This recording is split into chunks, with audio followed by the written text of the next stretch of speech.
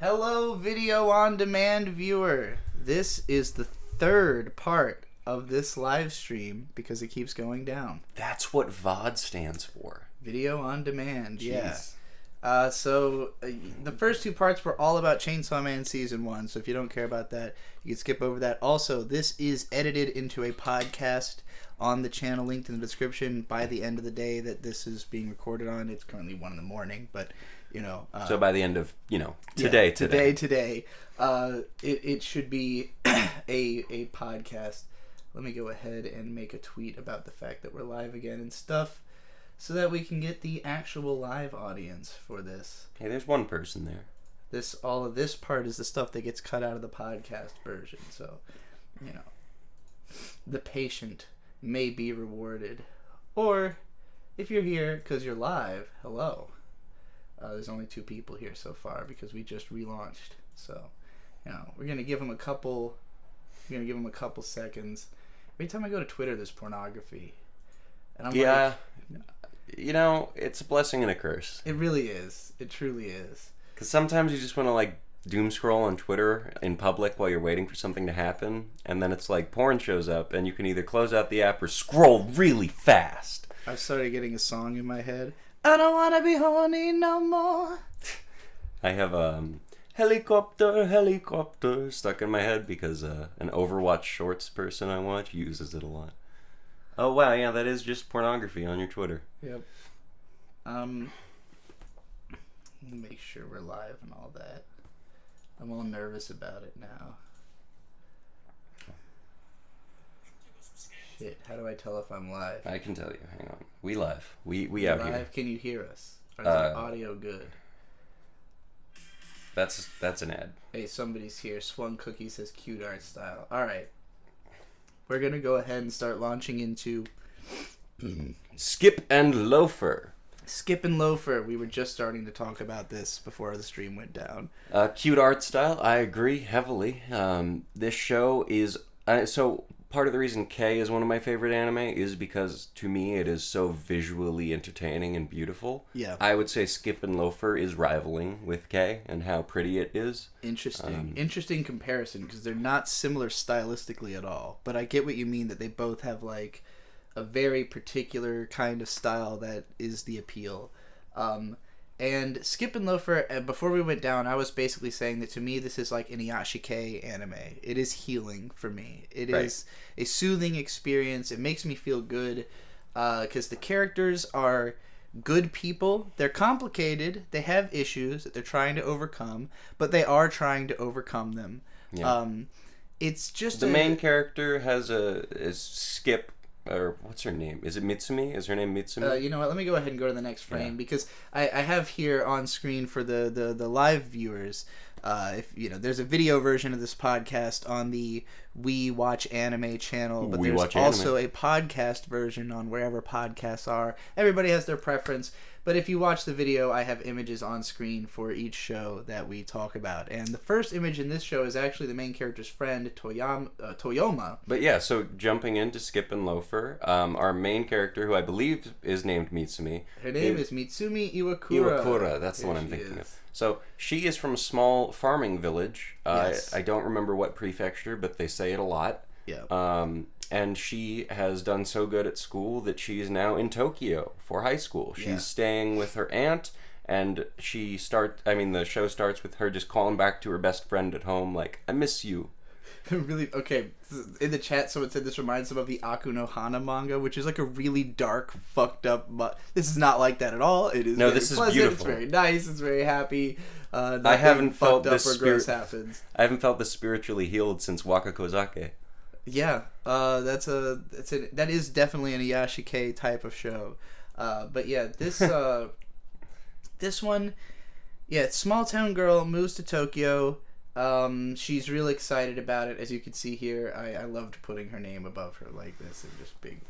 Oh, she's great. She reminds me of a turtle in how her face is drawn. I like that. So there were only 8 kids in her grade school, in her middle school. So this show, it's hard to describe this without watching it for yourself, but basically it goes into these sort of tangents from reality the main character, she is ADHD. I'm just going to go ahead and diagnose her. Yeah. It kind of becomes a talking point in episode 4 where, like, other characters are like, you really get sidetracked and you kind of lose where you are. I relate. This girl's kind of a bit of a literally me character in a lot of ways. I'm sure a lot of you are going to find some literally me elements in this show as well, especially when a certain character is introduced later. But, yeah, and someone pointed out... Oh, Iwakura, I know who you're talking about. The last name Iwakura is also Lane's last name, from Serial Experiments Lane. I have to punch myself in the face again. Yeah, I haven't seen it, but, I mean, obviously I have. So, yeah, there's a scene where... it's like she's on a train and they're all waving goodbye as the train leaves, and then it kind of reveals that was a delusion. They're like, oh, we all, fantasize about that kind of thing, but actually our train station was shut down 10 years ago, and so they just kind of saw her off before she was like driven into town to the train station. Yeah, so these are her friends, these are the kids she went to school with. This girl in particular is the one we saw at the start. Let me remind myself her name.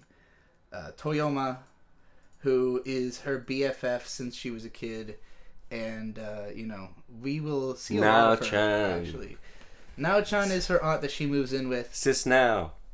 So I have to say, I clocked this trans woman immediately. As a trans woman myself, I'm excited I get to talk about trans stuff on our podcast, because this is not the only trans anime. I was waiting to ask until we were podcasting with trans about themes. It. What makes you so confident that this is in fact a trans woman? I don't disagree. I'm just curious. The first impression was I thought that sounds like me. The voice actor. It sounds like. I mean, I'm not going to assume the voice actor's gender, but it sounds like they might have been assigned male at birth and are performing a deliberately feminine voice, and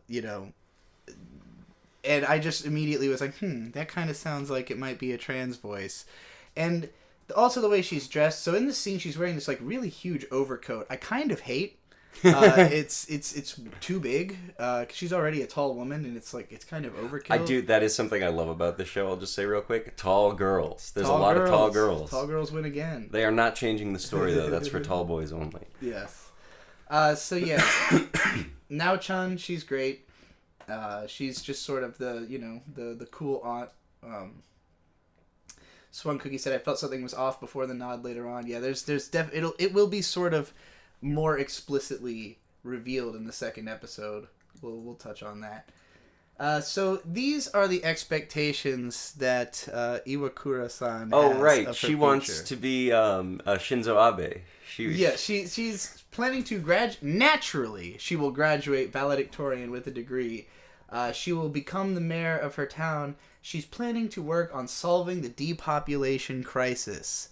This is the central thrust of her It's a noble character. goal. I just think she's a little bit of a scaredy cat to be tackling such a hefty issue. But I think it's really important that we remember this fact. And so she will talk about it a little bit more in a later episode, because particularly her small town has been depopulated. A bunch of people have left the countryside. Obviously she's left the countryside. She does plan to go back eventually and sort of revitalize the town. But something about the fact that she's talking about she wants to solve the depopulation crisis, and the fact that this is a romance anime that moves rather really quickly. Fast. Rather quick. I won't say really fast because it's not intimate. Yeah.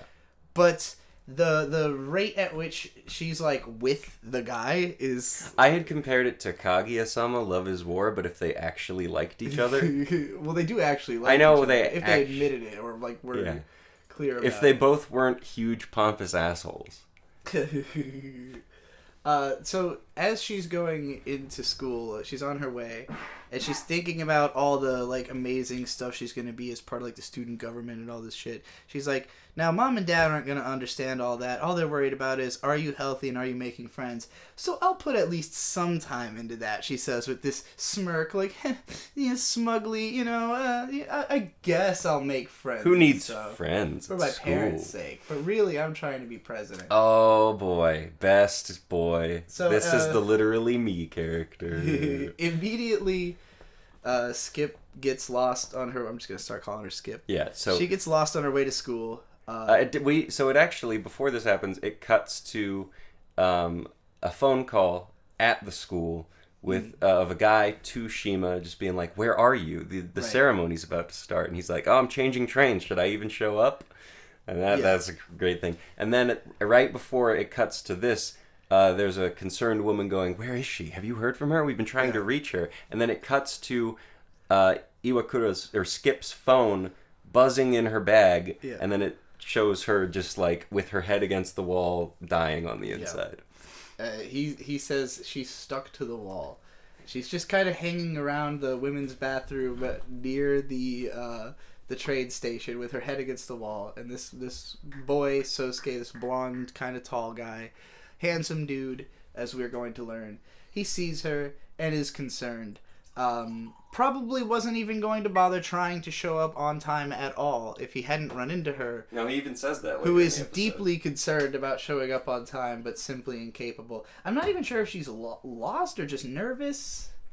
But either way, he comes to help her, and she has this adorable visual, this metaphor of herself as this newly crying hatched baby duckling looking up to this big, pleasant swan of a man that is going to guide her through.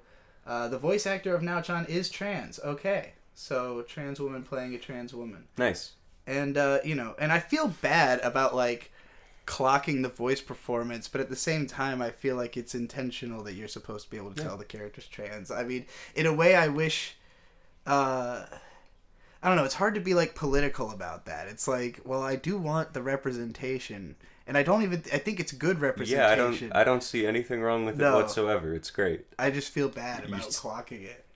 You feel bad about clocking. Well, yeah, I guess clocking people have gotten mad at you for that before. Anyways, so yeah, she sees herself as this newborn duckling following this swan around. She just basically she's really in her head about stuff and really excitable. So everything that happens, she takes as some kind of revelation. She's like, I feel like I've discovered my true self in these few hours because she had been an asshole to him when he was just trying to help. Yeah, exactly. And then she ends up taking off her shoes and fucking going. She running. As a barefoot boy myself, I'm a big fan of this action. Yeah. You are known for barefoot hiking. Go check out the Picnic Adventure channel if you want to watch some barefoot hiking. Don't do it. My recommendation. Don't do barefoot hiking. Yeah, go watch Picnic Adventure. Yeah. Sorry. Leave it to me. Unless you're really inclined and know the risks. But don't do it. Can't recommend it. Well, she obviously knows the risks because she grew up in the countryside. But she's also running in the middle of Tokyo on a street. I'm sure that's fine. I'd probably do that. I like that they gave her kind of big goofy feet. Yeah. But yeah, I have to assume that those school shoes are just not good to run in. Well, yeah, they were cloggy. The sound effect they make were clicky, and yeah, I mean they're probably dress shoes like you had mentioned. Yeah, I was thinking they're probably bowling shoes or something. So anyway, she gets to the opening ceremony, and she is supposed to give a speech at this ceremony. And then she's top of the class. Reaches into her pocket, and the speech is not there. What have I done? I left it in my backpack. But nonetheless, she manages to successfully give the speech from memory. Everybody's impressed. As soon as she finishes, she exhales, and a big, huge anxiety leaves from her, and then sleep sprinting deprivation. to school and sleep deprivation hit, and this is. So, this is the best scene. Why I love this show, I can only really describe this because of the fact that the author of Sangatsu no Lion and Honey and Clover, her name is Umino Chika, she talked about how she likes to get really up close with her characters, emotionally up close. And the reason that she wanted Shaft to adapt her work to anime is that they do that as well. And I think this show, it's very good at creating scenes out of the ways that characters are emotionally, reacting. So, in this scene, she gets off stage. This is a relatable emotion to me, feeling the weight of something that you've been preparing for a leave, and then you're just out. There was something like this in Spy Family episode 1, when he feels relief for the first time ever, and just passes out. So, you know, she's relieved to a point that it's all hitting her right in the stomach. And she's trying to run to the bathroom, can't quite make it, vomits all over poor Sakura Sensei. I love that it decides to tell us the cost of everything she's wearing. You know, it's actually funny because later in the show, it mentions that one of Skip's bags is 58,000 yen. And that's actually more than this her whole outfit. Ensemble, yeah. But nonetheless, this is her favorite outfit. And what's her favorite it's blouse? A few $100s. Favorite blouse, new suit.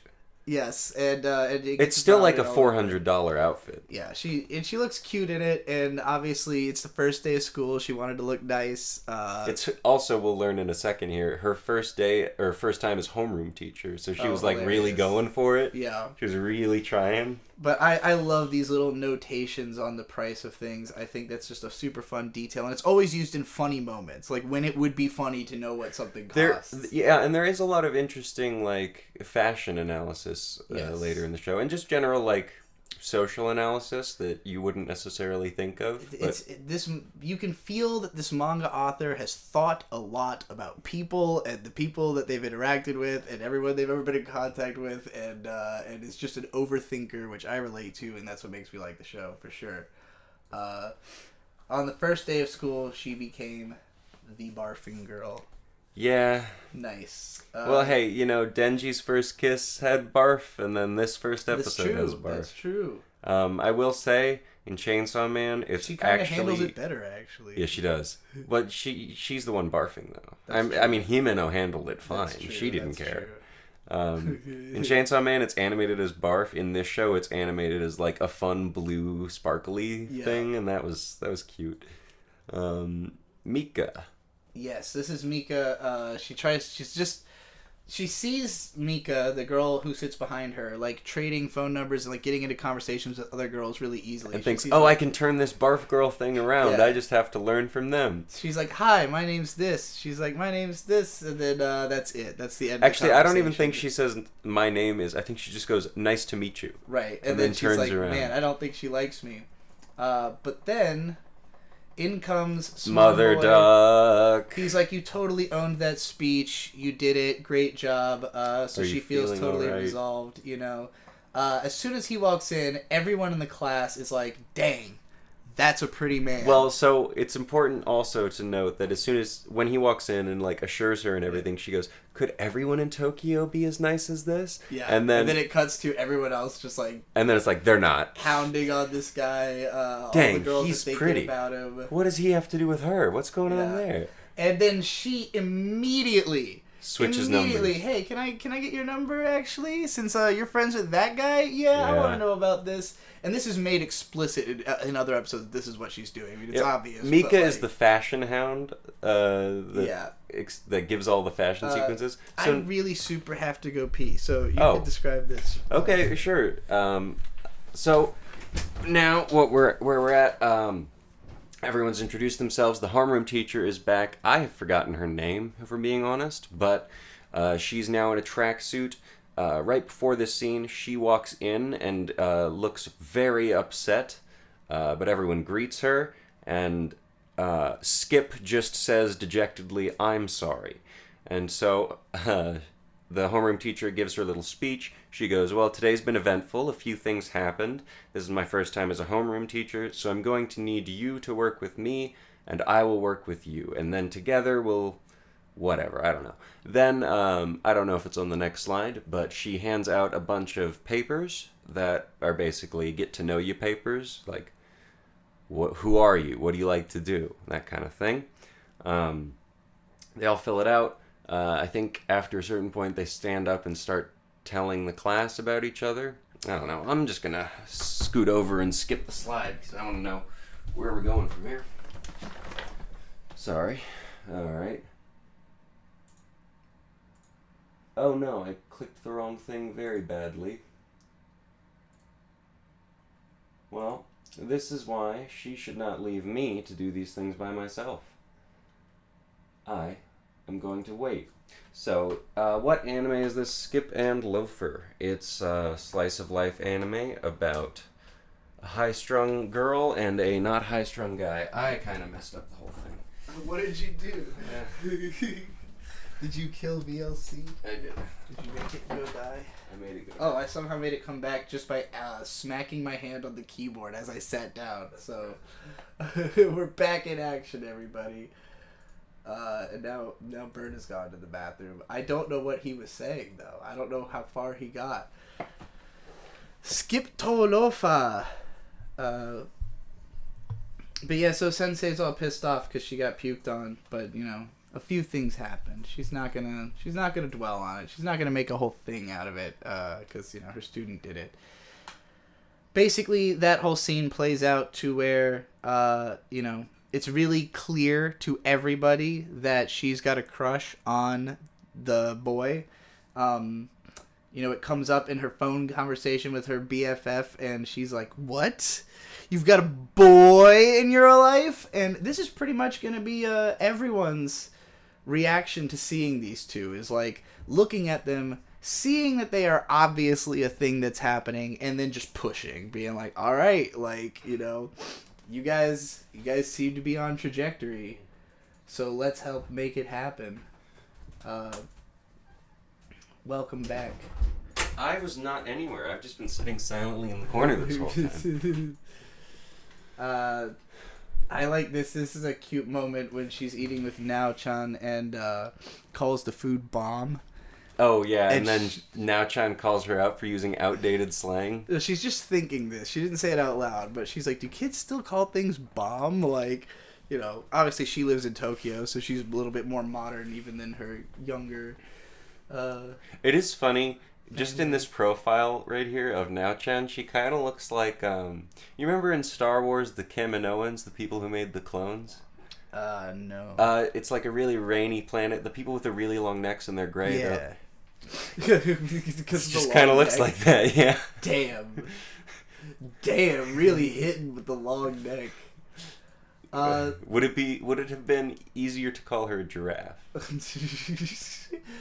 So, whereas Iwakura, I wrote all these names down and I've forgotten them already. I took so much time to painstakingly put all these names on this slide. I'm very curious how much time we lost to reminding you who Himeno is. Yeah, a lot of it. A lot of my life has been being reminded the name Himeno today. Anyways, you know, Iwakura, she's pretty clearly like, yeah, I got a boy in my life. This guy just gets called out because he said, you know, I made it to school this morning because I ended up running and it was actually fun. And all of his friends are like, what are you fucking talking about? This guy immediately goes, who is she? Yeah, right. And he just gets up. He does not say a damn thing. He just gets up and leaves. This is a hilarious scene because Shima's just hanging out with, like, I assume his friends from middle school or something who are at different schools than he is.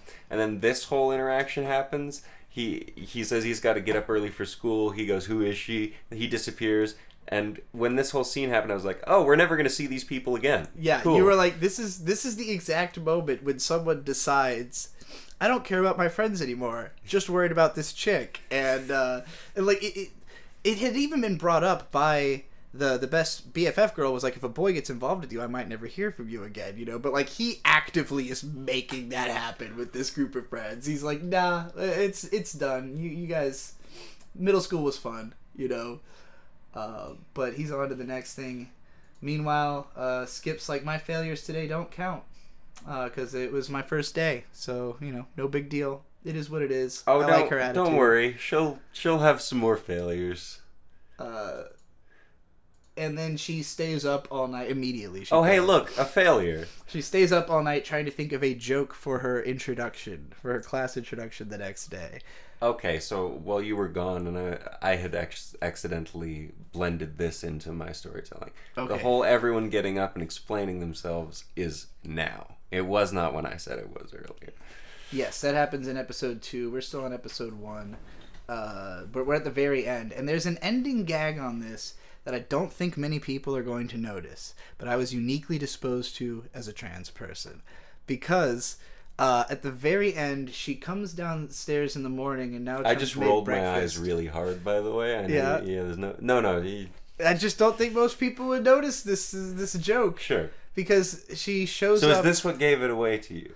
No, it was immediate. No, I know, but like you had said there was like. Oh something... no! At the start of episode 2, there's a scene where characters are like, "Is that a man?" Like behind her back on the train. Oh. So that's the moment that like actually gives it away. Boo. But not boo the scene, boo those guys. No, yeah, but the end of this episode, she comes down and her hair is all fucked up, and there's like a narration that says like, "My first thought is like kawaii." Like scary, but like it's a deep masculine voice. Like it hit her so hard that she forgot her voice training for a second to be afraid. I thought that was fucking hilarious, and I don't know how many people are gonna even recognize what's going on there. The whole scary reaction. Yeah, a lot of people have that reaction to her Skip. Yeah, throughout the show that's constantly. True. She is a little bit intimidating. Literally me.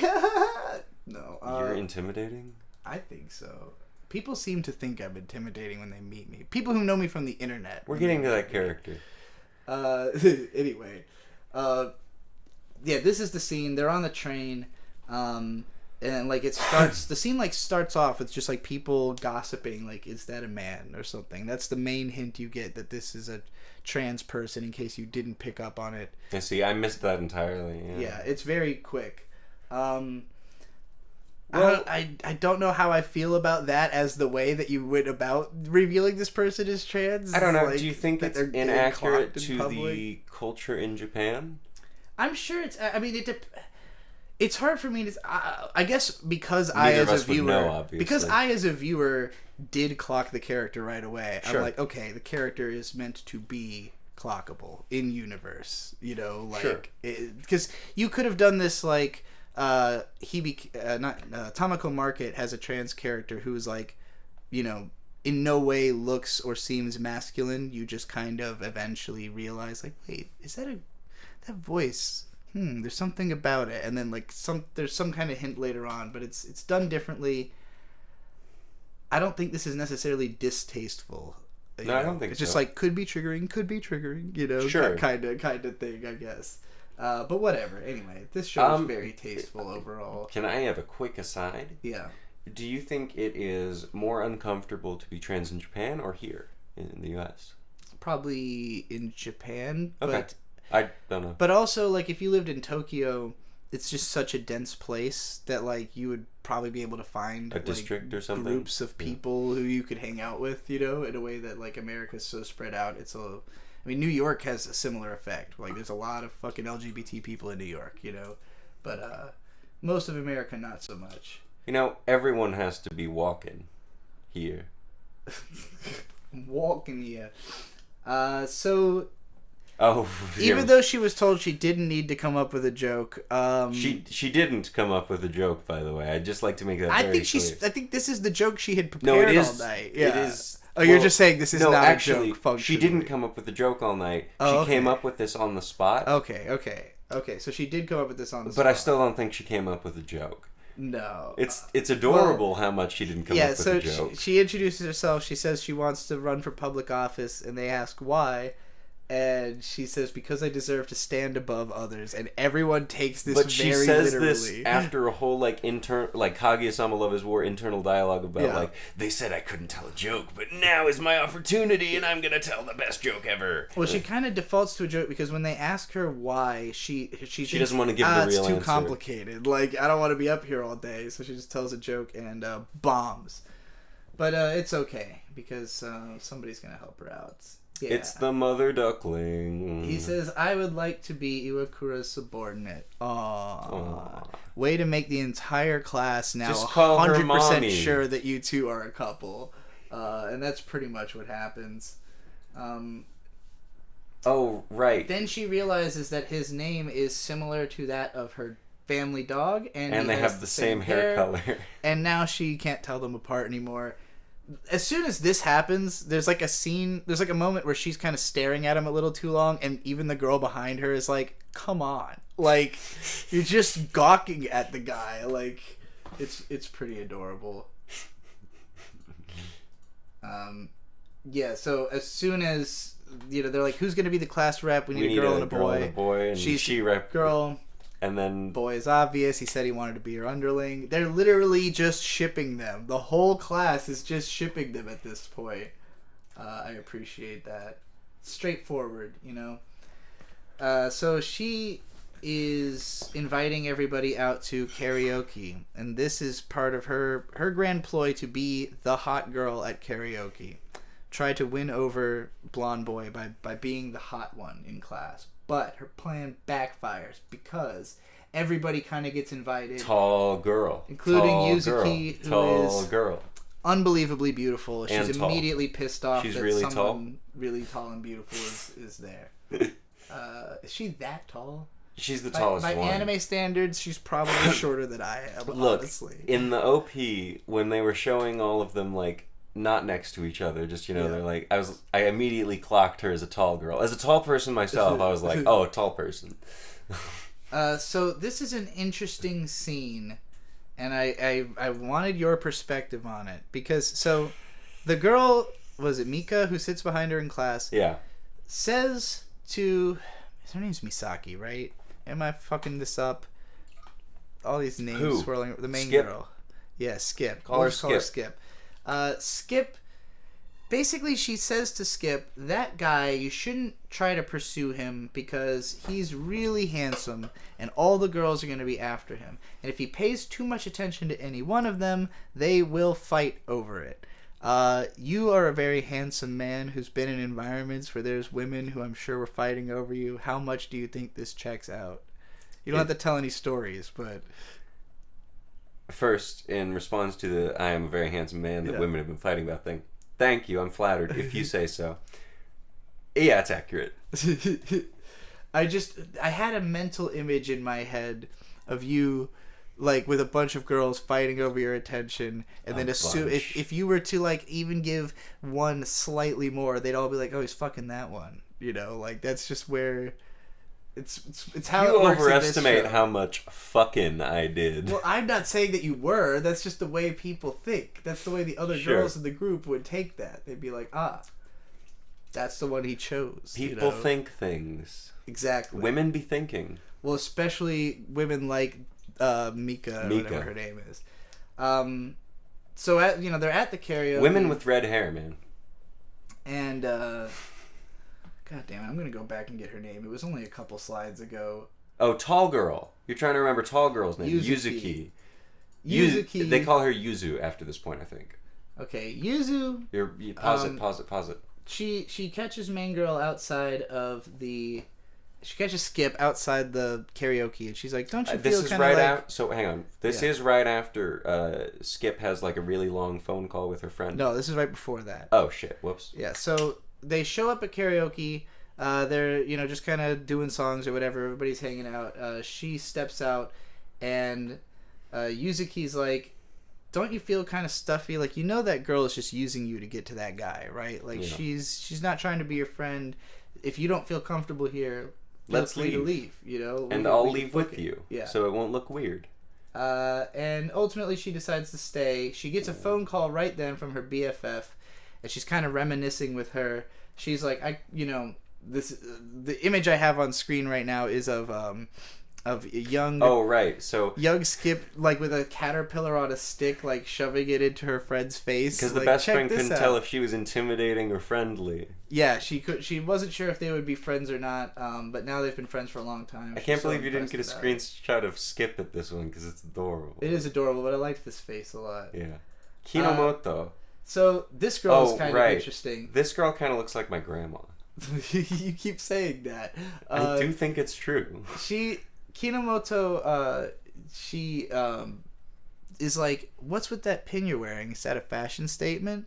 And for a second... After the phone call, Skip comes back in and has a whole, midlife crisis again, and is like, well, I can't judge people. I can't judge what she's asking. So Skip because it does kind of sound like she might be like saying like, well, what the fuck is that? What is this bullshit? But she's like, you know what? Let's not assume. Maybe she's just I don't know what her intentions are. So she just says yes, which works out. Yeah. Because what this girl is really asking is this the mission? Pandas? She's seeing the pins in the shirt. She's saying she sees the pin in the shirt and she's like, I dig this. should I be doing this? Oh, okay. Because she shows up with one in the next episode. She has her own pin that she bought after the karaoke. Oh, okay. So she is trying to find the trend to copy. And she's like, are you cool? Should I be doing what you do? Because, you seem cool. That's the lowdown read on what's going on here. But even she doesn't realize this is happening yet. Iwakura, Anyways, moving along. She starts singing a kid's rabbit show song. Yeah, like some kind of baby anime. Maybe I don't even know if it's anime. A baby show song. But it's the song she knew. The rules of karaoke that she everyone knows. Choose a fun song that everyone knows and sing it with confidence. Sing it with confidence. There was a third one too. I can't remember what it was. Again, this is a literally me moment. It is the pattern of thought I have when I go to karaoke is let's try to pick a song I think everybody will know. How do you do that? Captain Planet, if you are my age. Sing the Captain Planet theme song. I can't. I don't know Captain Planet, he's a hero. Gonna take pollution down to 0. Anyway. Wow. That was beautiful, I used to do that a lot. To entertain people. So she's thinking back on her childhood friendship and remembering this amazing smile she shared with her BFF and wondering, is there anyone here with whom I can share such a smile one day? I like this. This is kind of the way I look at social situations. I'm like, who here am I going to be friends with next year? Anyway. Who's going to stick around? Yeah, who's gonna still be alive? It's been so long since she's actually traded addresses with somebody, she has forgotten how. Well, no, I don't think it's that, because she does it in the first episode. I think it's that she is so overwhelmed socially. Okay, it could be that. She just forgot in this... That was at least my read on it. It could be either. That makes as much sense. Beef bull. Beef bull. Beef bull. Beef bull. Beef bull. As soon as this showed up on screen, he started chanting Beef Bowl. I got in. What can I say? Beef Bowl. Who's not a fan of a beef bowl? Who doesn't want Beef Bowl right the fuck now? Oh yeah, and then she runs into Loafer here and gets to pet his hair. Because she compares him to... Well, she calls him her dog's name and then tells him she just called him her dog's name and then pets him. How does getting head pats compare to the tying of the tie from Chainsawman in terms of... head pats is way better. Head pats is even better than the tying. That's good. Good to know. Well, actually, it also depends on like the intimacy of the relationship. Yeah, here we go. It wasn't even an episode later. This girl has bought a pins to match, so that she could be... No, that's just sparkles around the pin that she's pointing at. Oh, okay. So apparently she's trying to find a club, even though so many clubs want her. This show has some interesting information if you don't know about Japanese schools, because this girl's trying to be like the #1 fast track valedictorian, like top of the class. Japanese schools are fascinating because they encourage students to be hyper involved. They want you to do all kinds of stuff, but studies come first. Getting your grades up, getting the central stuff up comes first, which is already an incredibly intensive process in and of itself. And so a lot of people are worried that like if they join a club or do like anything extracurricular besides just study, it might affect their ability to be like the absolute top of the class, which you would have to be to get into the absolute top university, which is what she's hoping for. I mean, I wasn't concerned about any of that stuff, but I didn't join clubs in high school because I was concerned that I would fail more than I already was. I just did shit and didn't. Yeah. I mean, I graduated with a 3.0. It was fine ultimately, but yeah, I avoided most of the extracurricular stuff because it was like, well, I mean, I'm already doing stuff outside of school to waste time not doing homework. Why would I tack more onto that? Well, she wants to add stuff that she can do to have fun. All of the research-focused clubs want to recruit her, which she's quite proud of because it makes her sound smart. But I guess she didn't choose any of those. And the boy, he's like, you can call me Sato if you want. And he sees her. He's like, we're on a first name basis now. Kind of a big deal in Japan. This happens just because the other girl is like, you can call me by first name. And he's like, oh, you two are first name? Us too. And it's like, well, everyone's going to assume you're a couple if you do it. which they're already doing anyway, so, it's whatever. Moving along. This guy, second the year, best. and future president of the drama club, Kane Chika. A silver-haired, glasses-wearing dude who just comes busting into class and is like, hey, I want you all on my drama team. Right up to the beautiful girl first. Will you be in drama club? No. Then our main girl, and he at first is like, oh, wait a minute. You're Barf Girl. You're Barf Girl, but you also became Shadow Boss, apparently. Right. She's after like her mafia boss of the introduction. school because she said she wants to rule over everyone. Yeah, so now she's also the Shadow Boss, and he says that she has a talent for being memorable, which I like as that's a thing that I look for in people in general, and I think it's cool that this show pointed it out as a thing that there is. But yeah, she's got a talent for being memorable. She would be great for drama club. He also wants Pretty Boy. He just wants anybody he can get. Also, when he does his stage performance, he's a woman. Yes, this was interesting. Looks really good. He's got a really cool outfit on. Yeah, and it's a whole fun sequence. He looks great. Yeah. So I also think his character design is got to be influenced by Stein from Soul Eater.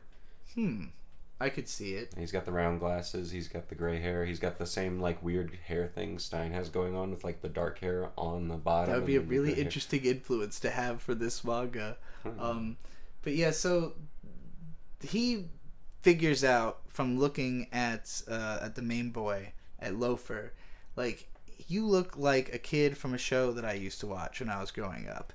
And he keeps saying it, and Loafer's like, shut up, hey. Hey, you should really be shut quiet. Up, hey. And he's not catching the hint, so finally he pulls him aside. And I love the way this is phrased, because he says, let me be direct. You couldn't put two and two together, but you still call yourself a playwright? He says, he doesn't even say, let me be direct. Doesn't he say, like, let me be mean or something? No, I think he says let me specifically, let me be direct. Because I just thought it was really funny that he's not being direct at all. Yeah. He's being heavily metaphorical and veiled, but more, he's being direct about the fact that he wants you to shut the fuck up. They both know what he's saying. Yeah.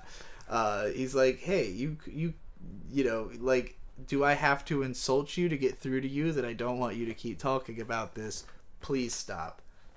Interesting scene. First time we see like a sort of vindictive or, When, he's an actor. He's got to have a vindictive mean side to him. So then at the end of the episode, Skip is like massaging her face with this weird massage machine and saying, I need to start gaining government experience right now. She's just so fucking gung-ho. Her aunt's like, oh, must be nice to be young. So that's the end of episode 2. We get into episode 3. I had to rewatch the beginning of this episode once or twice, just because I had been so confused about who this old woman was. Yeah, so this is another one of these weird sequences where, again, our main character just goes into delusions sometimes, and the show doesn't really like prepare you for it. It just kind of drops you in. So this is it's like a reference to some kind of TV segment that must like really exist in Japan, but she's imagining herself getting interviewed for TV as an old woman looking back on how she used to be student council president, because her current plan is now, I'm going to try to sign up for the student council. And as she gets to the office, there's somebody already there. In the same sense, hey, audience, it's literally you. Literally me character. Yes. Maybe not all of you. Not all of you, but this girl is basically a Kuroki Tomoko type, the girl from Watamote. You haven't seen that show, but she's a dark, gloomy, schizophrenic, paranoid. There's a person. Parallel to her in Danganronpa. I can't remember what her name is, but she's like a mild-mannered girl, and then her other personality is a serial killer who kills people with scissors. So not to say that this girl is a serial killer. She's not. This girl is standing in front of the door of the student council office thinking about how she would never stoop to being friends with any of those gross, trendy girls or all those, gyarus and all those fucking dumbasses in her class. Wait, the shark girl is in this show?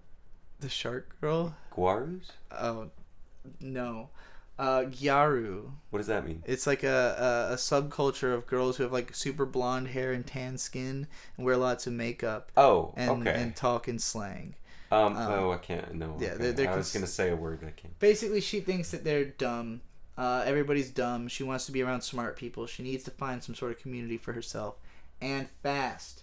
And then she runs into our wannabe president, and they have an interesting interaction because she's trying to be like, hey, it would be fun if we both got into the student council, and she kind of takes it as like a threat, like she has to reassure her, like, oh, I'm not trying to be student council president or anything. Like, she thinks that there's a competitiveness between them that isn't there. Just being paranoid, being a weirdo. That's just kind of her personality. Kind of. Okay. So the student council, it turns out, doesn't recruit members anyways. So, well, you're kind of shit out of luck. So it's like a voting in thing, and it's not happening for a while, right? Well, it's because they have tenure. So you cannot join until you have already been a part of working as their assistant for a while and get tenured in to being allowed to be in. So here's Tokiko. I think she's the student council president, and she's like... She's a bit of a hard ass at first. Yeah, this is her schedule. It is packed. It's minute by minute. Minute by minute. A notebook just loaded with ink. I have a habit of like... well, I used to back when I was in school. Like, have a habit of making myself extensive schedules that I was supposed to keep when I got home, of things I would do when I got home that I literally never kept to. And I would make them all the time just because I'm bored in school and want to think about what I might potentially do when I get home that could be more fun. So I'm used to seeing these kind of dense schedules, but the thought of actually following one, terrifying. Yeah, I saw that schedule and I was like, oh, I couldn't do that at all. No. I couldn't even make it. Gloomy Girl, they drag her to a cafe and force her to get a goofy boba drink. She's like, ugh. Well, they don't force her to. What happens is Skip orders it just because she thinks it would look good. I think it's Skip's first time having boba. And then Skip asks her, like, what are you going to get? Yeah. And then peer pressure takes over. Gets the same thing. She ends up liking it. Turns out life is good and people are fun. But actually, that character doesn't actually have that revelation until the next episode. Yeah. When she flashes back to how much she enjoyed the boba. Yeah. Well, you know, hard heads take a minute. Yeah, I get it. The show's... It's a good show, actually, though, for doing things like that. He says, you know, it's like how food tastes better when you eat it with that person. Like the one you're eating with right now. They send a hilarious, blurry selfie to the fashionable Yuzu. girl. Not the fashionable girl, Yuzu. Well, Yuzu's also fashionable. Oh, sure. Well, no. It's actually important. It's an important difference. We're about to get to this. Yuzu is hot. Sure. Rika She's or also Mika. But yeah. I know, but yeah, we'll get to that. Yeah. So, Iwakura here, she's got the cluster punk style. Her aunt's this like, is something you would wear. It was really funny. This literally is, and the aunt is like, she's got some kind of fashion sense. Individually, all these items are things. Cute. Oh no, she's wearing them all.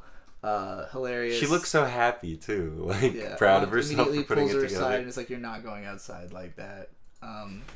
This is what Yuzu shows up looking like. Blows everybody out of the water. And I gotta say, it's rare to me that anime actually does a good job of like portraying the difference in a character's like looks or style to actually like show if they are attractive or not. You know? Oh, the sweater's great. Sweater and jeans. It's a fit. I mean, obviously comparing her versus Iwakura in the last shot is like a night and day difference. But even there's like a gradient throughout the students of like who can dress really well, you know, and it takes a certain understanding of fashion to be able to pull that off. This girl is the one who showed up hoping to be the best dressed. But Rika or Mika all of her fashion knowledge and all of her try-hardiness just can't quite compete with how hot the other girl is. But meanwhile, the boy is still being nice to her, and she can't understand it. Duck boy. Duck boy. Yeah, Loafer. Loafer. Oh, Shima. Shima? She thinks that he's hot. She wants to be with him. She doesn't understand why he's being nice to her if he doesn't want to fuck. She's a simple person. Yeah, again, accurate. Meanwhile, these two, I'm shipping hard. Oh yeah, they have a really fun relationship. They're very adorable. Because at first it's not quite evident yet, but a little later in the episode, it's very. Or no, I'm sorry. This whole event, this whole thing they're out at, spawns because Braids asked Skip to go out, and then Skip was like, "Oh well, surely all the other people want to come." Right. And then she, fucking Yuzu, apologizes to Braids, like, I know you just wanted to do this with Skip. So I would say it's very lesbian coded. Oh yeah, I would say. Well, the implication so far is Braids is just. She's only standoffish because she just kind of assumes this girl won't like her, that people won't like her. Well, knows like her. that. Oh, I understand. Sorry. Yeah. Yeah. Braids thinks that this girl just won't like her. She is clearly making like a concerted effort to try to befriend her. Yeah. So I would say that she just likes her. I don't know why exactly, but she is clearly interested in Braids girl, wants to be her friend. Well, I think the concerted effort to be nice to her is because, and this is revealed a little later in the episode, that she knows that Braids girl doesn't like her. Yes, that she literally like asks her at one point, like, hey, are you upset that like I showed up, you know, is it wrong of me to have tagged along with all these people? And at some point Iwakura catches on, I've brought two people with bad chemistry. I need to do something about this. What can I do? And she's freaking out. She's not sure what to do. But they had a conversation at the lunch table where they were talking about salted versus caramel popcorn because Iwakura loves her movie and popcorn so much. And it was pretty divided. I would say it was 2 for caramel and 3 for salted, if I remember correctly. But both of these girls like salted. Yeah, they have something in common. When Iwakura realizes that going salted and caramel back and forth is the ultimate tech, she introduces both of them to it, unites everybody, they're all having a good time, they're all laughing, they're all loving. It's nice. Are they living also? Because my understanding is to laugh and love, you have to live as well. Gloomy Girl actually like shoots Yuzu a text across the theater, like, hey. So actually, that was the most confusing part of the episode for me personally. Is they are all sitting directly next to each other. She doesn't want Iwakura to hear. No, I understand the not wanting to talk part. It's the also texting part. They're all sitting next to each other. Yeah. It's a long text. Like. Sure. How was she... Well, nobody's looking over her shoulder to see what she's texting. No, but I mean, like, not even... What if someone accidentally glances? I'm not saying I read people's texts. I don't think it's like she was writing a weird thing or anything. No, I know. It's just like... excuse yourself to the restroom real quick if you're going to do that kind of thing. I don't know. People are going to see it. That weird. I know people who do things, especially, like... People I knew who were the most like her things like that in high school definitely did stuff like that in high school. And so in the next, scene, Yuzu's like, what if you wore a hair clip or something, change your vibe. We'll really get you looking cute. I think she's probably going to give her a makeover. I hope these two are lesbians. There was that super chat earlier about Yuri baiting versus pandering. I want more pandering and less baiting.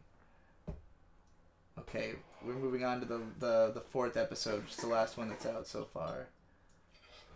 And it starts with Skip being revealed that Loafer was a child actor. So I had mentioned that I like the drama guy. After this episode, I don't like the drama guy. He's kind of an asshole. He blew up the spot. He straight up betrayed Loafer's trust and went against what he said, and he's just desperate. Basically, look at this cute-ass dog, though. I know, that is a cute dog. We learned that Loafer was a child star in some kind of show. He was in every episode, and Drama Guy sends Skip to find out why isn't Loafer joining the drama club.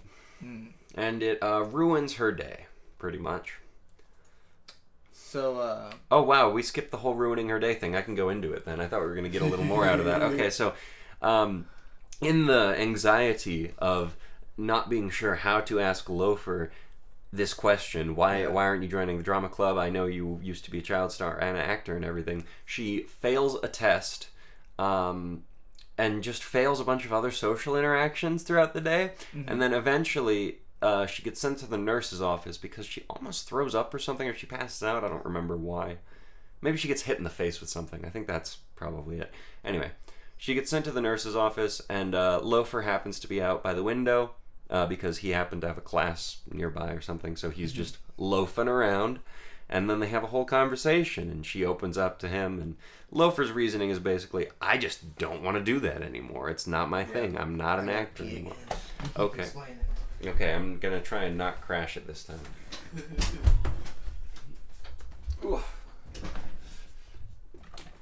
So, yeah, I did work really hard at it back then, but it wasn't because I liked it. And he just explains, the child actor thing was to make my mom happy. And that's pretty admirable, Loafer. He's got his thing going on.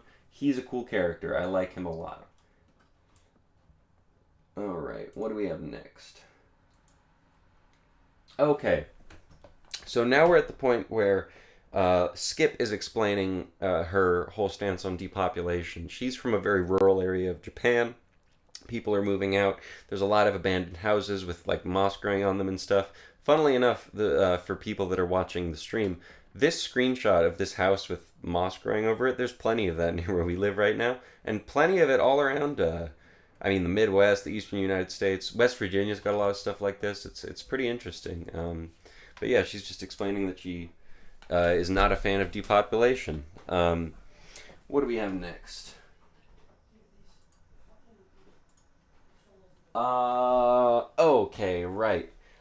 So with this one, I'm pretty sure this is a flashback that we're seeing.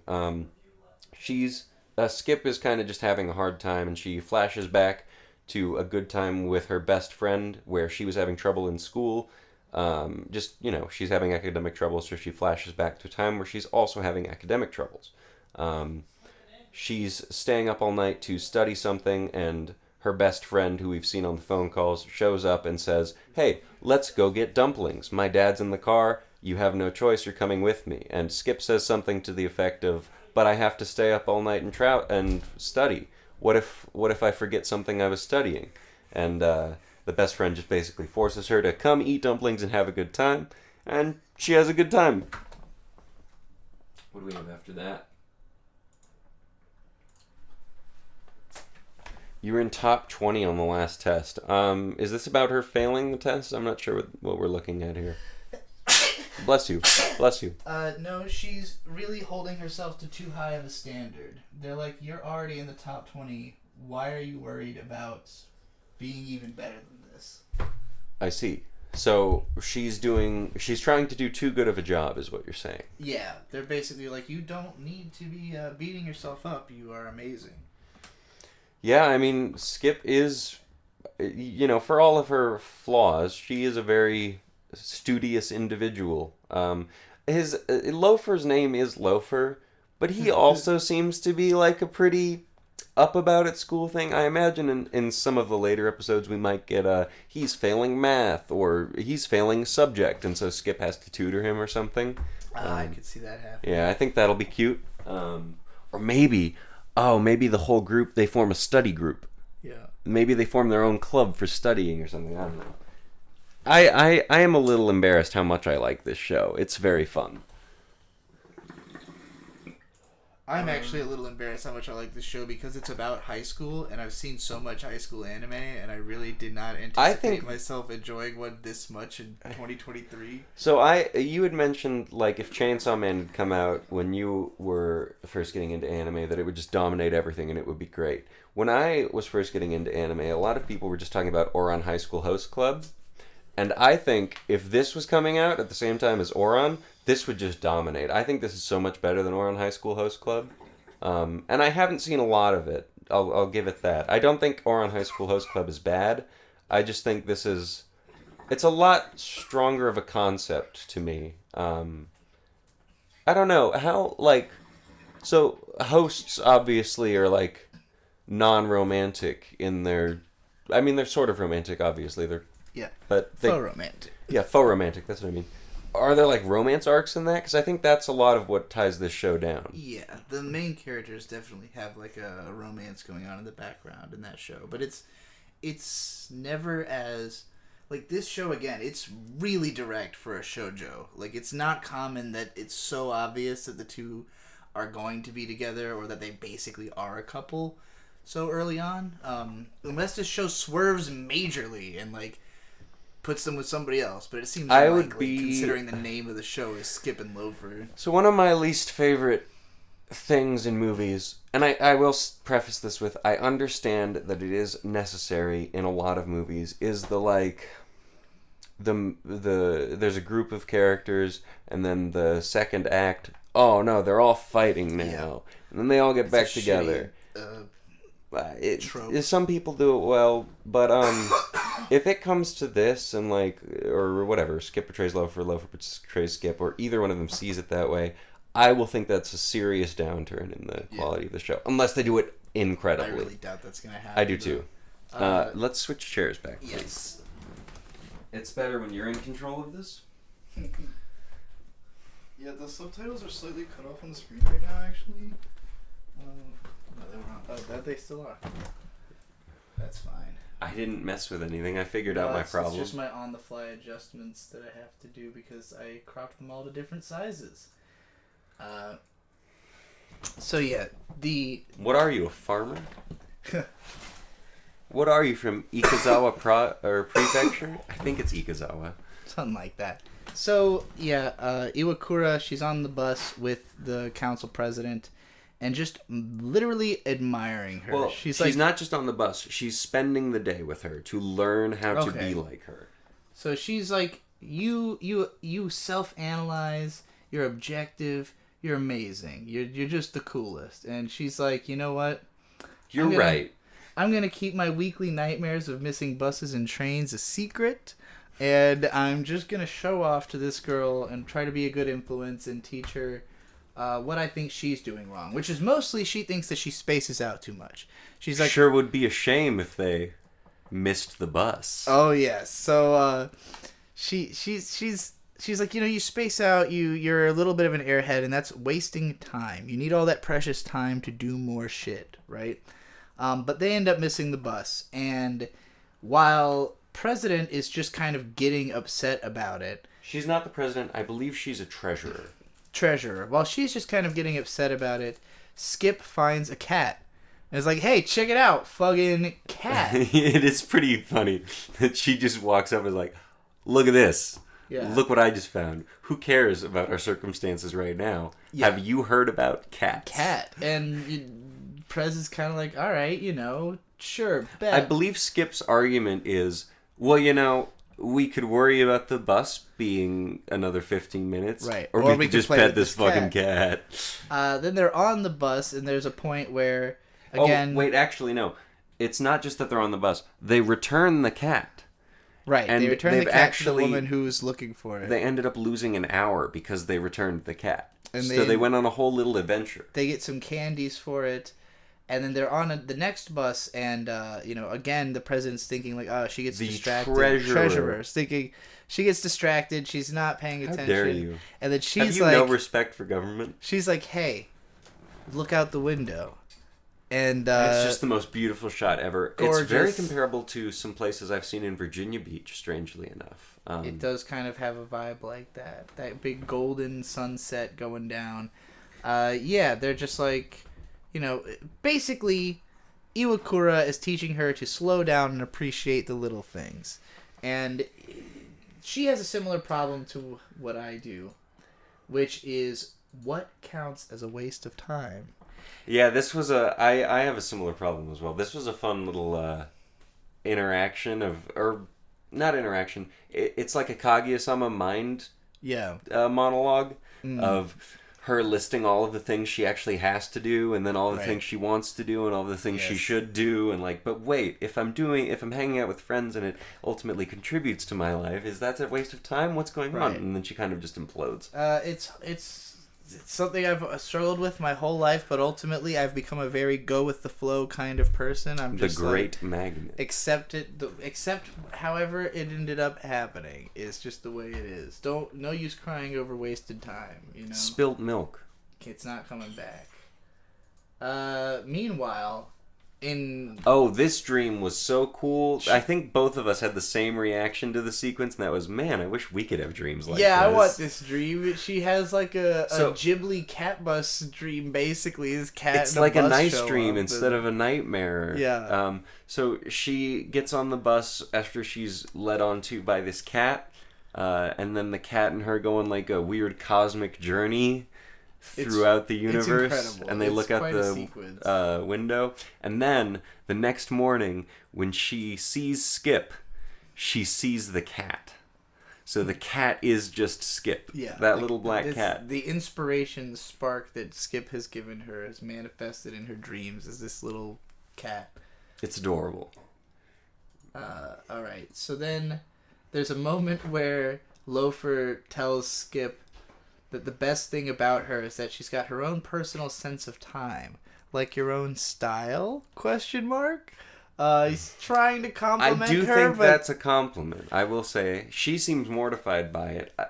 So in Japan, Japan's a very time-centric culture. If you couldn't tell by the trains run on time. Yes, everything runs on time. And there's a thing that they say about people. They say you move at the English phrase "my pace." You're a very my pace type of person, means you move at your own pace and not worried about how society is moving. So it's not saying like you move at my pace. Yes, no. It's your own. What is my your own? They just say my pace. Okay. Like in English. So, but yeah, I don't think he says that here, but it's the same kind of sentiment of like, you're a person who just moves at your own tempo. Quick aside, I don't remember who I was seeing who was saying this. It was some psychologist or whatever. Yeah. But he was describing ADHD as basically a lack of perception of time. So. Being unable to comprehend time. So. All I know is I relate. I'm not going to get too deep into trying to psychoanalyze it. I've spent a lot of time trying to Oh, no. Are we really here? Shit. Are we really here? Back. Oh, Wait, no, we're not no, talking no. about This no. I know, it's already 2 a.m. But it won't take nearly as long. Like, I grabbed way more screen caps for this show than anything else. I'm not excited so much for I what's wanted to talk about next. with this show. The next show we have way less to say about, I'm sure. But it'll be a lot funnier. I hope. But yeah, Skip and Loafer, I guess we're at the end of episode 4. Overall, I love this show. Yeah, it's great. Definitely strong 8, trajectory to a 9. If it stays as good as it is. I would agree. It could get better. It could get worse. I would be shocked if it dipped below like an 8 out of 10. It is so solid, so consistent. Actually, what would kick it to a 10 for me is if right at the end of this first season, they introduce a power system, like supernatural elements and stuff. I don't think it's gonna go I know, I'm just messing around. Alright, I don't know if anybody is still awake or alive in the chat. It says we have 17 people. Viewers. It's been a little while since... Well, actually, Ellen Horizon said my pace in the chat. And that's Ellen Horizon has been here, I think, pretty much the whole time. Well, we ain't got no super chats to read in between shows. Oh, God, there's no buffer for this. If you had anything you wanted to say to us, you gotta say it in the super chats that we will read in between the shows. Can I use the restroom before we have to please subject go ourselves to the to this? Because the next anime we're going to... Oh, wait, you never gave your trajectory score, did you? Oh, yeah, you did. I pretty much agree with you. Yeah, we love this show. Really good anime. The next one we're going to talk about is not a show that we love. But, we'll take a little short interstitial while Bird goes to the bathroom. I didn't expect this to go nearly as long as it has. I prepared for it to be long. Like, my ambition with this podcast is that it would be a long podcast. I thought it would take a few weeks for us to get up to the length that we've reached. Bird and I have never really discussed anime together at this length before, so I didn't know how much it would go on. I think me having the images did a lot here because, trying to remember anime episodes from memory is kind of difficult. I would have not remembered a lot of what happened in a few of these shows if I hadn't gone back through and got the screenshots. But it also means that we're constantly being reminded everything, so we really do get to kind of go through it with a fine-toothed comb. Are you ready to take down the corpse god? So, as much as I dislike this show, it does hold a special place in the We Watch Anime history.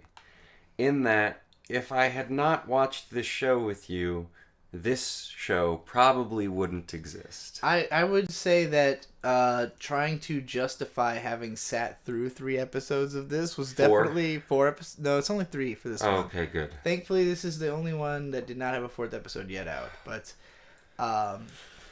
Last Estes in the chat rough. says, I'm enjoying Dead Mount Death Play so far in a trashy kind of way. It's like a light version of something like Mirai Nikki. It's fun. I get you. I can understand it, and I'm glad you are willing to admit in a trashy kind of way. And you know what? I'm even going to say, I don't think this is the worst anime. I'm going to spoil my score at the beginning. Give this like a 4 out of 10. I'm probably to let you know I'll we give don't it a 3 recommend it. because I don't love it. This show, with all of the concepts it has, could be really cool. Yeah. It could be like Mirai Nikki, like a strong 6. So, Inexplicabro in the chat points out that the writer is the writer of Bakano. Yeah, and we found that out, and so here's the thing. This one, learning that also made me kind of want to read the manga of this to see if it's better. It's a manga, which he is normally a light novel author, so that's already one interesting difference. But also, what little I've read of them, the Bakano and light novels are not nearly as good as the anime counterparts. A big part of what made those anime so good is the staff that brought them to life. Do you think this could be a special case of like the inverse? I think this it could be that the manga is a lot better, but I just probably think it, because conceptually, this thing is a reverse isekai mashed with... Is it a reverse? It's just an isekai. Well, it's somebody from an alternate world getting sent to our world. So it's reverse isekai. Okay. They're isekai'd to here. So it's a reverse isekai. It has a lot of tropes of that sort of micro genre of stuff like, you compared it to Hataraku Mao-sama right away. Devil is a part-timer. Yes, thank you. Sorry. The Japanese name, I know it throws you off. But, Mirai Nikki is a fun comparison. I hadn't thought about that. I guess I'll say this. The worst part of this anime was the first, 10 minutes. It was like the whole first actually, episode. No, because episode 3 really sucks. So, let me rephrase that. The second episode is okay. So, as a fun little thing, to rate the 3 episodes, the first episode, 1 out of 10. The second episode, 6 or 7 out of 10. It was kind of okay. It was kind of entertaining. Third episode, 1 out of 5 out of 10. It wasn't. We'll see how you feel when we get to the screen caps from that one. Yeah. So, here's the thing. This show... If you've watched me talk about anime over the years, you probably know I won't like this. It starts in the same way that I made fun of the Astro score starting for 15 minutes, which is to say a big incomprehensible fucking fight scene that means nothing to me. It's just... It's not even explained at all. I mean, some of it is, but not in any... It's set in a catacomb. So it's already dark and gloomy and generic. So right? It opens on a bunch of knights in a big cave, just and they're fighting a big skeleton. There's rocks flying. There's dudes running around in armor. There's just shit happening everywhere. Camera's constantly cutting to different perspectives, so you don't know who's a character or what's happening until a guy who's obviously a character shows up, and it's just dizzying. It's loud. It's bombastic. It reminded me a lot of the start of an anime I also made fun of called Ari Fureta, but it's not as bad as that. Mostly because it looks expensive, except for the CGI, which looks like shit. It doesn't look good. No, it's weird. It's a weird thing where it's not well directed, it's not well storyboarded. The shots are awkward, the characters are really inexpressive. But there's a lot of color detail and shading, and there's a ton of fucking fight animation in the first half of this episode. The screenshot you have on right now actually looks awesome. It looks pretty cool. What do you like about this particular all the different colors, the big skelly man in the top, he's casting spells and stuff. I don't know. I thought this was funny when I capped it because of how I can't tell what the hell is going on in this image. Like, if I hadn't seen the episode and I was just looking at this, not knowing what it was, yeah, like, what the fuck am I looking at? What is this? I guess I just like all the colors. Yeah, it's, again, we've seen a lot of anime that start specifically with a hero fighting a demon god in a cave or catacomb. And so this is just another one of those. It seemed really senseless. They're throwing around all these names and spells, and it goes on for 10 fucking minutes. It does go on for quite a while. It's not like, I've seen a lot of shows where they do like the little 1 minute, like, haha, it's like the final battle, but now we've reset the story and we're back at the beginning, like it's a trope even in RPGs. But man, it's just 10 straight minutes of fucking just the absolute most god-awful fight I've ever seen in my life. I will give it some credit.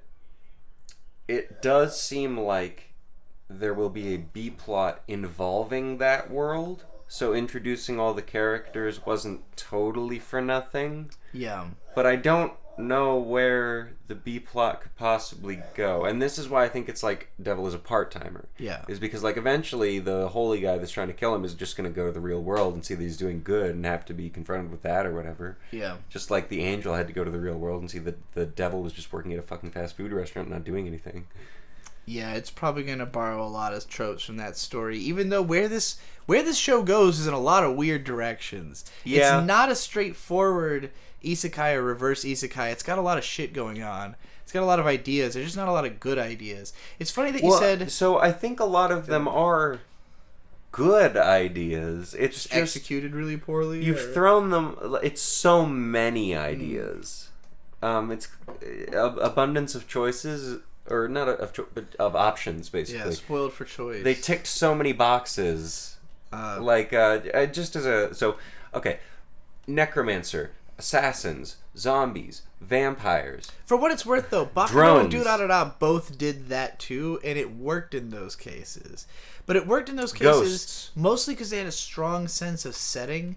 Like, Bakuno is set in, 20s New York, Prohibition era. Like, you really get what everyone's about, what they're doing. You don't get that with this show, though. No, none of that. Like Ikebukuro and Do-Da-Da-Da, like... Yakuza, I forgot that's an element of it. There's a Yakuza. Yeah, there's a... I think they're a Yakuza. I don't know what the deal is with those guys. We're gonna get into all that.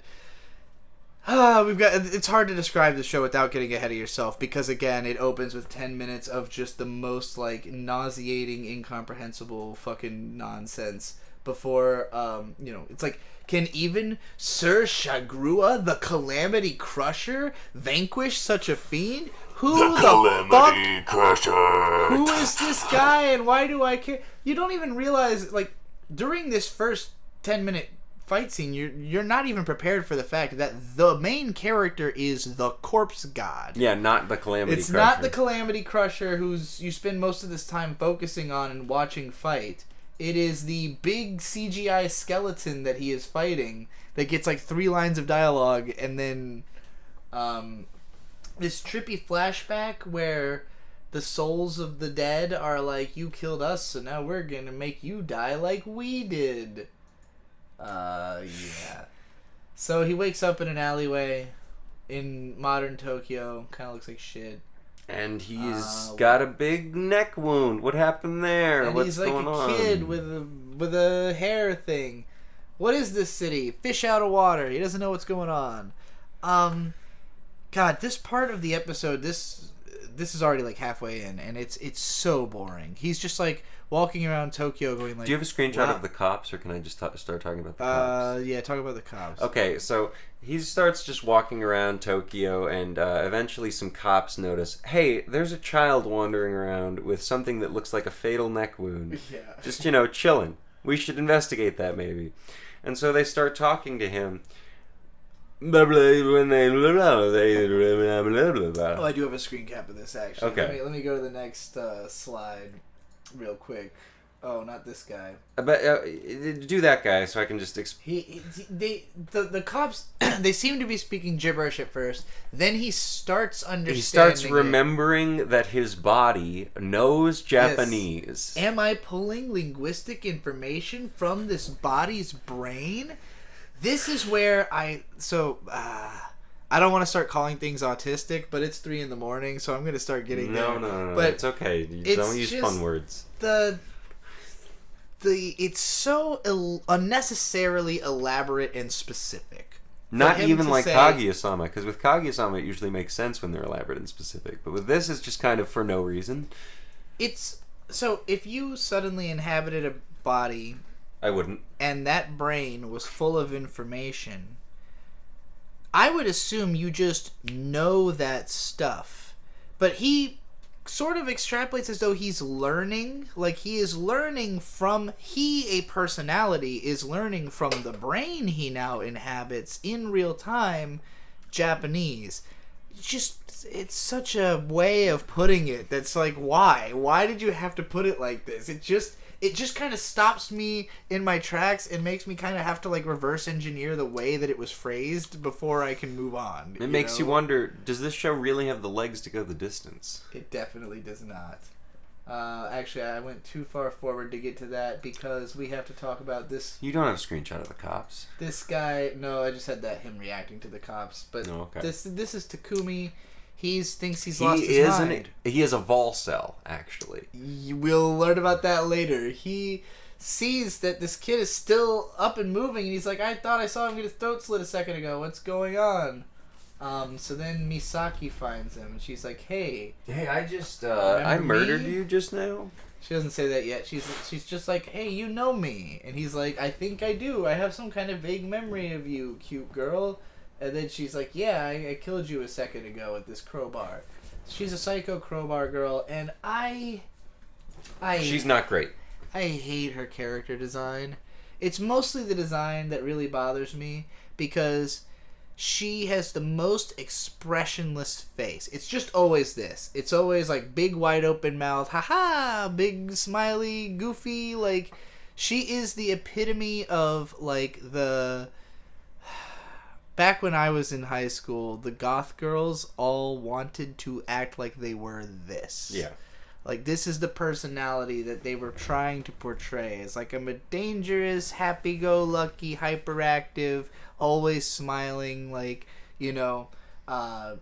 danger girl. And mind you, this character becomes a zombie. She's not a zombie yet, and she's this emotionless. But she... I would say she becomes more emotionful after she is a zombie. I hate her outfit because she's wearing just like a school uniform, but she's got this like gothy She's kind of doing the Grell thing of like half wearing a jacket, but only on your sleeves. The jacket seems to have like a chain. It's like a spiderweb thing. It's like a chain that hangs from the neck down to like the top of the jacket, and so the top of the jacket hangs like halfway down her back by this chain, so that she's always kind of got like her sleeves hanging loose, which just looks ridiculous when she's like running around and doing assassin shit with like way too much She fabric. Naruto runs a lot. It just looks really silly, and I wouldn't hate the jacket as much if she wasn't wearing just a generic school uniform under it. And then of course she's also got the red spectacles, and she's also got like a ridiculous hairstyle. It's just too much. Oh, it might literally be a Grell reference then, if I hadn't noticed the red glasses. But, the halfway down coat and the red specs, I don't know. She's, like, turned on during the battle. Yeah, she's turned on by, like, people that might be able to kill her or something. She's a strange character. We'll learn more about that in the next episode. Her dialogue is so fucking obnoxious. Yeah. And, like, so what surprises me about this character is that she screams, like, evil... edgy bitch who would die in the first episode of a show like this, which kind of happens, but she's also like the main girl. So I just, again, you said the show doesn't have the legs to go the distance. This character which is great because we're going to be watching every episode yes, of it this we're season. committed to watching every episode of every show that we're talking about. So we will be shitting on this show plenty more as it goes. But, like, her character is just so thin, and she's the only character with a personality in the show. Besides, I guess, the guy with the VR goggles. The Corpse God has a little bit of a personality. I don't know. His personality, he wants peace. He has concerns. Actually, the Corpse God's personality is pretty much just he wants peace and he likes children, question mark? Yeah. That's a little concerning for someone who's hundreds of years old. I mean, like, what's going on there? So she ends up, in her chase of him, taking him to a place where the Yakuza disposes of bodies, and therefore it's super haunted. And have killed people a lot of times. Yeah. Less that they've disposed bodies, they kill people there. They kill people there, and he's like, haha, haunted, that means magical, so I'm going to use the spirit powers that are in this place to fuck you up. And he does. He impales her with a giant skeleton finger. So yeah, job well done. That bitch was crazy. Now she's dead. That's episode 1, right? We're almost there. Oh, right. And then there's like a little cut. He then... says, "You're right. The time for playing tag is over." I literally don't know who he's talking to or what he means by that. Yeah, she's dead. There's just so much. There's a lot of errant dialogue in this show. Like, characters just say shit. Like, yeah, the time for tag is over. Oh, yeah, whatever. All right. I didn't know it was ever the time for tag in the first place. I hate when and now we're doing the Necromancer's backstory. That's what the rest of this episode is. This his is little episode 2 backstory. now. It starts with this. Okay. 2. So the Necromancer, his parents sold him to the court sorcerers. So he was born with something called like the evil eye. And so he can see the souls and everything. So that's what specifically enables him to be a necromancer. I think he's also born with like a different eye. I don't remember what it's called though. You know, he's got the Chunibyo eye. Yeah. He's got a this is a Chuni show for sure. Oh yeah. But so his parents sell him to the church or something, and court sorcerers. Then he becomes a necromancer, and he necromances it up. Yes. He does it for the court for a while, and eventually he leaves the court, and then he's being a necromancer by himself. He forms a little family. He gets a bunch of kids to hang out with him. He gets a bunch of other people to hang out with him. They form a little community. And then... it's unclear if he had the children, or if they were just kids that were hanging out with him. I think they were just random kids. So anyway, the church, or whoever... come up and are like, these people associating with a necromancer, corrupted. Let's impale them on spikes and burn them to death. Let's save their souls. And they're all like smiling, like, hey, let's murder all these children. Just save them. And then the necromancer kills all of them, and their smiles turn to frowns. We watched this right after having watched the first 4 episodes of Hell's Paradise, which I think we're really talking about next. And, like, that show... is like edgy, violent, dark, ridiculous shit. That's the one I'm most excited for. You're most excited for Skip and Loafer. For me, it's Hell's Paradise. I just remember like that show. It had a real sense of like weight and gravity to it that is just missing from this one. And it's interesting because this one takes itself more seriously and definitely wants you to care more and sympathize more with the main character, especially through this whole scene. But the way that it's presented, where, like, it literally shows, like, the knights getting ready to kill the children, like, gleefully smiling in, like, this cartoonish way as they prepare to do it. It's like the darkest possible thing is happening. But they're presenting it in this, like, slant, almost cutesy way, but not all the way cutesy. Still dark enough that it feels dark, but not dark enough that you would feel an emotion about it. And it just feels like, well, why does it feel like you're trying to take the emotion out of the scene? It feels like they deliberately tried to make the scene feel unemotional. It's just so weird and ass backwards on a visual storytelling level. This is a funny scene though, where real quick aside. Yeah. What's the thing you say like ass backwards, but it's even more confused? Back asswards? No, there's one that's more confused. It's Fission accomplished. Fission accomplished. Thank you. I just needed to remember it. Well, there's no fissions being accomplished in this show, unfortunately. So what is going on here? The girl.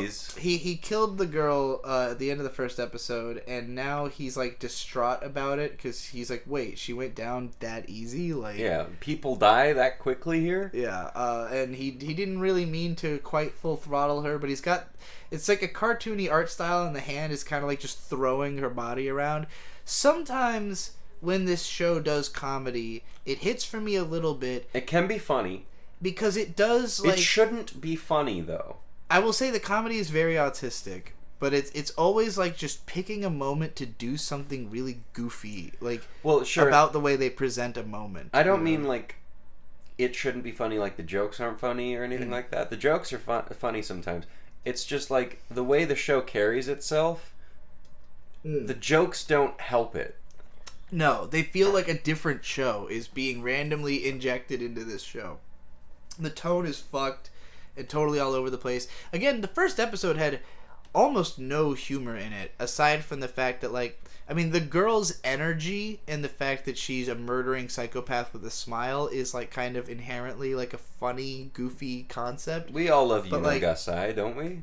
Not until this moment does the show actually, like, hard break into, like, chibi comedy mode, you know, and it definitely makes you feel like, okay, this show's different now, you know, like, this is a different animal, a different beast we're now courting here. A strange beast, even, but we'll get to that. This is a very interesting backstory. We're doing her backstory. So she, I believe, was adopted by some nice people, and then this guy, I mean, we can't show it obviously, but this guy's killing them if it's not evident. So wait, she was adopted before her parents were murdered? So I think she was an orphan and she was adopted because there's like a scene where the parents are like, oh my gosh, you're so cute, come live with us or something. Okay. So they go live with her. This guy brutally murders them and does a whole thing about it. And then that's kind of all we get on that front. The next time we see her in her backstory, she's just killing people. Yeah, so apparently she watched that guy do that, and he looked like he was having so much fun that she was like, could killing people possibly be that fun? So she starts working. And apparently her answer was yes. Yeah, actually it fucking rules, and she loves it. We watch anime, do not stand by anime characters' stances on anything. No. I would just like that to be very clear. But it is worth mentioning, she has only been murdering murderers. She is the murderer. She's doing it. She's in Dexter. The employ. She's doing the Dexter thing. Yeah. Have you watched Dexter? No, not much. I gotta get you to watch some of that with me. It's fun. But she's apparently done too much killing on the side lately. Also. No. She's killing someone who's done too much killing on the side. Okay, yeah. So he needs to go. She's been hired to do it. But after she has so much fun murdering that guy and basically realizes, you know, maybe I should kill myself. Well, no, so it's not. It's after she kills Polka, who is the body that Corpse got. Oh, yes, the main character. She's like, well, I've had so much fun doing all of this. The ultimate fun must be killing myself. And she gets to the point of throwing herself off the building, and she gets a phone call and catches herself. Yes, finding out that he is not actually dead. I don't remember what was exactly... Because it's something she thinks about him, like she thinks he must be innocent or something. There's a reason that she thinks she has to die after killing him. No, it's just... I just think it's that she's killed so many people, and it's kind of worn off its fun. She hasn't tried killing herself. It's true. I think that is literally her explanation. Yeah, so of course as soon as she revives, she immediately lifts her shirt. She's got pretty massive fucking tits. She does have massive titties. Can I just take a moment? I don't think you got a screen cap of it, but there is one point at the beginning of this episode where it reveals that she is alive and Corpse God and a drone fist bump each other. That happens in the next episode, I think. Oh, no, it's this one. Because it's right after she is revealed to be alive. Okay. I didn't... Oh, yeah, there's the drone right there. Yeah. Okay, so, well, there's a lot of drones. So, I had been initially really mad at that because the drone's blades weren't spinning. Yes, it was just floating in midair. And then right after the OP, it's like, oh, is that the drone you lost contact of? And it turns out Corpse God's just controlling it. So he was just fist bumping himself, and that was totally just to make people mad. Like, that's hilarious. Or maybe it wasn't. Maybe it was just cute and a fun joke, but it gave me it rustled my jimmies, I believe is the term. I know I've used the phrase autistic a couple times in this episode already, and I'm just going to lean in because that's all this girl is characterized as. Like, if I were to describe her personality, I don't know how else. The main things that she does are she lifts her shirt up all the time. She does do that often. Bites people. Well, she doesn't do that yet. She doesn't learn gains about an her ability where she could bite people and petrify them, but she would be doing it anyways. She... just repeats the last thing said to her sometimes. She, makes noises apropos of nothing. She's just always doing something autistic. She's having a good time. She's having a great time, and I appreciate it. I mean, honestly, that is what I like about her the most, and what I like about this show the most, because it's the only thing about the show. Is that this girl has something. There's going to be a new episode. Who's Lisa? Lisa is the boss who hires her. No, her name is Clarissa. I saw Lisa on the internet. I mean, Lisa's They call her Clarissa in the show, I think. Lisa? I guess, but I'm pretty sure they call her Clarissa in the show. Well, I saw Lisa on Mal, so that's what I wrote on my thing. I'm just putting it out there now, throwing down the gauntlet. I'm the real anime expert. They said in episode 3 that Polka's soul is in the drone. He wasn't using magic to control it. He was fist-bumping the soul of the previous owner of his body. I thought... Okay, well that's cool. I thought Polka was in the shark toy. I guess we're going to find out. Sorry, this comes back to me looking up everything about things that I watch. Especially things that I really don't want to be watching necessarily. You're like, can I spoil myself out of finishing this? Well, no, I was just trying to learn stuff about Corpse God, and then... Or spoil myself into giving a half of a fuck about this? Yeah. Spoiler alert, no. Well, I don't know. I'm excited for the shark. It's just amazing how little... we're halfway through episode 2 right now. Also, wait, hang on. Why the hell would Polka, the guy that was just murdered by this girl, give us half of a fuck about the girl being alive? I appreciate the comment, but it's just like... Yeah. I guess if they said it, they said it, but the show. Yeah, I mean, she wakes up, immediately hugs this... mysterious blonde woman, Lisa, who's her boss, who's like, wow, you're cold. This is... God, so the Baccano and Durarara stories, especially Baccano, they're told in an anachronic order, right? Like, the stories are mixed up. Pretend I'm, 5 years old for a second. Story is told out of order, like a Pulp Fiction. Oh, like Tarantino I don't like movie. It kind of way. So... With Baccano, I like Pulp Fiction. I don't like a lot of anachronic stories. With Baccano in particular, the manga or the light novel was already like a fucked up jumbled timeline. The anime is still a fucked up jumbled timeline, but differently, and it somehow makes more sense in the anime.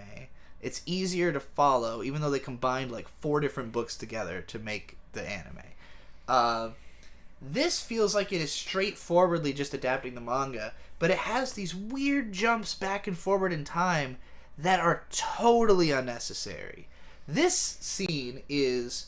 It starts with Glasses Girl waking up and then hugging Lisa and being like, what happened? And then it cuts back to when she was asleep and... The whole resurrection Clarissa process. And everyone else is in the room. Yeah, they do the whole resurrection process. So she's still dead at this point. Yes. And then Clarissa has just kind of shown up, and the Corpse God and her are having a standoff, because Clarissa's got Yeah. I mean, it's gonna happen next, don't worry. That's the next here we scene. Go. For some reason, this happens after hang on. the scene of the girl waking up. Just to let us know she was alive at the start of the episode. What difference does it fucking make? Why not hold on to it dramatically a little?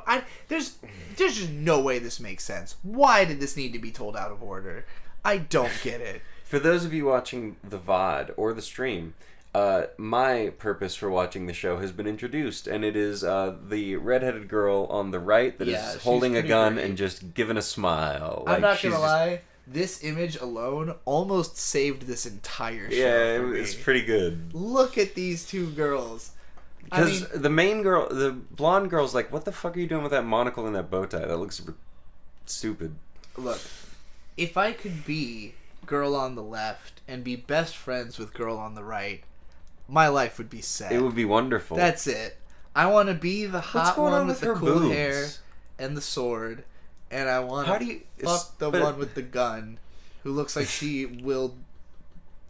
She just looks like she's having. She looks the like best she's having life. the best time ever. She No, looks I agree. like everything about her life rules. What They both do. What is going on with Clarissa's boobs? Like, how do you get a shirt to do that? She looks fucking terrible. I hate her design. Like, her shirt is literally tucked into her cleavage. Like, it doesn't look good. It would look better if she just... Why are they so round all What's the with way the vest, up? also? Why are they so what kind of barrel-like? vest does that? I don't like her chest. I don't like her monocle in combination with her little mole and everything. She's just, again, too much. The two girls next to her, both Incredible. perfect. Girl on the left... We'll learn in a little bit that they're all banging. All day. All day. Girl on the right, also. She can wear... Can the anime be about those two instead? I wish. Anyway, this What? next scene... okay, all right. Okay, Let me ask you something real quick. What's the plot of this show? A necromancer is reborn into Tokyo, Japan. Yes. And he's killed an assassin who had tried to kill the person who he was before. Yes. And now there's a gang. So everything that was like established in episode 1 post coming to the new world is basically resolved, right? Like, he woke up, he had been murdered. He finds out who the murderer is, deals with the murderer. Okay. Yeah. Cool. So now we either need to know why he was murdered, or that more was actually about what's going on. So in the I was other really world. hoping we'd just learn why he was going to be murdered in the first place. Yeah. If we had just learned that from the get-go, I would be a lot happier. We don't go that road. Instead, You do eventually in the manga, I hear. I'm sure. I mean, that's the only plot that there is. It's the only background plot that makes any sense is either that or the thing about the knight from his old world coming to stop him. But in the meantime, instead, the show's like, all right, the knight Saguaro. At this exact moment, we have introduced all of our characters, and so now we shall begin Spider-Man. So it doesn't quite get to that immediately. What happens is they're kind of milling about. They don't know what to do, and Clarissa gets a call, and she's like, "Oh, I can't really deal with that right now. I'm doing something." And Corpse God perks up. He's like, "What? You can't do something? What's going on?" And there's like an eye on Clarissa's shoulder, and then a sword girl cuts it in half. But so Clarissa goes, "Oh, there's a building on fire, and there's an illegal orphanage in there, or nursery in there." It's like all of the children of the dead Yakuza. Yakuza and like babies that can't be taken care of are in this nursery that's burning down, and so our main guy is like, "Gotta do it for the children." How do I reach these? Keys with your big long skeleton arm that you can apparently Spider-Man swing around town to? Well, momentum. This is literally- this is the most believable part, acknowledging that he can do magic and stuff like that, of the slinging himself stuff. This is the most believable part for me. It's not animated I'm so well. stuck on the fact that the plot of this half of the episode is there's a building full of children on fire. Who can save them? A necromancer. Don't worry, it's Necromancer. Also, he's fucking Spider-Man. He's literally web slinging around Spider-Man the city around. and saving people from burning buildings. Except that the way he does it, I wish we had a clip of him flipping into the window. You know how he just kind of he zips does. Oh in yeah, there? it's like a frame. There's one frame where his top half is gone, and the next frame is bottom. It's very derpy. There's some interesting animations in this, but so he zips into the burning building where all the children are, and he sees a bunch of spirits, and he goes, "Are these your children?" Yeah. And So he spoiler takes alert, they are. the souls of the dead Yakuza. And he resurrects their skeletons. Yes, that was when the skeletons came to life. The bones are their money.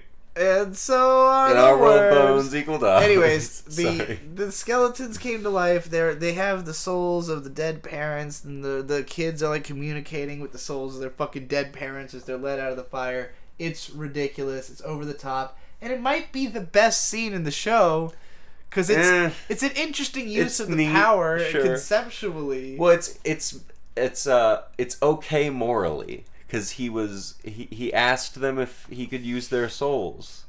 Because it's also worth noting that in the first 10 minutes of the first episode, while a lot of it is useless, they do establish a couple ground rules. Yeah. And that's like, souls are currency for both good and bad, kind of.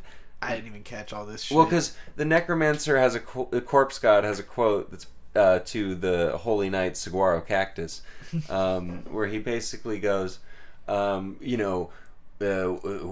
both play with souls. We're both playing Grim Reaper. It's all the same. I don't know. We're not so different, you and I. But anyway, yeah, they kind of established that, like, to do the magic, you need souls. Yeah. And now that Corpse God is in a real new universe, I can't believe I'm playing Devil's Advocate for the show. Now that he's in a real... He's trying to explain it. I don't even think it counts as Devil's Advocate. That's too much. It's like, wait, I have information in my brain I have to get out about this. I learned things. So now that he's in, like, the real world, his ultimate goal, the second episode starts with him saying, I desire peace. So he's just going for peace. Yes. So if he uses souls... He wants to do it on, like, a consensual basis with the souls or something. It's such a... Look, maybe it's all too high concept for me. Maybe I'm the dumb one. Let's just jump right back in. He's like, in this universe, children still suffer from disasters and circumstance. And I chose a screen cap here where the girl, the main girl... Oh my god, why is she, like, chibi happy? She's, like, on her knees... She's getting head pats. Getting head pats, hands at the side of her face, looking ecstatic... This makes children still suffer from disasters and circumstances. That's what he's saying. This made me upset because it's like they're trying to remind me that the girl is cute. They're like, "Hey, isn't she cute? Look at her getting head pats. What the fuck does this have to do? She doesn't deserve the head pats. She didn't fucking do anything. Fuck her. Fuck this scene." Yeah, I was starting to get upset because I do think she's cute, but I hate the way she's cute. It bothers me. This is I don't remember what this screen cap I have here is. It's just kind of like yeah, me neither. Maybe Corpse God and Clarissa are agreeing to work together or something. That sounds right. So yeah, that's the end of episode 2. Episode 3, this is where the show grinds to a fucking halt. Yeah, I mean, Corpse God mentions at least 4 separate times how bored he is in this episode, and this is the episode where I was like, "What is this show? What is this?" There was so much conceptually going on in the first 2 episodes, and it just evaporates. Now they're living in a place. She's playing on her phone. They're living in the abandoned building that he killed her in. Because it has so many souls and he has power. Okay, so they're living there, but they've moved in. They got Tech Boys doing his setup.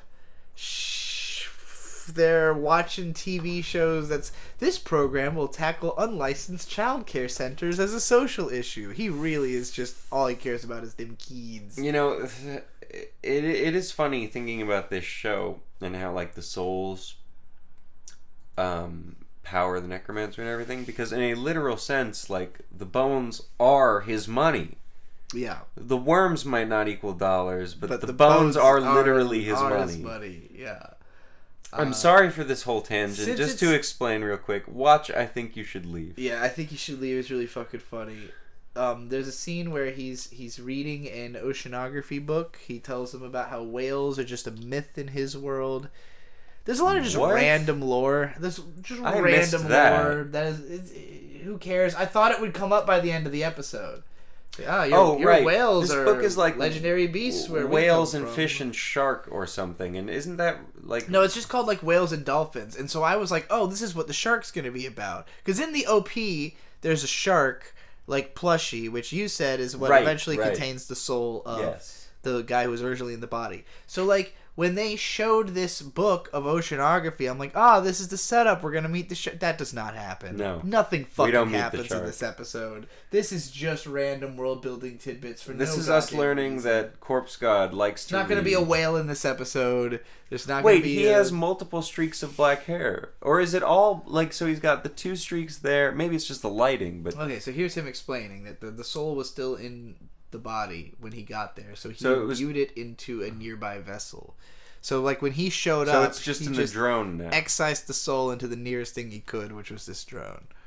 Wow. Yeah. I'm glad you got a screen cap of that. Yeah, I didn't even realize I did, because I didn't remember that detail at all when it was brought up in the chat. This show. He says to the children, I won't let them kill any more people, not your mommies or daddies either. This is like to the souls of dead children, I believe. What did he... Why were there souls of babies here? Right. Okay. Why were there souls No, of babies? I'm just trying to remember the circumstances of the episodes. Okay, so I'm pretty sure what's happening here. They're raiding like a Yakuza compound or something. Yeah, they're doing like odd jobs for the lady. And the zombie girl gets kind of trapped in some circumstance, so Necromancer comes in. There's a bunch of souls of babies at this compound for whatever, who fucking knows what reason. So he makes a contract with them to incapacitate these Yakuza guys so that they can never hurt their parents again. This show... All of this comes off as just busy work, by the way. Like, it's not relevant to the characters. It doesn't drive any development. It's just shit they're doing now that they work for Clarissa, I guess. I really hope it gets a plot. Something like 14 minutes in, the tech guy goes, no idea how long this monster and zombie will keep playing house. And I was like, amen, brother. And then the next thing he says is, I guess it could continue a while longer. And I was like, no! What's wrong with you? How could you do this to me? Have we gotten to Hey, this is a good scene. Have we gotten to tech guy calling her 3D yet? Not quite yet. Okay. This scene is basically just she's fooling around with the 2 girls. Yeah. I don't know why. They're all in their underwear. They're just doing oh my god. Shit. Happy girl's happy. Sword girl's not happy. Oh, she's happy. She's just reserved. I love Happy Girl. Happy Girl's the best. They're both pretty ultimate. I mean, look at that low-ass panty line, though. I dig that. All right. Oh, great. Yeah, look who's back. She's like being flirty for no reason. A nibble from a girl is basically a kiss, lucky you. His reaction to this is 3D PD, you're disgusting, I don't like real women. Fuck you. So hang on, rewind. Yeah. This is the scene where it's revealed that now that she's a zombie, she can bite people and make them pass out. Yes. I wish you'd gotten a screen cap of him passing out, because that's a fun thing. But so... they're having a whole conversation, and Valcel Chad over here just goes like, you're a 3D, I would never touch you, because he's all for them 2D girls, which is hilarious, because she is a 2D girl. Yeah, it's a little meta. This is my screen cap of her just repeating the last thing he said enthusiastically, which, granted, maybe I do all the time in real life, but... I don't like when an anime girl is just doing cute things I do in real life. It has no other personality traits. I don't like when an anime girl is doing things I do in real life and has no other personality traits either. This is Tsubaki. Do you remember him? Yes. So you said the phrase B-plot earlier, and it really almost made me laugh, because a big problem I have with this show is there is a B and a C plot. They're just so minimal. You could easily forget. I would say this is the B plot, and then the knight trying to figure out what the fuck happened is the C plot. Which, like, I think we see maybe one scene of the knight talking about, like, and it's just him being like, I wonder what the fuck just happened. And then... that looked like teleportation magic. I think that's what he says. This guy and, like, another dude... they're Are they government the cops? employees They're like or two something. cops, but they beat up a bunch of people. It's so fucking unclear. They literally show up for like 2 shots in the first episode. They're investigating. No explanation. They investigate the scene where Corpse God left like the ball. Oh shit! Did you get a screen cap of that guy covered in bandages? Because I can talk about him too. Do you remember him? Remember that. Okay, so when Corpse God and Zombie Girl raided that compound and all the baby spirits and everything, he formed all the Yakuza into kind of like a big dirt ball. Okay. We cut to a scene where the cops are like coming to investigate it because they heard gunshots. Yeah. And we see a guy with a bunch of bandages open up the dirt ball and see all the incapacitated Yakuza, and then as soon as the cops get there, he disappears. Huh. So, then the next day, there's a whole force of like cops and everything there, and Tsubaki and his partner show up. Okay. And then they're like, "Oh no, what about this guy and this guy and this guy?" I think it's like the troublemakers, I think they call them or something. This show sucks. This show sucks. I think that was the last screen cap. Let me make sure. No. Oh, okay. This is hard to convey through just a still, but this was a moment that did make me laugh and smile. It's another of what I would call an autistic joke. But, like, so he's sitting on the floor. They're having a conversation. For whatever reason, he needs to move from the floor to the chair. She just kind of walks over. This is adorable. Grabs him by the shoulders, lifts him up, swings him back and forth, and throws him into the chair. It's almost in like chibi form, and it's really cute, and it's accompanied by very adorable sound effects. The way the camera like cuts to this side view, and then this just happens, dialogue free, totally pointless, but adorable and funny. It's the kind of stuff I love about anime, even when it's bad, is that like they're just someone is having fun, you know, like. It gives me a sign of life that the people making this show don't hate themselves, possibly. You know, like, they did something so cute and fun and random and weird. It makes me think, you know, someone like Josie from the Fish Tank is probably working on this. But, why is she, like, an animator or something?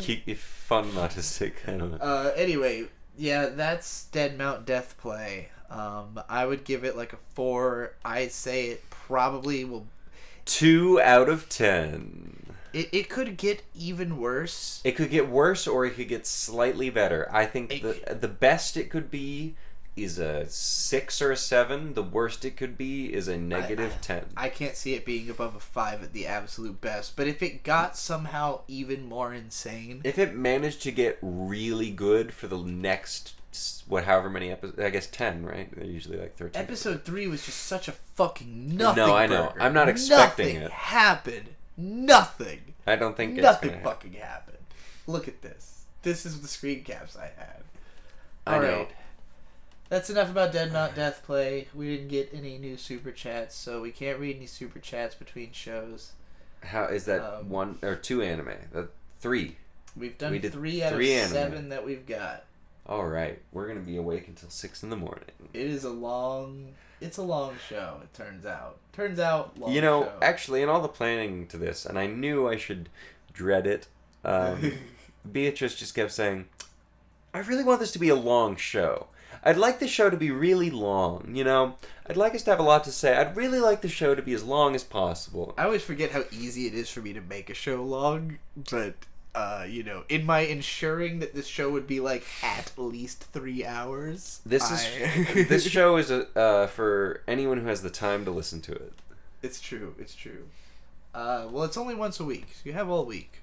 Anyway, we probably most of that will be cut out of the podcast. 7 hours is a lot of time in a week.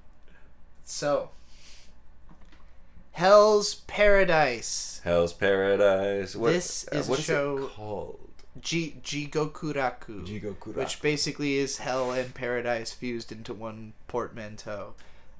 You will see the phrase hell and paradise referenced plenty of times throughout this anime. I do believe this is the first show from this season we watched. Because I was just scrolling through stuff on Mal. You threw this on randomly, and I think that we basically enjoyed it more than we expected to watch more anime. Yeah. It seemed the most interesting to me just because the description was basically...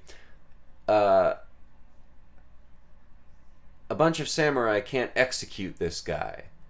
So, watch him try to be executed. And I was like, that sounds fun. Let's see what's going on with that. Pretty much the whole first half of the first episode of this show is the Japanese government trying really hard to kill this guy Gabimaru. And then eventually they're going to send him on a quest. This show, I think we both recommend it. We enjoy it. It's hyper-violent.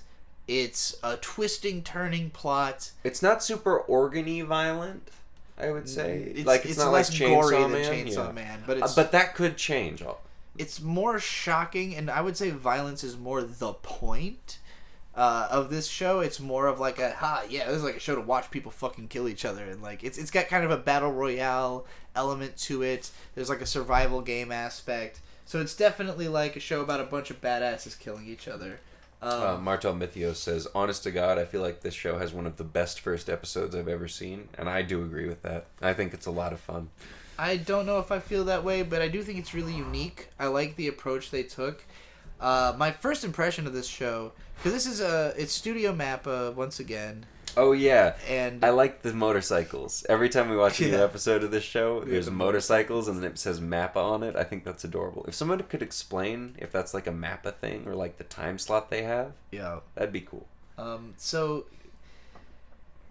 yeah, they made this show. It looks pretty good. It's not like mind blowing the way Chainsaw Man is, but it looks very consistent, and maybe just because it's set in the Edo period, which is such a common thing for anime, but like this show could have come out any time in the last 30 years and made just as much sense to me. Yeah. If you're like a 90s anime fan coming off of like Ninja Scroll, you could go right from that into this. No problem. It feels very Hunter x Hunter to me almost. Yeah, I could see that too. It's somewhere between a lot of different things. It's just a little bit more torqued than most of those things.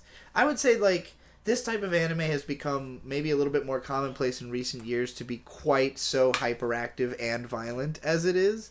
This kind of stuff was maybe more so reserved for OVAs back in the day. But yeah, it's pretty much a violent You mean OVAs, frenzy. right? No, I don't. Oh, so okay. the main character, Gabimaru, he's a bit of an emo. He really is determined. He misses his wife. He loves his wife. That's what it comes down to. No, he does not miss his wife. He doesn't love that bitch. Fuck her. That's where he's at the start of the show. He really is determined not to feel anything. This man is like, I feel nothing. I'm a nihilist. I don't care. But they can't fucking kill him. You can see in the image I have here, they broke a sword over his neck trying to decapitate this man. They also tried to boil him in hot oil. They do all kinds. Oh, okay. I have no attachment to life. He keeps insisting. But he does. It's his wife. He loves his wife. So there's this woman who's sort of like interviewing him along the way. And she's like, you only studied assassination techniques since you were a small child. You are literally nothing but a perfect killing machine. And you claim to have no attachments. He says he's not trying to resist after they have boiled him in a big pot. They try to pull him apart with cows tied to ropes tied to his legs. But they hurt the cows. Yes, the cows just get knocked Thank you out. for not... By the way, sorry, just call back to Chainsaw Man. Thank you for not including any screenshots of the cows that Power killed. I don't, but it's just... Power is the worst for doing that. I'm not a fan of her. I know I eat cows and I love them, but I would never just... She wasted so much steak. It's true. So this is Yui. She's Gabimaru's wife. Wait, this isn't Kirito's daughter? She threw him into a frenzy. She threw his whole world into confusion because she told him to say thank you for a meal and take off his shoes when he came into the house. Doesn't he actually like call her stupid for that? He says something like, I just couldn't understand her. She was always like, she's just like fucked with my head, man. And like literally the examples he gives are her telling him to take his shoes off and just say thank you after a meal. I thought that was fucking hilarious. It's just like, hey, have you considered being a regular person instead of just an assassin? He's like, what the fuck is up with this stupid bitch? I can't believe she's telling me to take my fucking shoes off. But he fell in love with her. I'm going to go ahead and say right off the top, this is not a spoiler because I don't know anything about the manga, but this is my prediction. I don't either. I haven't spoiled anything. I think this bitch is dead. They only ever show her in sad flashbacks. They've never shown her alive in the present. It's the only thing he cares about and is obsessed with, and the show is constantly full of twists and turns. I will be shocked if she is still alive. You're right. They're kind of. I will be shocked. Yeah. But anyway, you know what? Just for the fun of it, I'll supposedly. Just for the fun of it, I'll bet she's alive. I'll bet you $5. We'll put 5 on it. This guy killed 20 people who were trying to arrest him. Who did? Gabimaru. Oh yeah. He's just all around a fucking sick assassin, man. They tried to boil him, didn't work. He's just like on fire. Man's not hot. Man's not hot. So finally, they've got this woman that's been reporting on him. She's part of the Chainsawman. And they take him into a dungeon. Sword testing / executioner group. Apparently, I think they're the Yamada Chainsawman or something like that. A real clan. I briefly Googled it. I don't know a lot. I have this screen cap of him going, "You're an Chainsawman and a woman?" Because that's a whole thing in the show. Well, and that immediately made me realize that it had to be real, because it's like, okay, this is like some historical thing that like they're making up the idea that there would have ever been a girl version of when there clearly wasn't, which is why he's acting surprised, because, it's to reflect the surprise the audience is going to feel if they even know what this is. Oh, snap. Yeah, she's Sagiri. Her blade reflects the truth. If she sees you in her blade, she can see your true nature. Yeah, this is kind of a silly trope. And that's why she thinks he's full of shit. Basically, she's like, you constantly protect yourself. The reason you can't die is that you're incredibly well trained and you don't want to die because you have earthly attachments because you like your wife. Fuck you. You're not a cold-blooded monster. He won't stop saying, like, no, I'm emotionless. I'm cold. I'm Shadow the Hedgehog. Apparently his wife has a scar on her face because her dad burned it so she would stop trying to live like an ordinary woman. Not Weird. A great guy, her dad. What's wrong with wanting to go to the river every now and then? So, she beats him relatively, I think, in a fight. Basically, they're fighting and... basically, she proves she can kill him. And that he gives a fuck about life. And then he's like, alright, fine, whatever. What do you want from me? And she's like... You can have a pardon. Dump time. You can get pardoned by the government if you go to this Shinsenkyo, the land of fucking milk and honey. The Paradise Island. We found paradise, but it's dangerous you have to go there to get the immortal elixir or whatever. And then we get a bunch of flashbacks to the guy that trained Gabimaru, who was like stabbed 50,000. Oh, well, that's not yet. But what we do find out is that everybody who's gone to this mysterious island they found... They became flower dudes, man. Yeah, so the island is full of all these beautiful flowers and all this gorgeous shit, and you can hear singing in the background, so they're like, this must be paradise. But everybody they sing turns into flowers and goes crazy and dies, so... Which is unfortunate. It's not a great place, and they're like, what do we do about this? Because I super want to check it out. Let's send a bunch of criminals in there. So they get like 100 criminals or something? Yeah. It's quite a lot of people. And then they basically go, hey, guess what? We're sending you to this island, but we don't have enough room for all of you. Deal with it. Somewhat confusing also at the end of the episode, after he's agreed to help her, he just kind of like kicks everybody in the room's ass with a big fireball, I guess because he can. Yeah, they all suck. Yeah. So the second episode... Oh, we're not at the tent. I thought we were at the tent. I saw the tent. I'm sorry. Second episode starts with a story, and I thought this was actually a pretty interesting little vignette here, but it's a tale of when the girl's Aren't father... you talking about Vignets? No, when the girl's father was cutting people's heads off. And oh, right, it's good. I don't love it. The storyteller got his head cut off, and he finished telling the story because he hadn't even realized his head had been cut off because it was so clean. And so, her dad basically is a legendary executioner. He's the head of the Yamada clan. Yeah, and he can always do it to perfection. She can't. She has fear in her heart. And she's not even expected to. Yeah. She's not supposed to be doing this. There's a lot of fun, fan service stuff of a bunch of weird, bloody hands, hands her grabbing vision her of naked being body. Grabbed by ghoulies. She basically is like, how the fuck do I get all this fear and doubt out of my heart so that I'll stop being haunted by zombie visions? Oh, hey, it's the Shogun. He's here. Yeah, so the Shogun rounds up 100 or so criminals. They've all got their hands bound, face masks on, and he's like, y'all are gonna do stuff for me. There's a scene where they tell all the criminals, you're in front of the Shogun. Most people never even get a chance for this. And they're like, the criminals just kind of bitch and moan. They're like, fuck you. Why do you think you're better than us? Yeah. Oh, hey, it's best-ish girl. She's alright. Yuzuriha is a ninja, a kunoichi girl with cool purple hair and some really nice rack. This was mine, and also she's got almost a side vag going on. Her outfit's got cutouts there, so you can almost see her panty shop, but not really. But this was my introduction to what a kunoichi is, which was pretty fun. Girl ninjas often who use seduction and poison, as this one does. So basically this scene, this is a fun bit because you look at this big group of criminals and you're thinking a lot of them are going to die right away. Yeah. This is what happening. I was talking about. They just kind of go, hey, we can't accommodate all of you. Yeah, they're not we're going to wait till you get to the island or whatever. Nah.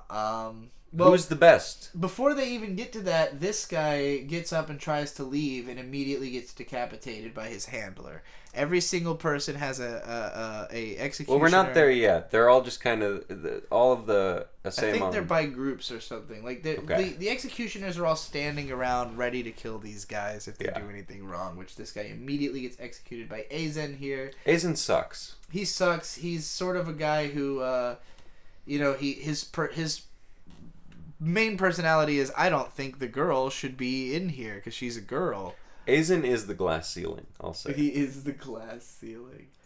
But yeah, so basically they're like, you guys need to thin out the crowd. Oh, we're talking about Bakugo now. Yeah, Aza, who looks like Bakugo, immediately is like, oh, you're trying to have us thin him out, right? Yeah, we love doing that. We love killing people. So he just killed someone, and then he was like, hey, they didn't react. That's obviously what we're supposed to do. Let's get on with it. So we get a whole little montage of here's some badasses you can look forward to. This guy is probably my favorite dude. He's just he's the best swordsman in all of Japan or something. Yeah. I won't get to his exposition, but he just has a quick temper and he's really fun. There's a giant, big dude, a massive fellow said to eat bear's head first. This guy is definitely the scariest mans of them all. Yeah. As we will get to in future episodes. Basically Gabimaru's like, hey, I don't want to kill people. Yeah, do we have to all murder each other? What's the fucking point?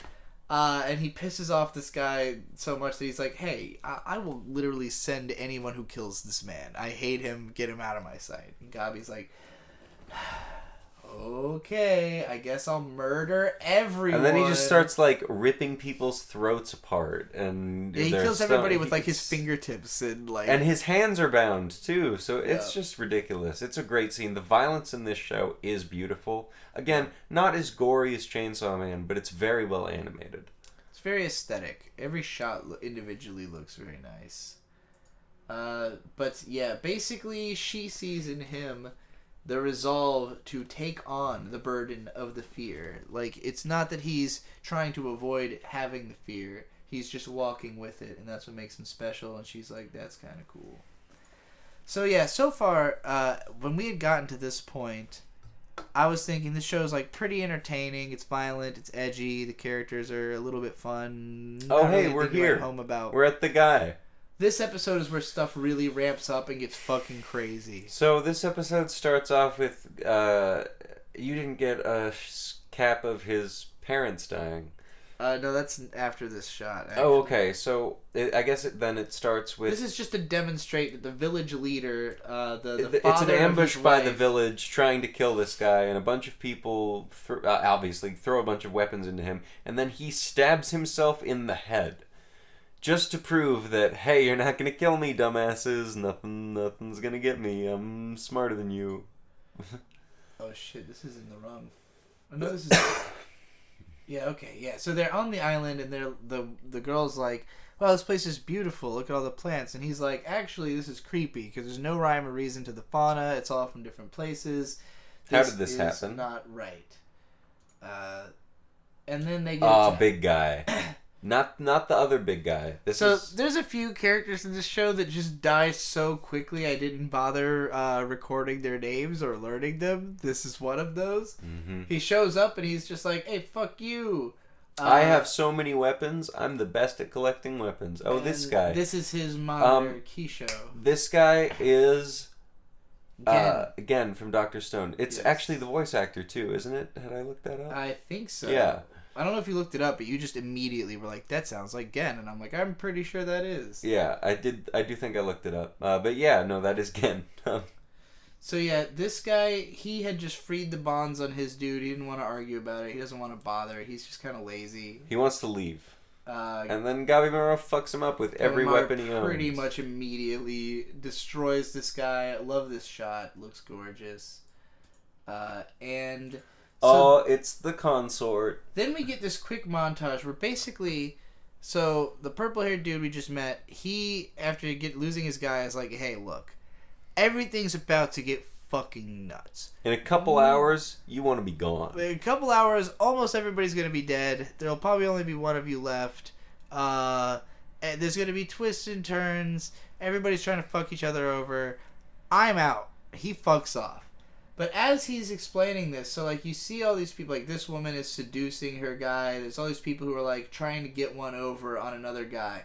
This is Aizen immediately eaten by the big guy wakes up, and Aizen just goes, "Oh, are you hungry?" Yeah. The guy picks him up, eats him. Can you do the Godzilla theme for me? Bum, bum, bum, bum, bum. No, that's Seven Nation Army. You're right.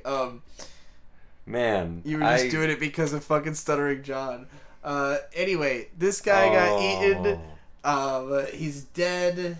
And so is this old man. I didn't even bother showing his introduction because he's shown for like 3 shots before he gets torn up by. Yeah, he was like the Killing Prayer or something was his title. The woman is immediately slain. I do like. Yeah, because she tried to seduce a guy who that guy was a Chad. He was not going to be seduced by no woman. Very cool. He has too cool of a sword.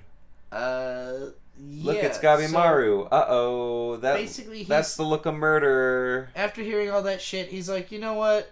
You're in my way, bitch. I'm gonna just kill you off." But they have a big fight, and they kind of neither one of them wants to kill each other because they both sense that each other is kind of good. They both have a change of heart, really. Yeah, this is when we learn that Gabimaru's parents were slain because they tried to flee the village with him when he was a baby. And then they had a kid, which was Gabimaru, and they asked, "Hey, can we get out of here?" And then the guy who can't be killed them. He was like, "Nope." He's like, "I don't have emotions. I'm so dark. I'm gonna kill you." Gabimaru is Gabimaru the Hollow, so he's he's a Dark Souls character. So hollow. But then, so the soul of the guy who can't be killed that trained him evaporates, and his wife takes over to guide him. He's got like the apparition of the old man, like, guiding his blade as he's getting ready to murder the girl, but then the apparition of his wife casts that one aside and guides him not to stab. So then we meet Fuchi's the blonde one, right? Yeah, Fuchi's this little blonde guy who's these managing, are both cool characters. The swordsman guy who got stung by a bee with a human face. It was a butterfly. With a human face, and immediately cut his own hand off. Which is the right thing to do, apparently. Because he didn't end up becoming a flower dude. Yeah. And then a bunch of big fucking weird monsters show up at the very end. Fish guy. So this Fish episode guy. was just nuts. It's like half the cast that was just introduced gets killed immediately. A bunch of monsters show up. It's just totally unpredictable at this point, and I was like, damn, this is where I started getting hype. This show. Where do we go from here? Episode 4, it starts with the swordsman guy. He's the dragon sword man. Apparently he met a guy who called himself a dragon, and that guy was like, you probably couldn't even kill a real dragon. Yeah, so he was employed by a guy who had a lot of money that he met while drinking. The guy said you couldn't kill a real dragon, and so he cut the guy's house entirely in half. Yeah, because there's a dragon, seal on the front of it. So he was like, fuck your dragon. Think I can't kill a dragon? And so then he was a wanted criminal. And his plan when he gets out is to go back and do it again. Which is why he's my favorite character. This guy's also really cool. So he's the Chainsawman. They're not just executioners; they're also blade testers and medicine testers. Dissectors. He's a medicine tester. So he is specifically an autopsy person. He dissects people to advance medical science, and he's got swords and blades and stuff to prove it. He says it's a noble purpose, but you can clearly see in his face that he just likes doing it. He looks like a frog. And he compares this whole mission on the island to crafting insect poison, when you just put a bunch of poisonous insects in a jar and then if that doesn't work, you send more poisonous insects, and then if that doesn't work, you send more poisonous poison. I should say. I got a screen cap of just one of these fucked up monsters. It's like an Attack on Titan, but where hands are coming out of its eyeballs and its tongue is infinitely long and it's got a spear through its neck. Yeah, it's pretty terrifying. It's a fucking weird one. Then he of course is destroyed by Gabimaru using big fire. He has flame powers, which is pretty neat. Good. So basically Gabi tears through all these big monsters, and then Kunoichi shows up with 2 of the guides as her chump squad. One of which who was her guide, and the other one who... the other one is Genji, who was guiding this guy Makia until he was fooled by this woman and into killed. dying. We'll learn how very, very momentarily. Hey, Senta. Yeah, Senta's her guy. This is actually really... So, it's just a chump. Genji gets this whole introduction scene where he explains himself and has a whole thing, and then Senta starts to explain himself, and then she just cuts him right off right as soon as he says his name. It's great. But yeah...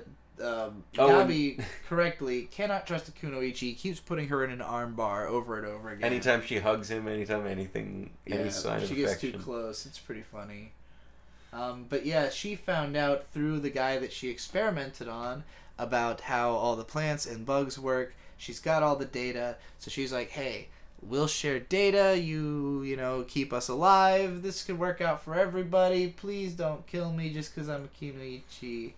I endured hellish training. She even makes up a story. No, this story was mostly made up. It seemed you can kind of tell from the art style that it seems like she's full of shit. Gabimaru even calls her out on it. That's really funny. And she admits it. It's like, what motive do I need to have other than wanting to be alive? Right. I like this line where, so the one blonde dude, I think his name was Asa or something like that. He's got a brother that he's very protective of, that they grew up together, that I guess infiltrated the Chainsawman clan and is secretly working with him. Now the 2 of them are on the island. They're grouped up. They're linked. They're ready to go. But as they they're not going to give the immortality serum to the shogunate. They're going to drink it for themselves. Yes, as he puts it, some situations can be difficult to understand. Understanding your situation is what's most important. Toma. These 2. Basically, their whole thing is, in particular, Asa is change. You have to be able to constantly change and constantly expect change. It's the only way to stay alive. So they're all about this whole change mantra and adapting to situations. That's what makes them strong. I screen capped this kid Toma saying, "Are we not in heaven, but in hell instead?" Because this happens what if it's 5 hell's fucking paradise? times. Seriously, there are so many characters who say something to the effect of, "Could it be that this is hell?" Yeah, we get it. Anyway, he kills all these guys and screams, "I am my own king, I am my own god." Because he is the bandit king. Yeah. Do we get his backstory after this, or? More or less, it was interspersed in there. Just him and his brother growing up. So basically, him and his brother grow up. They were the sons of a samurai who ended up going rogue, and then they ended up having to be bandits. And so Aza, Bakugo, starts his own little bandit clan, and he's the bandit king in the mountain. And then it goes south, and now he has a big axe. Well, as he puts it, not even death will be able to tell us how to live once we have the elixir of life. Just thought that was a fun line. That is a good line. Moving on to episode 5, and some of you might not have seen this one yet. Because it just came out today. Well, yesterday. Spoilers. Anyways. This one's a lot slower than the last two. Are you ready for the characters to feel bad about themselves? Yeah, it's a lot more emotional and kind of going over a lot of information again that I didn't think was necessary. I mean, episodes 3 and 4 were fucking breakneck pacing, and I really enjoyed that. And I won't say I was let down, but episode 5 just didn't have that crazy energy. Someone is saying that we missed the giant eating that one guy. No, we got that. We got him eating the red-haired dude. Anyway. And if you liked the giant eating that one guy, just wait until the end of this episode. At the end of the last episode, the girl was knocked unconscious by poison butterfly scales, and then which seems like, shouldn't she have flowers growing out of her or something? What does that mean? Like, I don't know. She's awake now, though, so what was the point? I don't think anything particularly happened she needed to be asleep for dramatically. But she wakes up again, and hey, everybody's making dinner. They're basically playing house in the woods. This is by far the most laid-back scene in the show so far. Kind of makes you feel like, oh god, they're all gonna die. That's the feeling I had when I saw this. I think Genji's probably gonna die, but Glasses guy is probably gonna be fine. Genji literally dies in this episode, so yes, you're correct. Anyway, Gabimaru claims that this is the first job that he has ever heard of the elixir of life, but we see him thinking about the old guy who couldn't die, and of course he himself cannot die. Well, he can die. He hasn't had the elixir of life. He's just really strong. Fucking hard to kill. He's almost death proof. So there's all these weird statues on the island, and we get a shot where 2 of them appear to be fucking. Wait, really? Yeah, oh, you're right. Weird. Well, I didn't really catch funny. that. Huh. Yeah. This show rocks. There's a part where they kind of try to describe the monsters on the island. I thought it was fun because the guy ends up describing it kind of poetically, where he says they're like too unnatural to be real, but like too realistic to be fake or something like that. It's the girl that's describing it at this point. Okay. So yeah, she's describing how cutting through them, it feels like there should be organs and everything, but nothing comes out. It's just blood. And they're too unnatural to be real. But they're like malformed gods. Malformed gods. Hey, best girl. Yeah, well, I'll say. So yeah, this is where we meet our next 2 characters. This girl was briefly shown like in an earlier episode, didn't like say anything, but she's with a guy who's like this blonde nice dude who's like, of all the criminals participating, you deserve to live the most. Let's get the fuck out of here. Yeah, we don't need to do this. You should be fine. I don't want to kill you. Apparently her village was considered insurrectionist, and they were pretty much like wiped out. And she has a memory of her grandpa telling her like, if you die, our whole clan dies. The Sanka, I think it's the Sanka clan dies. So she's wondering, should I live so that the village's bloodline doesn't end, or die because I don't know. She seems to blame herself for the deaths. I wasn't really clear why. But anyways, they find a purple hair boy who had tried to leave the island in the previous episode. Gen. They found Gen. The voice of Gen. He has died. Not surprising. Yeah. I was like, if we ever see that guy again, he will be dead for sure. So, but yeah, they find him all fucked up, and then hey, it's Blonde Guy. So his name's Tenza. He's a Naruto character, as you can tell from his headband. So Tenza's trying to protect the other girl, and she's like, just let me fucking die. I deserve this. She blamed herself because she brought the samurai to her village, apparently. Okay. she blames herself, and he's like, I don't get it. I don't know why you seem like you don't seem like you want to die, so why don't you try not, and let's get out of this. Have you considered not killing yourself? But this guy's main personality trait is that he's, by his own description, an idiot. He doesn't understand. I mean, he's a Naruto stan. He a Naruto stan because of the headband. Yeah. Basically, every time she says something like even remotely intelligent, he's like, "That's above my head. Could you make that stupider for me?" But he really admires Wait a her second. intellect. I do that. This is and where then, realizes, hey, whoa, it's a girl. You're a girlish forum person. Oh. So this is really cute. Basically, he's so embarrassed. She doesn't. She's like, ugh. Like, we're literally about to die. Yeah, like, who gives a fucking fuck? around with me? So she's like, you know what? I've been impressed with your chivalry. Once we make it back to safety, let's get married. Because she wants to continue that Sanka clan. Yeah. I think she's saying. I think they're gonna live. But it's really funny because he doesn't really get it. Like, this doesn't work. It doesn't convince him to be less flustered with seeing her naked. That's funny. I hope they live. Genji makes the worst mistake you can make in this show. Being mean to a woman? Chauvinists die very hard in this show. Yeah. Second guy to say you shouldn't do this because you're a woman, and let's see what... he just got his guts ripped out by the big man. And that's how the episode ends, isn't it? Pretty much. Yeah, that was that. That was so I like that you... Oh, okay. Right. May I use the restroom? Yeah, well, first let's just give our summarize our thoughts on this. Unexpectedly fun. We had literally no expectations going in. You just threw this on. We didn't know what it was. I was so excited. Actually, now that I'm thinking about it, this might be the thing I was talking about that potentially surpasses K for me. You were thinking of Trigun Stampede. Oh, you're right. You are right. Trigun Stampede rocks. Or it comes? I think it comes. This anime, going in with no expectations... I was entertained. I liked all the execution stuff in the first episode.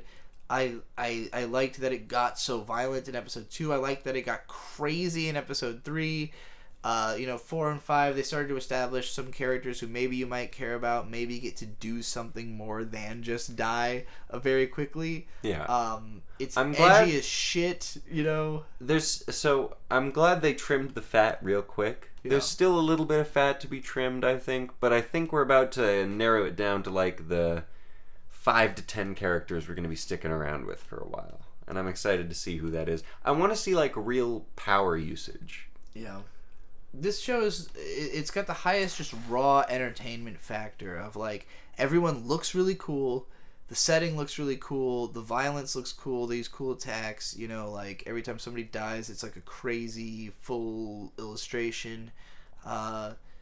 It reminds me of Ninja Scroll. It's not as like beautiful or well made as that, but it's more of an ongoing entertaining show. Anything that I like about other battle royales, stories that are just about people trapped on an island killing each other, this does all of it quite well. So we got to see the new Hunger Games movie, by the way. What is your trajectory score for this show?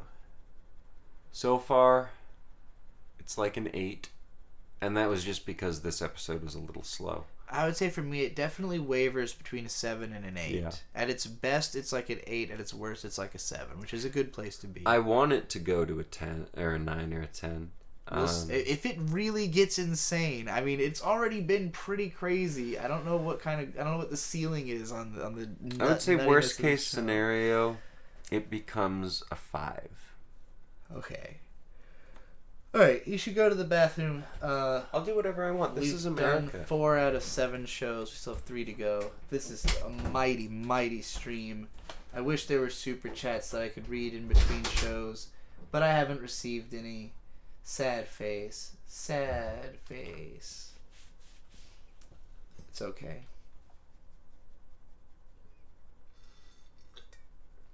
I've got the champagne taste. The next show we're going to talk about is Kamikatsu.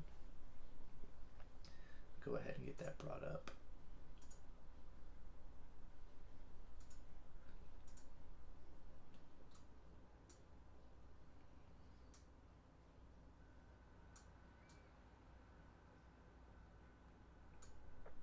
The worst part is I have to edit this because I said I would, and I didn't expect it to be fucking 8 or 9 hours long or whatever when I said I would do that. So that's gonna be all I do tomorrow, I guess, is edit this live stream into a manageable podcast, which will be posted on the channel linked in the description. We watch anime. Genuine question: how do I super chat? Down where it says "say something," under that there's a $sign. You click on that $sign. You probably have to have your stuff all plugged up though. Like you probably already got to have stuff like hooked in, you know, like your cards and your fucking all that. I don't know. I don't know if I've ever actually sent a super chat. No, I must have. I guess for me it would just be hooked into my accounts naturally because I already have YouTube accounts. What would it take to get into a freestyle back and forth with Trixie? Like a rap hip hop freestyle? You have to find me in person somewhere and throw down a beat. And I'll just start doing Linkin Park bars. Peep the style and the kids checking for it. The number one question is how to ignore it.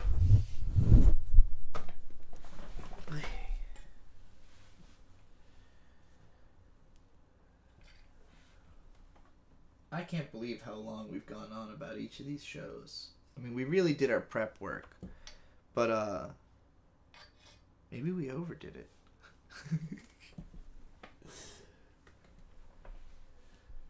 Thank you, the Darius, for the $1.99 super chat. I appreciate it.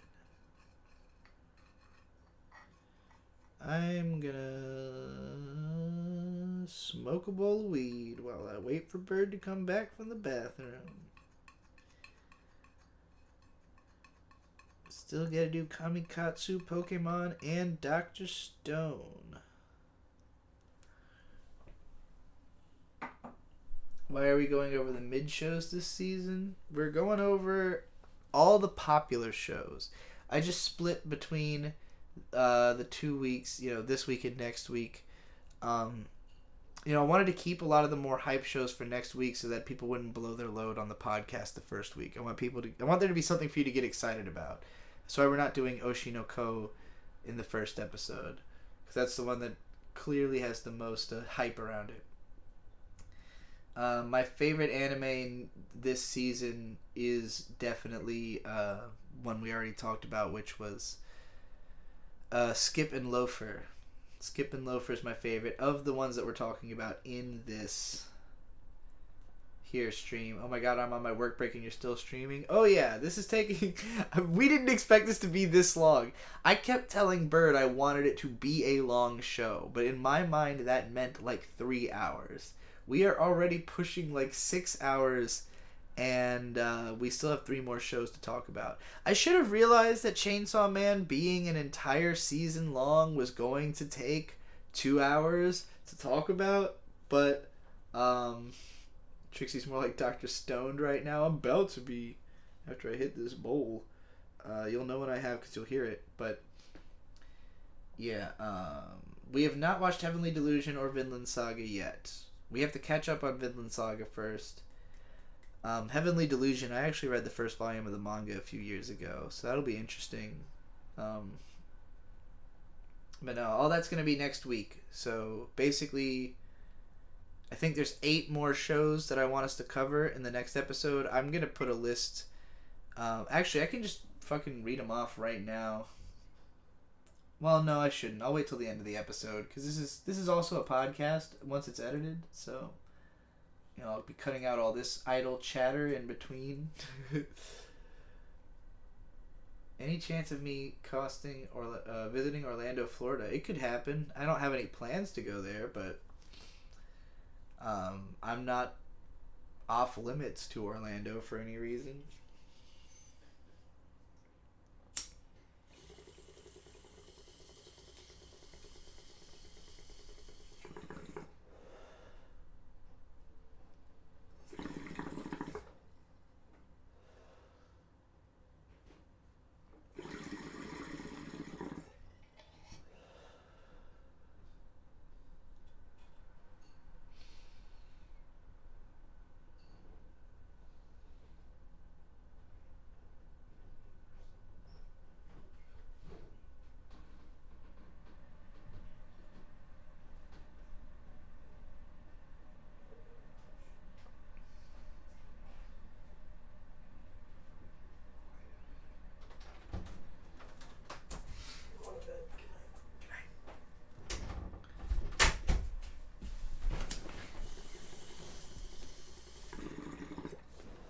Welcome back. I feel welcomed. Say some words while I finish smoking this bowl. Oh my gosh, we have a super chat, and it was for nothing at all except for to super chat us. Thank you. There's a lot of chatting that's been happening. Man, I feel a little left out. Every time I leave, there's barely any chat activity, but every time, or rather, reverse that, vice versa. Every time you leave, there's barely any chat activity, but every time I leave, the chat's suddenly there. It's almost like everyone wants to talk to you. No, I ain't like that. Anyway, it's time for us to talk about Kamikatsu. Probably the strangest anime that we've watched this season. The strangest beast we've tackled so far. Yeah, it's got strange beasts, alright. This show is... it's advertised heavily for the God Dare Lolly on the cover. You described this show to me as a Chuny show, actually. I know I described a different show as a Chuny. No, that was Dead Mount Death Play. It was that, Chuny. okay. Yeah. This show has some Chuny elements, but it's much more... This is a comedy, but a comedy with some weird tone shifts that I'm not... I don't know exactly what it's going for. I don't know exactly what this show is trying to be. There are elements of it that feel very old school, especially this beginning. Because, so our main character, Yukito, we're just going to get into the plot. This is not a show I could try to broadly describe. So, at the beginning of the show, in the way it's described with Yukito about to be thrown into the middle of a thing with a cult and everything, I had thought it took place in, like, medieval Japan, but it doesn't. No. This is like modern day Japan. He went to a regular school and everything. He just happens to be the son of this guy in this cult. A cult leader. A guy who leads a cult of all muscle-bound giant bald men. Sorry. One moment. Yeah. Sorry to give my prediction for this show so early, but it's all going to be a dream. You think? And yes, it's all going to be like some kind of mystical test for him, and then he'll come back and lead this cult that his dad is leading. I mean... Maybe. I think that's how the show will end if it gets an ending. So, yeah, I don't think it's ever going to get an ending. It probably won't go beyond this season, if I'm being honest. Because this show has worth it. This show is... It doesn't have a budget. It is niche as... This is the most otaku, straight up, filth. And it's not because it's ultra raunchy. It's less of that than I would have even expected it to be. It is deeply perverse, though.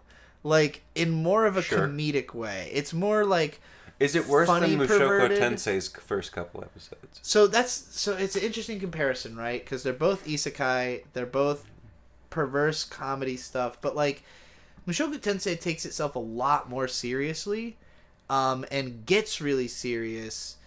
It feels like that show is more like it has comedy. This show is comedy, and that's why when its tone shifts, it feels so bizarre. Question: is that like when MGK said he was weed? Kind of. Okay. So Mushoku Tensei makes a great comparison because I just keep thinking of how with that show, every time it did something sexual or perverse or whatever, it was but why did you throw that into this story that otherwise has nothing to do with that? And there are reasons, and I kind of went over them in my Mushoku Tensei video I did last year. But with this show, it was immediately so over the top and ridiculous and raunchy that that was obviously the point. Yeah. And so it's the super serious moments that hit you what the fuck is going on here? We're still on the very first slide of this show, though. So yeah, well, I'm we usually give a bit of an overview of what to expect. It's just hard to describe what to expect with this show. There's a shark we're jumping here. We're just getting a little... I guess, because I usually want us to start with giving people a sense of if they should watch it or not before we start spoiling it. If you wanted to watch one of the two isekais we've reviewed so far, between this as opposed to this and Dead Mount Death Play, do you recommend this show? Yes. Okay. I do think it's fun. You like this show. There are some questionable animation decisions, but... Oh my god, there are. But I don't think that's... It's not... it's probably a air quotes artistic decision, just because they chose to animate certain things and they couldn't really animate other things, or maybe it's just because they wanted to have fun with the weird. I think there's definitely some fun with jank in this show. Yeah, like deliberate. Geek Toys is a studio that has not done a lot. I'm pretty sure that's who does this. I like this show. I would like to see more of what Geek Toys has. If anything from them in the future is bad, I will say that it is bad. But this is fun. I think this is good fun. When we were watching it, I couldn't tell if you were enjoying it or not, because you were kind of in and out a little bit more than other shows. It's easier to pay attention to. This show, for me, I will say, I remember enjoying it all the way. I remember laughing a lot, having a good time. Oh, real quick. So this was the show, you had mentioned a little earlier in this evening that I am very good at remembering, like, chronological events. Yes. Earlier today... Or just, like, what happened. Or just what happened. Yeah. Earlier today, you were going through making these screen caps, and I was just laying down over there playing Overwatch. Yeah. It was right before I went down and took a nap, and you were like, well, you just have so much more chronological knowledge of what's going on here. And so I was like, challenge accepted. Yeah. And so then I just told... I think I asked you, how much of this show do you remember? And then you, like, described the entire show. Pretty much everything that happened in this show. Yeah. Which was a big surprise to me, because... It's been like a day. It'd been, like, maybe 2 days since we watched it when I asked this, but I was going through to get screen caps, and... like, as soon as I started with the show, I was like, I don't remember anything that happened after the start. Like, I remember all the muscly men throwing him into the water, because it's an incredibly memorable way to start a show. This is, like, image number 2 of the show that I'm showing right now. It's, like, the main character might be is, image number 1. like, in a barrel, like, being sacrificed by a bunch of hilarious his dad. Giant muscle men, led by his dad, who looks like... Black Rock Preacher. How do I describe it? I don't know who Black Rock Preacher is. It's not a thing. It's just like a description of a. He's a big dark dude in round sunglasses with a big smile. So he's just a fitness bro who has a good tan. Yeah. Also, he has a tattoo on the back of his head, and I'm pretty sure it says religion. That's incredible. Yeah. But yeah, no. Can we get to the next slide? They're throwing him into the ocean. Yukito, and so now he's in the ocean. As he's dying, he's like, "What if you let me be reborn in a world without gods or religion? Because my whole life has been fucked up by gods and religion and all that." Wait, do you remember how this starts? So the way he is woken up into the other world is a girl touching his dick. Oh shit! She's you're like, right. On guys, you have to pull on this lever. Yeah, and she literally is just jerking him off. I forgot it was this girl. Her name is Aru. This is the most conservative outfit she has throughout the show. I think that's what threw me off so much. Aru. Her name is Aru. Oh man, they knew what they were doing. So she's like, hey, you can fucking hang out here and stay at our inn and stuff. And he's like, cool. This must be the starting town of an isekai anime. Take me to the Adventurers Guild. Let's get some quests going. And she's like, oh, you mean you want to, like, work? So he just starts working in the village. Well, he works in the tavern with the hot girls. It's extremely Konosuba-esque, this scene. Because you've seen the first episode of Konosuba, where, like, they start off in the starting town. They cannot, like, afford to continue, so they just end up getting regular work and working in town for the rest of forever and never leave the starting town. I'm gonna have to punch myself in the face again. I thought you'd seen the first episode of Konosuba. Well, anyway, this is what happens in the first episode of Konosuba. They end up getting jobs and just kind of laying low and realizing that they, like, you know, are not fit for epic adventure. In this case, he's more so just, like, waiting for it to start. He's like, so when's all the magic gonna show up? What's happening? And yeah.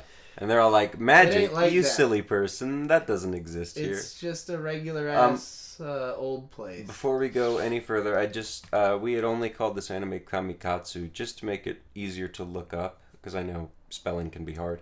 Working for God in a godless world. I didn't answer the person in the chat asking how this thing is spelled simply because it is in the description. But anyways, that should actually, we haven't mentioned that at all, because I hadn't noticed that, because I was like, what are we talking about today? And then I looked in the description and said, if you have any questions about what we're going to be talking about tonight, look in the description. There will also be time codes in the final edited podcast version of this, which you can find on the We Watch Anime channel, which will be linked in the description as well. So anyways, this is Shiru, the older sister. Shiruriru. Oh yeah, Shiruriru. Shiruriru. She's my favorite girl. She's an alcoholic sleut. It's hard not to love her. She's pretty much just like, yeah, let's fucking drink. Let's do it. Let's go. Oh, so when I was trying to remember everything that happened... I'm sorry, the next slide it's the Strange Beast. The Strange Beast. Okay, so in the first episode, God hasn't shown up yet. And we'll get to God, but... What's the main character's name? What are we... what's his god? Main character is just living his, village life. His name is... Yukito. Oh, just like... Wow. Incredibly common anime name, yeah. Anyway, so Yukito's just living his regular village life, godless world, all that kind of thing. And then suddenly, this thing... shows up. You can't see it for the podcast, I'm sorry, but for the VOD you can. And when I say this thing, I guess what I can describe it as is a very poorly CG rendered... It looks like a Sega Dreamcast, like a Phantasy Star Online enemy. It's animated like it's like a giant goat, kind of? It's about 10 foot tall. Oh, mix a goat with a bison and the 10 foot tall thing, and there you go. It's very Someone poorly asked, do you think animated. the CG is bad on purpose, or did they just fuck up? It's a little bit of column A and column B, I think. I don't know that they fucked up. I think it's just... This is... From my very limited research, take everything I am about to say with a grain of salt. This is a new studio. They don't have a whole lot of money to work with, so they chose to animate cool things in some scenes. My theory is that their CGI team is a guy. Yeah. I just have to I guess I have to look at the manga and see what the beasts actually look like there, if they're as goofy as well. This is probably based on a light novel. It does not detract from the show for me at all. I think it's actually part of its charm. I definitely think this show is it's a comedy. We can get away with certain things. Yeah. We don't need the CGI to be amazing. We need it to be effective. This particular moment, the way that this happens is this beast is not in the screen. It kind of just pops up, shoves out of the trees. It looks so funny. It had to be the framing and everything. It had to be. They knew it looked hilarious. They're having fun with these things. How does this thing get killed? I forget that part. Does blue hair guy kill it? Believe that I don't have a slide that shows. Okay, whatever. So that thing gets killed somehow. We don't remember, but it gets killed. Yeah. And then we meet eternally horny man Roy. Man, yeah, this... I did kind of skip over a little bit here because they're the dialogue... There's a lot of comedy in this show that wouldn't make sense to describe the jokes. You know? Look, it's a funny show. There's lots of the gags. Show. It's great. Yeah. We can't explain everything. I'm trying to explain the plot of it the best I can, and that's part of why I like this show so much. Is because it's got the CG failings and all that, but it is really funny. It has an actual plot, and it deals with it well. It is very reminiscent of That Time I Died and Got Reincarnated as a Slime. It does. It starts to become more and more like that as it goes, and we'll really get into, or Dr. Stone for that matter. It's like a mix of the two, because Slime's not a god, Stone's not a god, but this is a god. But she has limitations. We're not at the god part though yet. Sorry. So this guy Roy, he just kind of introduces himself. He's a little upset that that main guy is talking to the sisters and all, being a little too friendly. When the sisters like him, that's the real problem. But then at some point... He probably knows that Ara jacked them off. That's probably true. Yeah, she likes him a lot. Yeah. But he finds out about some porn magazine, and he's like, we gotta go into town. We gotta go to the main city. This fucking erotic book. So this was kind of a very interesting section of it for me, because they do live in a relatively modern society for the most part. And so they go to get their dirty magazine. Do we have a slide for when they're in town? Or? Well, this is them in town. Oh, okay. Basically, they're blown away by how dirty the magazine is, but from his perspective, it's like this is very tame. Nothing. There's ankles here. Well, come on, guys. Where's the boobs? It's a bit of a nothing burger of a porn magazine, so he's kind of unenthusiastic about it. But then immediately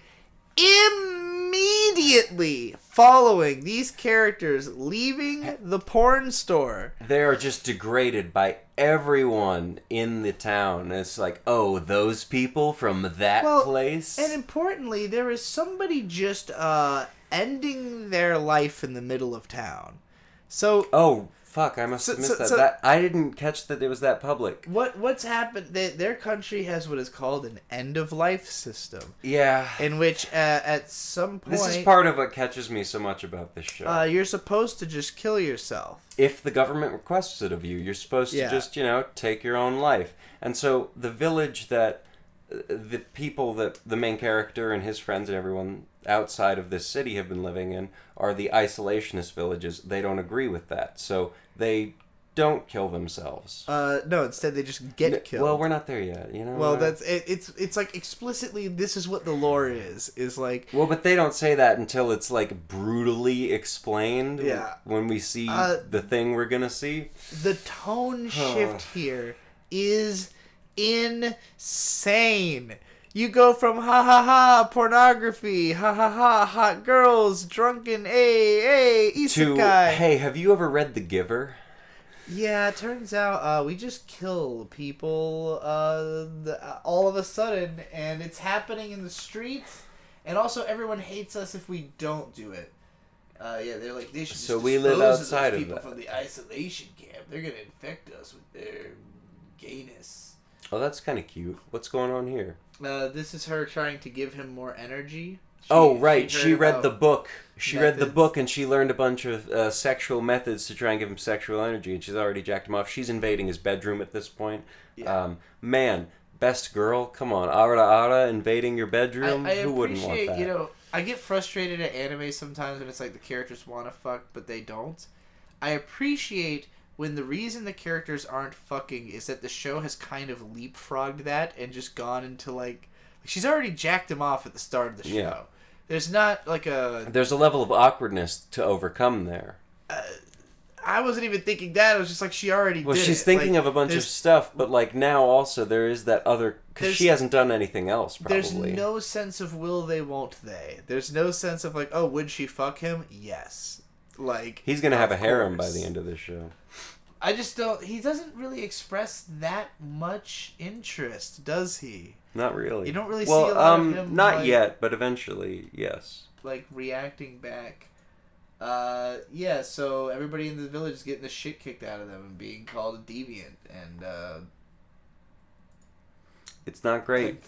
Right. So hang on. Go back one slide, just real quick. So everyone's getting the shit kicked out of them and being called a deviant because, and this is the thing they omitted when they explained the end of life system and the isolationists and everything.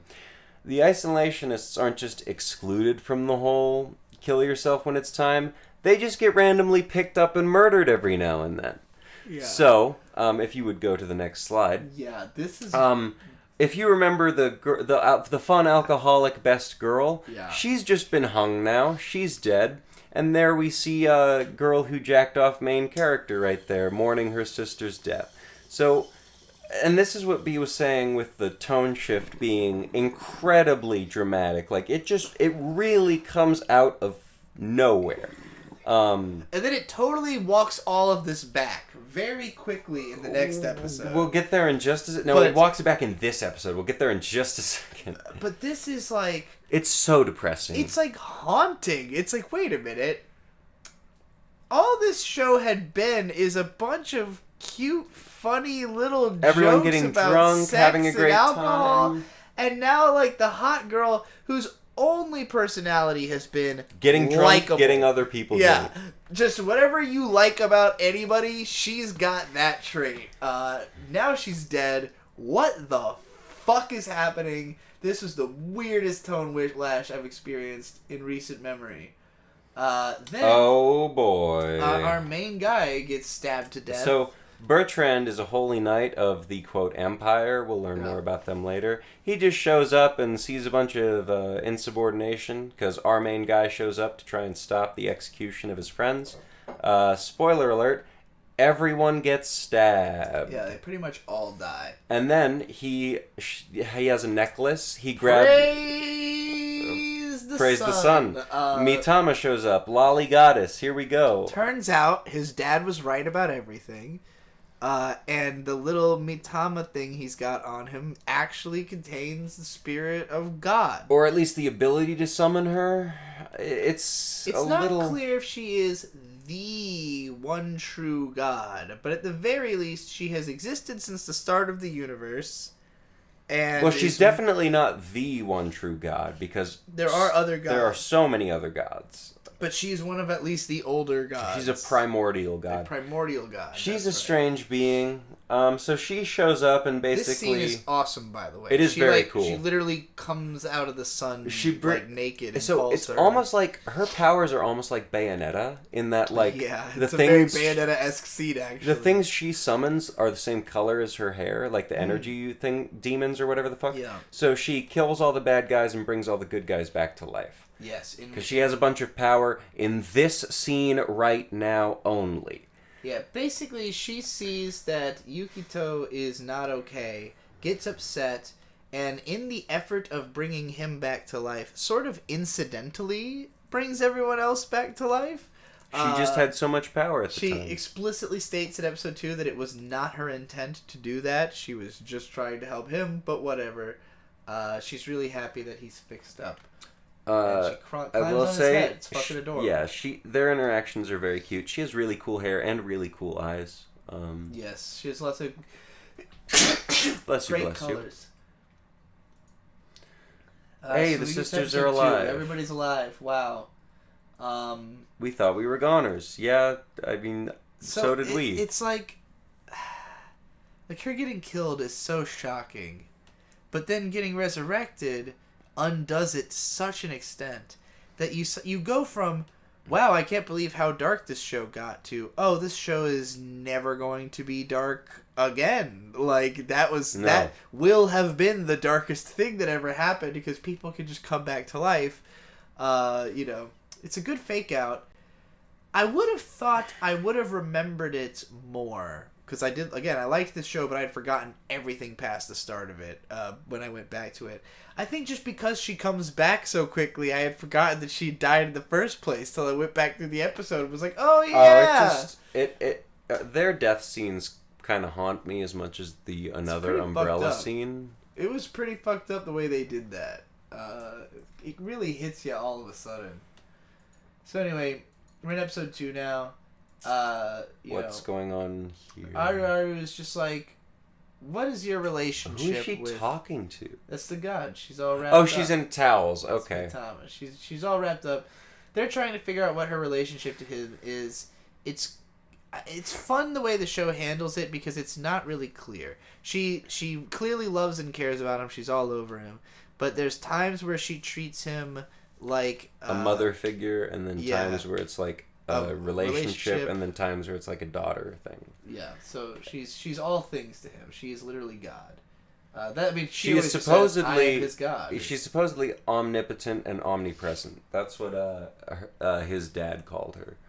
But yeah, cute. Please be my bride. As soon as Roy sees her, he immediately falls in love with her, and then she does something to this man. She just ghosts him immediately. Awake about... So, yeah. Her first reaction is, you're fucking disgusting.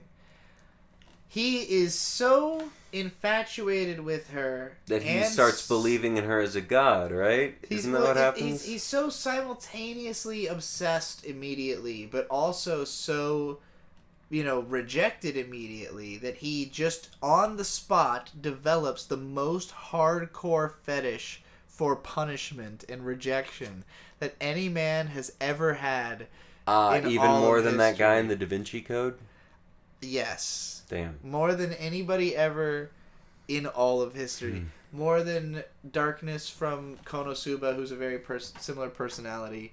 But she literally gets this guy within, like, the next episode, like, bent over backwards with his hands, like, palms on the floor, while she sits on his stomach and pours wine down her leg off her foot into his mouth. She does do that. To get him to swear eternal fealty to her. Questionable methods. It gets really perverse. This man is the voice of absolute fucking degeneracy in this show. He is the representative face. This is the representative face of utter fucking Coomer degeneracy.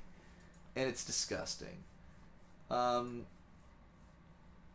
So, yeah. Wait, how come you're not a follower? Right, that's the best part of this show for me, I think, is that Yukito does not believe in her at all. Yeah, he's just trying to make... He did it at first. He believed, in desperation in the first episode, he believed in her enough to give her the power to do all that stuff. But apparently, he immediately found cause for doubt because he no longer counts as one of her believers. She has a follower count that she can check, and it only becomes that one after Footman gets fed the wine. So she's pissed off at him because he's not a follower, and he won't be. At least not for a while. So they're trying to figure out how do we get more followers and basically build a religion. They start with basically an AMA. She's like, hey, I've been alive since the universe was created. Ask me anything. Nobody really cares. But it's also not this universe. What do you mean? She says, I've been alive ever since the universe was created. But yeah, but she's not from this universe. Oh, yeah, you're right. She wouldn't know that stuff. She convinces Aru that he's only into small tits, so she's like, I will remove this useless meat right now. Give me an axe. Which would be a tragedy, and so Yukito valiantly saves himself and every man that would, I mean, it's just a service to mankind. Right. Chill is this hideous little the CG bar mascot. Fucking... So this is a small strange beast. Yeah. Yeah, this is a strange beast. It looks kind of like a Neopet that in the first episode and a half, you just kind of see it randomly outside a few times. And, like, it's not even that the CG models are so bad as that they don't have an outline and everything else is a really hard outline.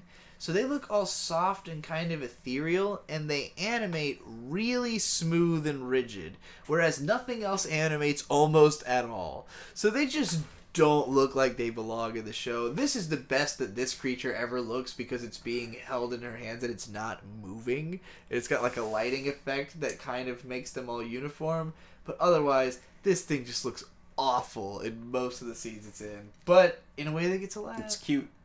And it's cute, and it's called Chill. And it ate some anti-pest poison, so they gotta help it out. So is she empowered here? Yeah, they saved the animal, and then the two of them start believing in her. But their belief is special. It's so powerful because, big boobs and, joyfulness. It's literally not explained. She's just like, there's something special about them, I guess. It's like on Twitter. They're super follows. Yes. Yeah, exactly. Here we go. So Ara, as her request for being a follower to, what's the you made me forget by saying it like that. Mitama. So that's what those gems are called that she came out of. Is a Mitama. Ara, as a request to follow Mitama, had, I guess not all of the knights, but. No, yeah, she brought everybody back to life. She's like, just bring them all back. Whatever this person's name is, I forget, Bernstad or something. Bertrand. She brought Bertrand back to life, but gender bended her. Whoops! I forgot you weren't a girl. It's like Captain Crunch, but it's whoops, all tits. Huh. So this becomes a whole gag that I really enjoy because Bertrand really isn't happy about it. Well, Bertrand doesn't actually really react at all. It's just the responses of everyone else that bother her. Because everybody treats her now... I'm calling her because, again... She is a her now. Seems totally indifferent. She's never complaining about, like, oh my god, I'm a woman now, or whatever. It's that people treat her fucked up now. That eventually starts to break because no one believes... Well, except for the people that brought her back to life. No one believes that she is who she is. Yeah, we're and gonna that learn really about that annoys in her. just a second. Her name's Atar. Okay, this was the big... I could not remember what this character's name was. Episode 3 introduces this little... I want to call it like a magic Techno-lolly. robot. Yeah, techno-lolly called Atar. An Archon. She's very cute, but very pissed off and a terrible character. I don't know that she is pissed off, but yeah, I think she's supposed to have no personality. Maybe she'll get a personality because she's going to get her ass kicked or something. She looks pretty cool, though. She looks like a cool video game. This also looks like a cool video game. Oh, yeah. I do love this about this show. Every now and then they'll cut to, like, little 8-bit interstitials of, like, stuff that's going on. It's really adorable. I like the art style they chose for these scenes, too. It's interesting. I enjoy how this animation studio has dealt with having a small budget. Yeah, for sure. And they basically tell Bertrand, hey, you're obviously not the knight you're saying you are. Get the hell out of here. Poor girl. But then she becomes a badass. Clever girl. Actually, I think this is how they kill that strange beast. She kills it. Yeah, she cuts its head off or something. Had they just not killed it before? It was like I think they just ran away the first time or something. Here's another one of those scenes. I really love the color choices here. This is where he realizes that instead of trying to convince everybody that they're like miracle workers or something, they should just give them what they want. Let's just give them things that they're after. What you want? What you want? Personal gains. What you want? This is a really funny, weird scene. Oh, right. Saber shows up out of nowhere. Or Jeanne d'Arc. Reference to it might be. It seems like Saber. There's like 4 images where it's just like her, carrying a sword in a maid outfit. It reminds me of a lot of Toho art, but yet also reminds me of a lot of Fate art. Definitely this shot in particular looks very Saber, especially with the bow in the back. I would say it's Saber and Jeanne d'Arc. I think Jeanne d'Arc wears a dress more. Are you trying to tell me those are 2 different characters? Are you trying to tell me you can tell Saber clones apart? I don't like how much I like Fate. Alright. Anyway, moving on to the next one. Hey, it's the Archon again. She's cute. So is this her talking to Loki or whatever? I think so. She's like, we gotta kill that fucking isolation camp. It's the will of the Emperor, goddammit. You know, these people are basically the Sith and the gods of the Jedi. It's bad. But Loki here. So this is another interesting trans moment we're having. I think, because Loki has a very masculine sounding voice, but big old titties. Big old tiggle bitties. And obviously a man's name. But Loki Loki's very non-binary. Gender fluid. Gender that's fluid. The there phrase. you go. Yeah. Also species fluid. I don't know. Loki kind of has fun with it. All I know is this particular shot. Really I like this shot a nice lot. Tits. Yeah, Really I mean the outfit's great. The way she does the whole. So you'll see this later with Atar when she powers up, but she kind of like gets covered in code, I guess. Something like that. The way Loki Digital deals with it, where it's like a bikini, and you know she's also an adult, so it's great. So this is a part where the main character. What am I looking at? That's his dad's face up close with the sunglasses. Gotcha. And he's explaining that the way that he grew his cult was that they found fitness scammers, and they basically took their strong dudes and beat up the scammers. And then they kept assimilating cults into the So they became the ultimate mega cult of strong dudes. Main takeaway that he has from remembering this is territory. We gotta get their territory. So now he's gonna become territorial, I guess. Clem. Okay, that's Clem. Yeah. Okay, so I knew I wanted to remember this character's name because my grandma had a cat named Clem growing up. But yeah, whatever. Anyway, this guy. All that I'm going to note about him is that he is around. Yeah. That's really all that can be said about him. If you've seen BoJack Horseman, if you remember horsing around after BoJack is edited out of it when it's just around, that's pretty much this character. So I wanted to single out this particular screen cap that I have on screen, and I'm going to describe it for the audio-only crowd because it's important to understanding the animation in this show. Sometimes there are shots that look good individually. We've talked about a few of them. Sometimes this is a fucking visual novel. These two characters are just like the main character in this shot is just facing dead on at the camera. You'd expect to have a dialogue option in the This with the is screen. a reused shot. This exact shot of him has been used in a bunch of scenes throughout this show. He just open and shut mouth flaps, just standing there. Same with the guy back there. He's not really looking at him. And why isn't he looking back at him? Why would they be standing like this having a conversation? Other than secrecy. We're reusing these illustrations of the forward-facing characters that we use for different conversations. Look, do you know how expensive animation is? And in particular, when you see how they put the bold outlines around them so that they would look like, just character art, but slot into whatever background needed. Doesn't look like he fits into the back. He doesn't even look like a part of the fucking scene. Whatever I said in that JoJo video. It's... Garbaggio. It's a little bit Garbaggio. Oh, but then you've got stuff like this. Here where we go. They put Bertrand in the most extravagant skimpy outfit ever. It's like Mardi Gras. I was having a time. They put her in a big flamingo outfit where she's got just all these feathers, all this detail, all these colors to help get followers for God. Yes, and she gets into a fight with I think the Archon. I don't remember. Yeah, the Archon. And the Archon's like, "Why are you a woman now? And why are you dressed like that?" And she says, "I'm this religion's underling." No, I'm their bitch. Yeah, she just do that. That's this shot. It reminds me of Tom Dubois from the Boondocks. Just a little bit. Yeah, I see what you mean. They want to make me their bitch. Anyway.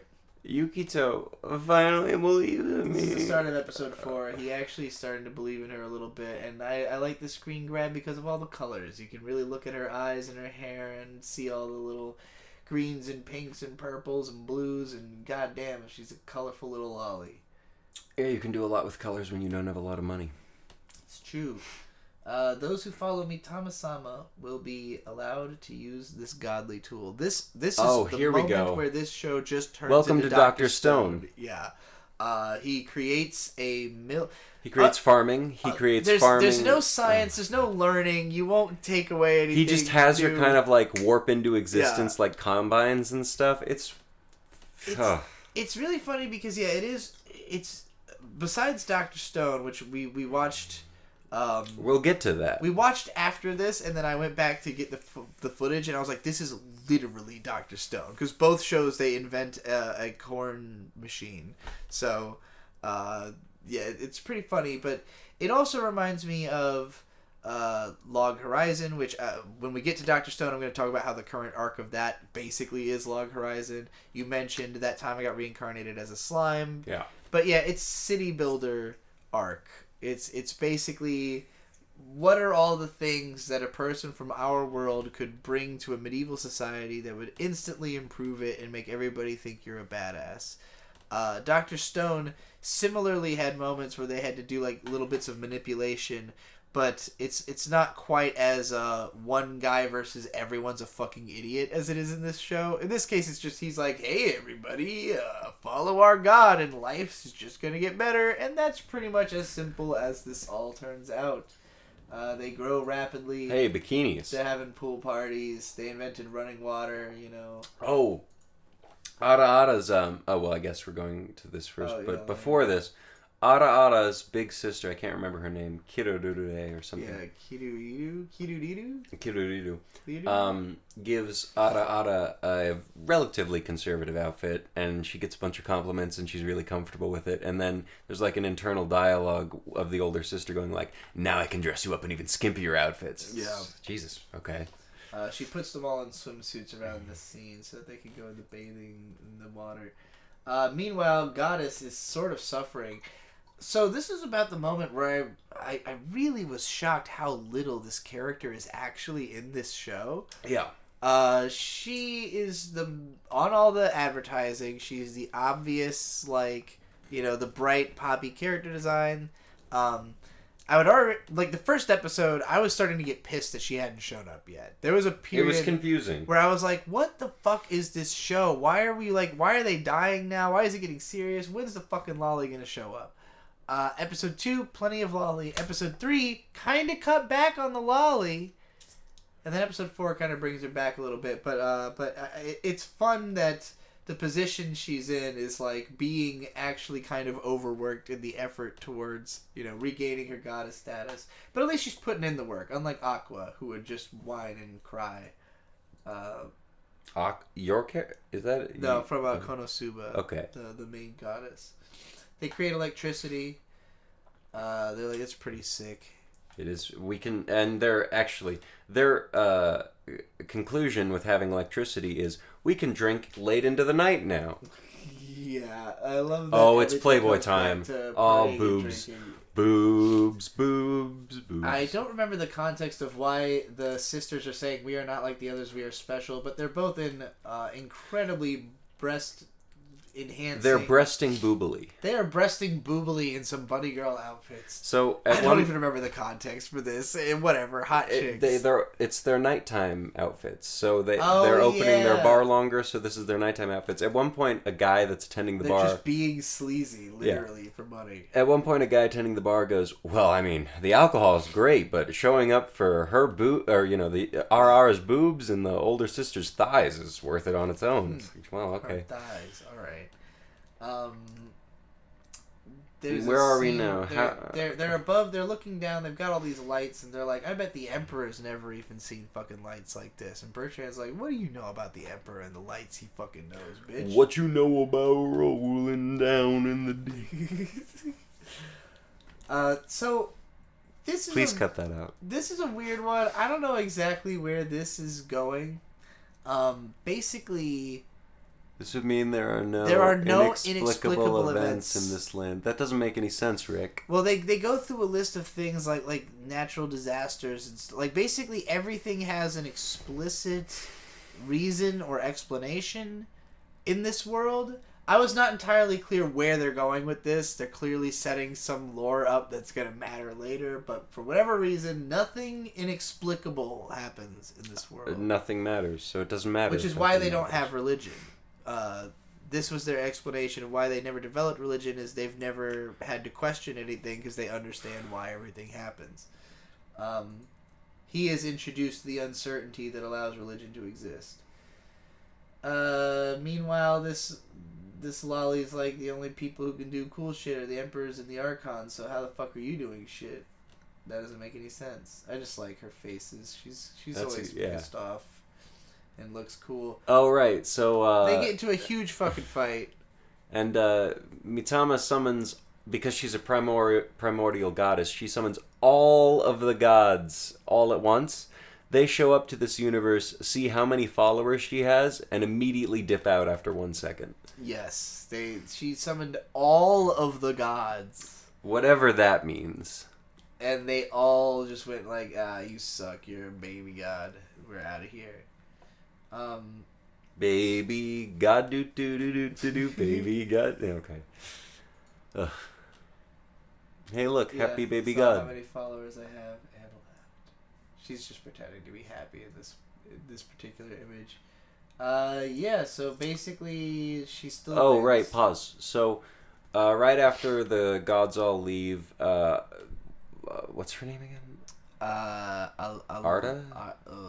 Fuck. I don't remember. Whatever. She's a thing. She's this one of the guys. Archon sends a huge destructive blast to the village and blows up everything, and it's really sad, but hey, didn't you learn anything from the first episode? Yeah, I was not convinced for a second. So the Archon goes, could I have missed? Because they randomly get teleported into the village, and everything's fine. Yeah, it turns out the whole village was an illusion created by Loki.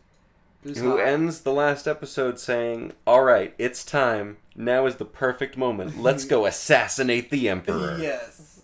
Which is very assassinate the Emperor. If the Emperor's name is Odin, very in tune with Loki. True. But yeah, so this show's fun. I mean, I think it's got the legs to go the distance.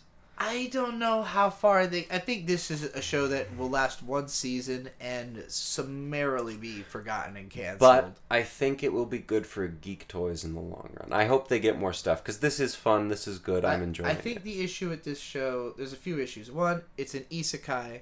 That's going to limit certain people. Two, it's got a lolly on the cover, which is actually kind of deceitful considering how booby the show actually is. She's not a lolly. She's actually a primordial goddess, and she was born like There's 14 billion years ago. So really, no. Like the show is obviously aimed at people who like God Lolly. I'm on board for that. I like God Lolly. She's nowhere near as fun as what's her name from Kyoran Kazuka Nikki. She's the best. Oh right, she's the worst. No, she's the best. And this girl, she's alright. She's fine. She's sort of like Aqua if she wasn't a complete fuck up. I don't know. She doesn't have really that much personality. She's just kind of gung-ho about, being God and taking care of this guy. I like that he's like trying to start a religious cult because it's all he really knows how to do. And it's the only way to save his friends. And otherwise, like, the fact that it uses kind of, like, the plot serving as a backbone and being kind of serious, I don't mind. The fact that it got so dark in the first episode really set my expectations to, like, where, I don't know where to have them. But I still don't know where to have them. They're about to assassinate the Emperor. Like, yeah, like, episode 4 had, like, fake dark moments, and you could tell it was being a little bit more serious because, like, the bad guy was super serious. She's not trying to be funny. She's like, I'm going to kill all of you, In that way, again, it reminds me of Slime because that show also is, like, mostly pretty lighthearted, but then will get, like, really fucking dark all of a sudden. But that show was never an out-and-out comedy the way this one is. That one's, like...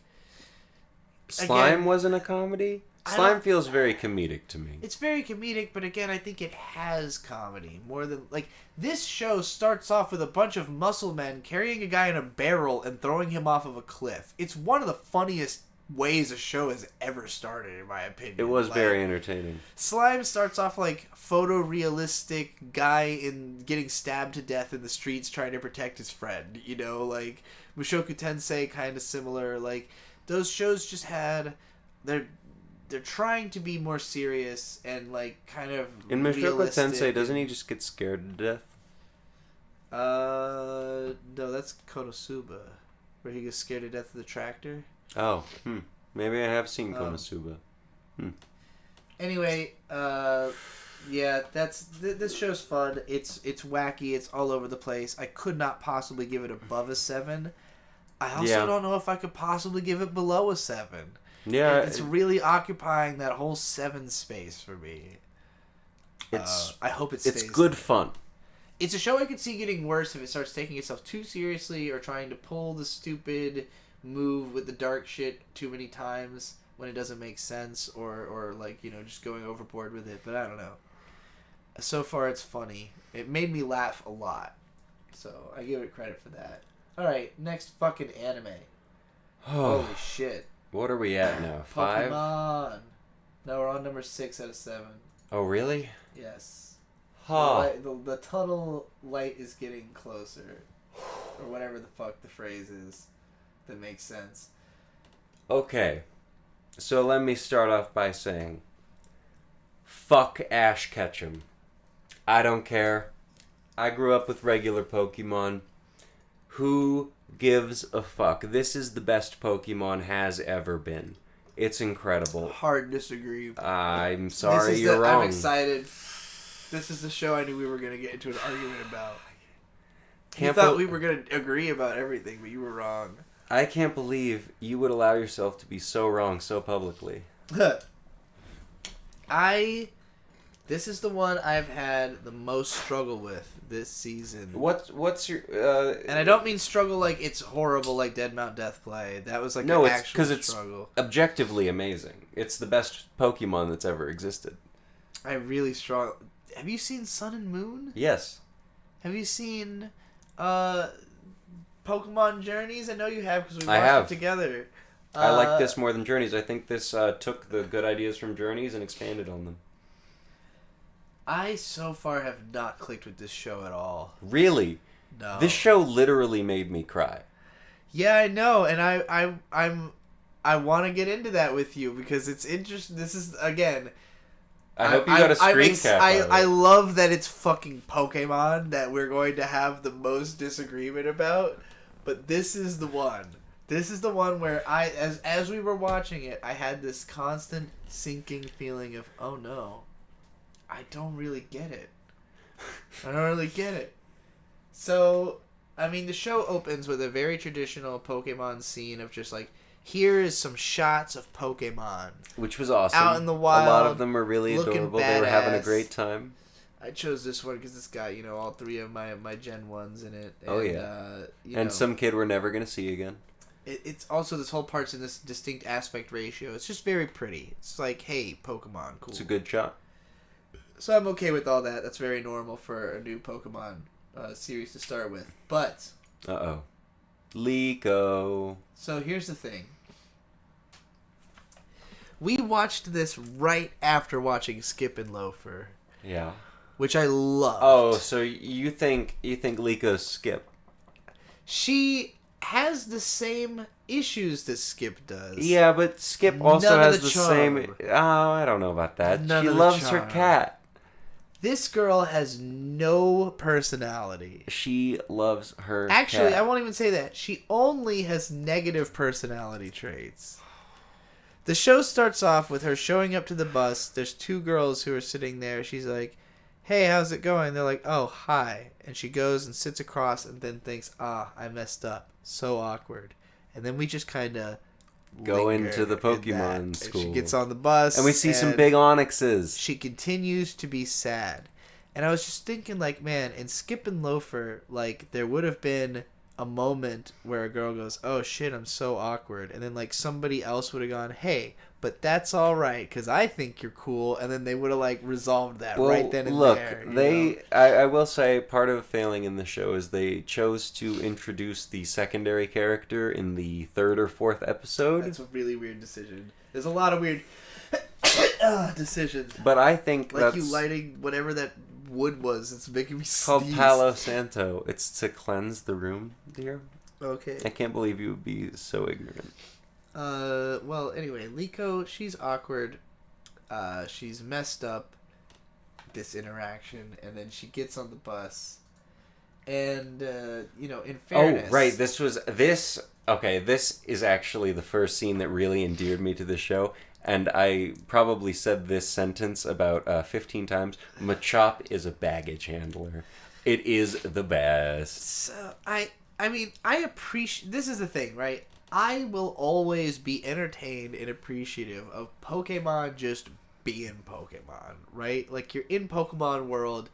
I think back to because even in the end, Pikachu, we all live in a Pokemon Thank world. you. Yeah. Wow. Throughout all the generations of Pokemon, the most exciting thing about watching the shows has always been seeing how they use them. How has the world integrated Pokemon? Because at the end of the day, Pokemon is about slavery. It is. And the further it's gone, the more they really do emphasize that aspect of it. And, like, we even saw, like, that special I think they've been trying to emphasize more of, like, a cohabitation relationship as opposed to the whole slavery thing. Do you remember the Slugma thing? House Slugma? Yeah, I loved that. That was adorable. Adorable. Love those little shorts. So basically, every now and then the Pokemon Company will upload these little animated shorts focused on a specific Pokemon in different animated styles. And there's one where a girl goes to visit her grandparents, and her grandparents live out in the middle of nowhere, and their cabin is powered and warmed by a Slugma. And the little girl spends her whole trip trying to befriend the Slugma, but the Slugma's shy. But then right as she walks outside of the door, the Slugma, like, shoots stuff out of the chimney to say, hey, goodbye, I'll see you next time. It's very cute. It's very good. I agree. I liked that short a lot more than I liked this show so far, actually.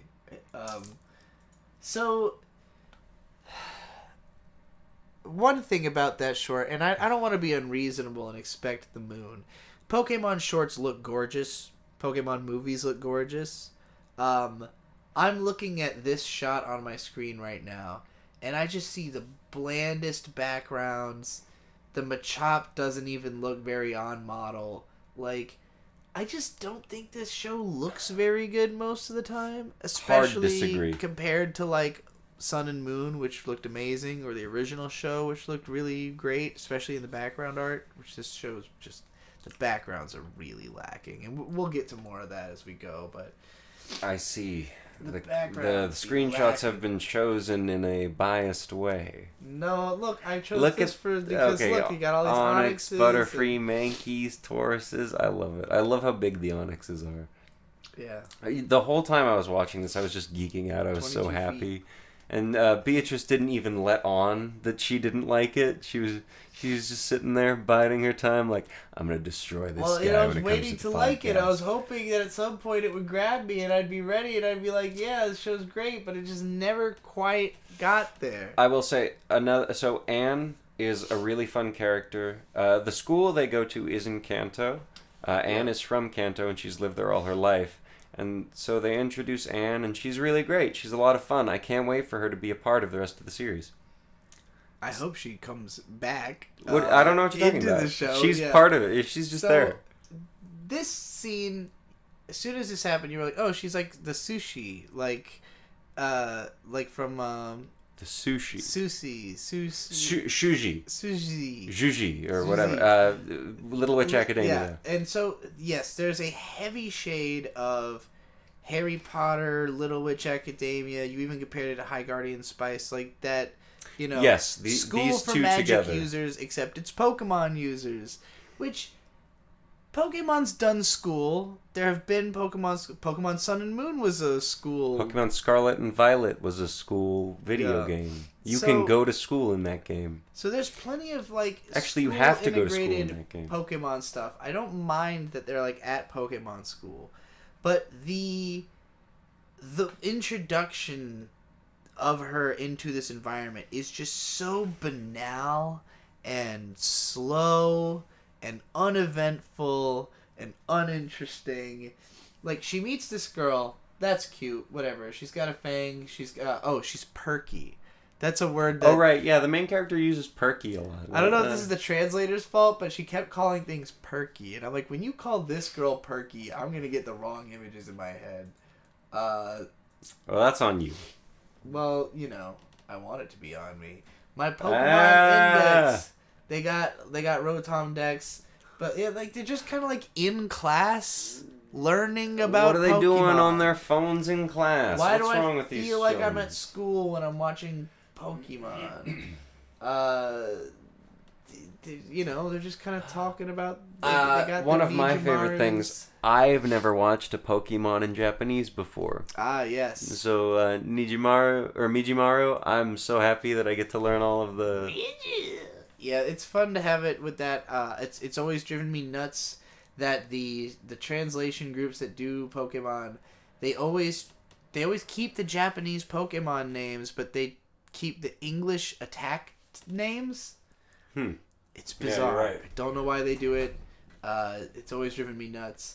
But it is cute to hear the Japanese names and you know, be able to understand what the fuck they're saying with the it being on screen. Anyway, yeah, she got a Mijimaru. It's one of my favorite Pokemon. I had to get the screen cap. Bulbasaur's looking pretty cute there, and too. Then Liko got a Sprigatito. Yep, so our main girl's got Sprigatito, and it hates her initially. Yeah, much like Pikachu, it's like, fuck you, I'm gonna run around. But because Sprigatito gives off a sweet scent. When it lays in the sun. It's about photosynthesis. She be tracing that scent. She finds the cat up in a dangerous place. She's like, get down from there, and it jumps directly onto her face. But they seem to be chill after this. Yeah. I guess just because she showed care. Right. This is a strange part of the show, but pretty much once or twice an episode, this character shows up. I don't remember their name. Gurumin. But I really like the Quaxley that dances around with them. I think this is an adorable idea of, like, you know, person in a weird Nidorino costume dancing with the Quaxley. But I hate the implementation of this simply because we literally cut away to YouTube tutorial videos on how to Pokemon. Well, and sometimes we cut away to this as a YouTube video. Actually, we are right now. This is a YouTube video. It's got like a little, scroll bar. But yeah, like a not insignificant amount of the first couple episodes of this show have characters watching videos on how Pokemon works, and it's just really weird because it's like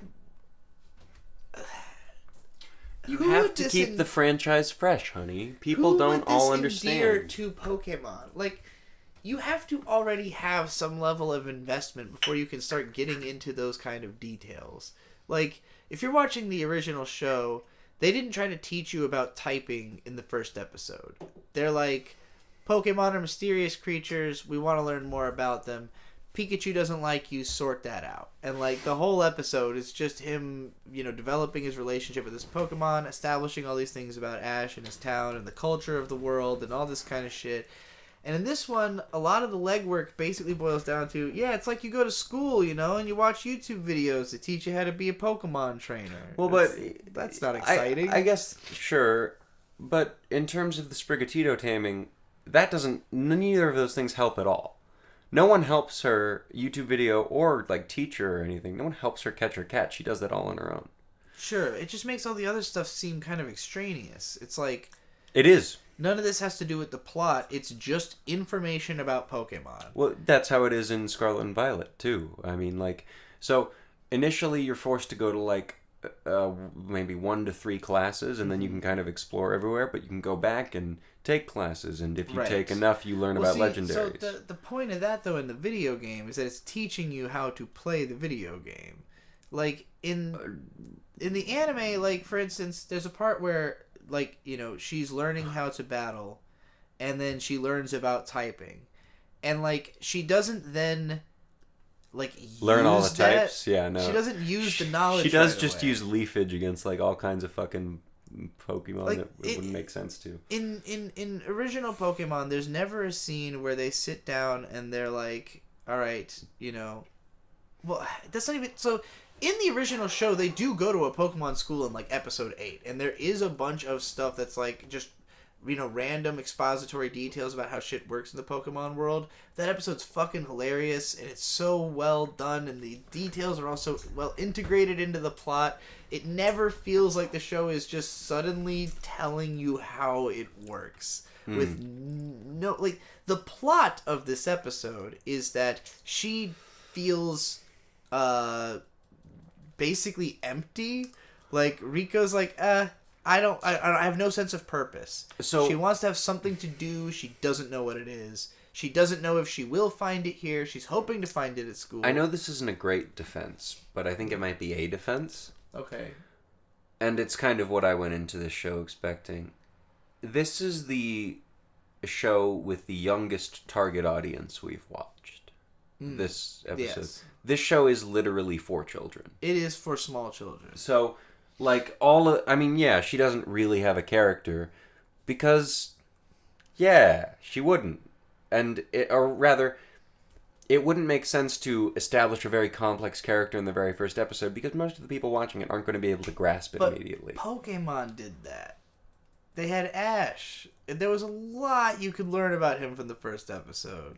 He's pretty established. He wakes up late for school, or for his, his thing he's most excited about is that he's going to get a Pokemon the next day. But he stays up all night watching Pokemon tournaments and sleeps in and misses out on all the Pokemon and just happens to get the extra one that Oak had around. He has the highest ambition, but he's always in last place because he's just the dumbest guy. So, it's an epic underdog story about a guy who's can't even overcome his starting Pokemon to get the fucking journey started. I think I don't totally remember as much about the show as the last one, but I think we learned at least as much about Ash so far, about this character. What do you think you know about her as of the first episode? Well, she wants to be good at school. She wants to have Pokemon. She wants to be the best trainer. She does have a goal. I can't quite remember what it is, but she wants to be a really good Pokemon trainer. That's pretty sweet. She wants to be good at school. I said that already. It's not that much. She wants to explore the world. There's just not that much to go on. But Ash Ketchum doesn't have that much to go on either. But he wakes up late. That's the story. Is that She's a fuck up. And Pokemon. She is also a fuck up, though. I need to emphasize this as well. Pokemon, the original show in particular, was a comedy. Are you really emphasizing to me right now? Yes. The original anime was a comedy, and it was funny. This is a comedy. It is funny. This show is not funny. There's not one funny thing that happens in this show. The cat jumps on her face. That's not funny. I can't say the other funny thing that's going to happen because it hasn't happened yet. Alright, well, I don't remember anything funny. I don't remember any funny lines or bits. The character, she's very mopey and boring. And granted, this show is going to go through a tone shift in the second episode, almost as fucking violent as any of the other shows that we talked about. Not literally, but figuratively an insane tone shift. So a lot of these complaints I have kind of only apply to this first episode. But I really did spend the whole first episode just kind of going like, what is the point? Like, what's I care about? Yeah. What is happening here? And I kept going back through other... And a big thing this show is missing that actually surprised me, a B-plot, also known as Team Rocket. Because there's bad guys, but they're not Team Rocket. They are the explorers. They're not always Team Rocket. Well, and more pertinently, I mean, maybe in episode 4 you could say that there is a B plot involving them, but that's how long it takes before anything that's happening in the story isn't just immediately relevant to the main character right now. Is Team Rocket immediately relevant in the first episode of the original Pokemon series? No, I'm saying the great thing is that Pokemon has B plots. You know, the original show has B plots. It would break away from what Ash is doing to go show you something else or what someone else is doing. We definitely got that in this show. I mean, we haven't gotten to it. Again, like, there have been B plots. I mean, it's not in these first couple episodes because it's a lot of establishing stuff. That's what I'm saying. It takes a really long time before there's We're still on the first episode, right? I'm just saying, like, most of the time you don't really stick so closely to, like, you know, just like one thing the whole way through 3 episodes before there's. But it's not 3 episodes before there's a B plot. I think there kind of is. It's not. All right, well, we'll find that B plot when we come to it, I guess. We'll cross that B ridge when we get to it. All right, so I don't remember what this screen cap is with her. They're being friendly. She's starting to learn its patterns. Yeah, she decides, because she does not know what she wants to do, she can't get it to use moves. Studies her Pokemon, she'll figure out what both of them can do. There's like a scene where she's just kind of moping around, like, with Sprigatito, like, maybe there's not anything for me here. And I'm just like, damn, fucking... Wow, you're giving the names of these characters this early? You're kinder than the show is. I just picked whenever everybody first showed up. But most importantly, this girl, Oreo... first eye candy in this show. She's pretty great. And I have to say, when these two showed up, it felt like I had just suddenly started watching a different anime, because all I've been looking at is like drab school uniforms and like very normal shit. And then it's like, oh, characters. Pokemon characters just turned up in like bright, colorful outfits, looking all hot, and I'm like, what's their deal? What's going on? Well, okay. We won't learn for a while. We won't, but here's my best defense of this show and why I like it so much. In terms of the experience of watching it, and in terms of the experience the characters are going through, is very accurate to a Pokemon game. Which is, you kind of start off very mediocre and drab, you're kind of in a weird situation, and then you get thrust into this weird whirlwind of the Pokemon world. And I think that's the way they're going to tackle it, and I think that's really fun.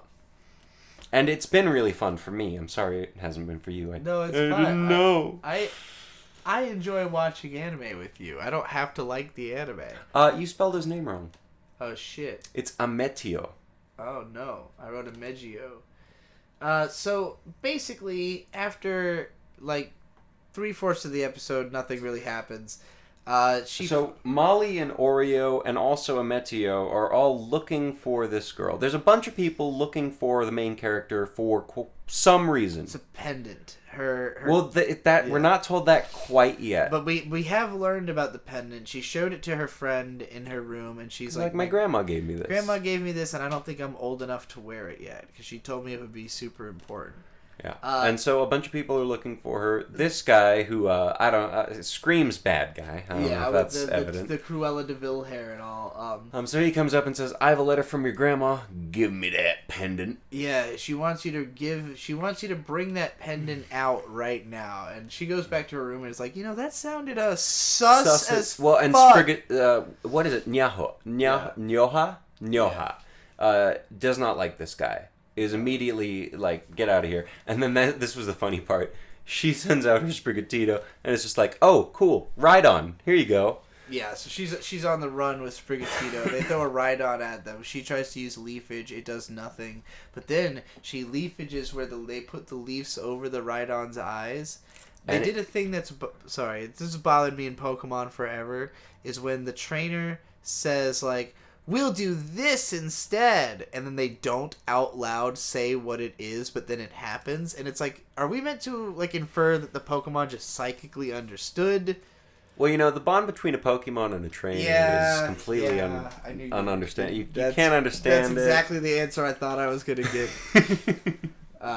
Anyway, yeah, they blinded the Rhyhorn without communicating. It's like... the bond between a trainer and a Pokemon, it's basically explained. There's a bunch of like teeny tiny microorganisms in their brains, and it creates like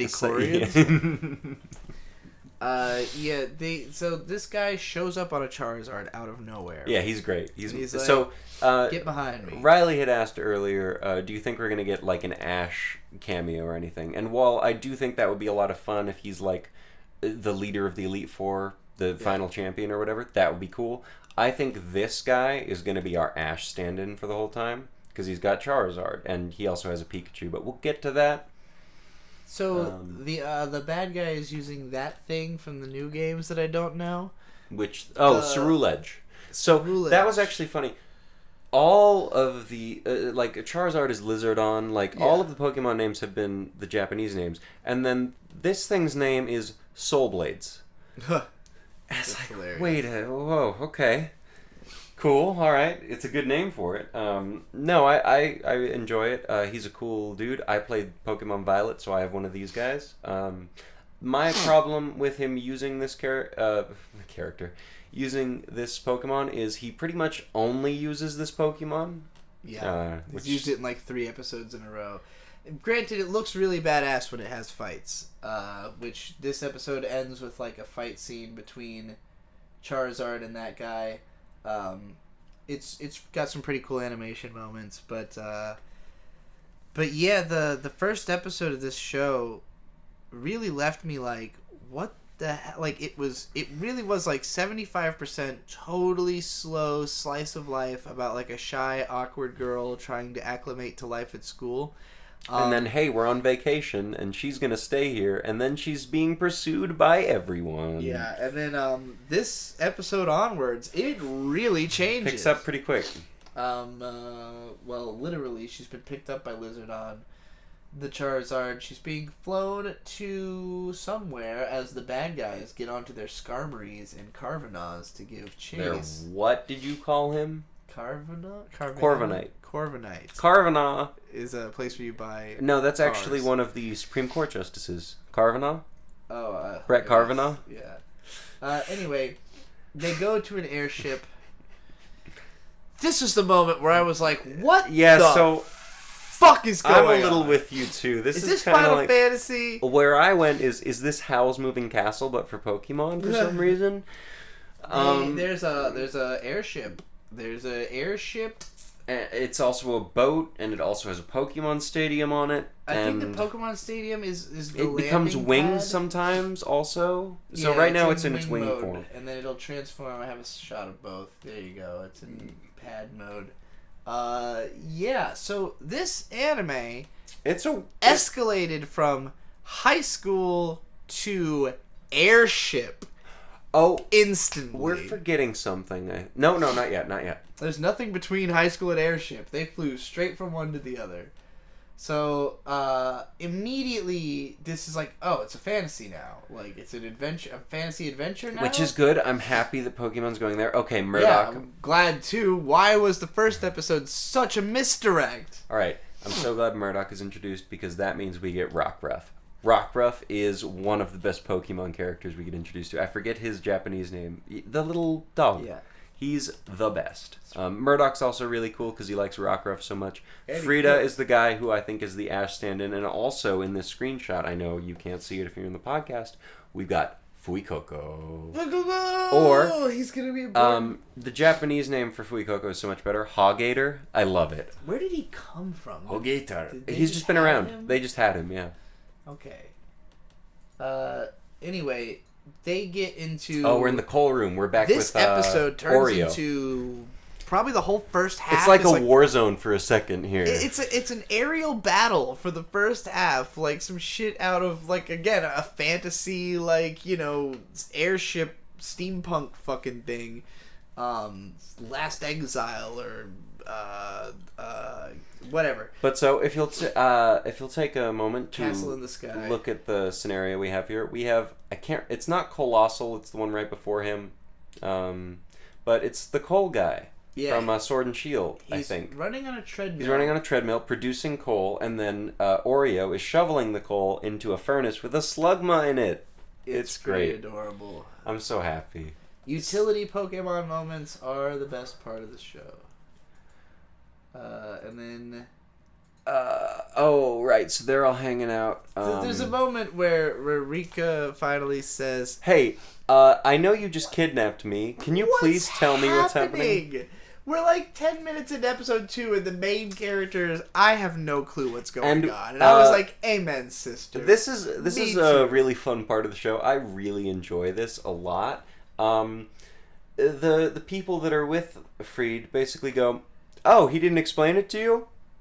And then they change the subject. This happens... They keep getting upset with him for not explaining anything, but then not explaining anything. Nothing. And it doesn't happen in this episode. Like, several times, characters are like... It doesn't happen in any episode we've seen. He has not explained what's going on. Kind of. At the end of episode 3, he does enough that he answers the 2 basic questions he should have answered from the start. I was hired by your fucking grandma or whatever. Well, and, Mom. He does answer that, I think, pretty upfront, actually. No. He doesn't tell them fucking shit. Okay, well, yeah.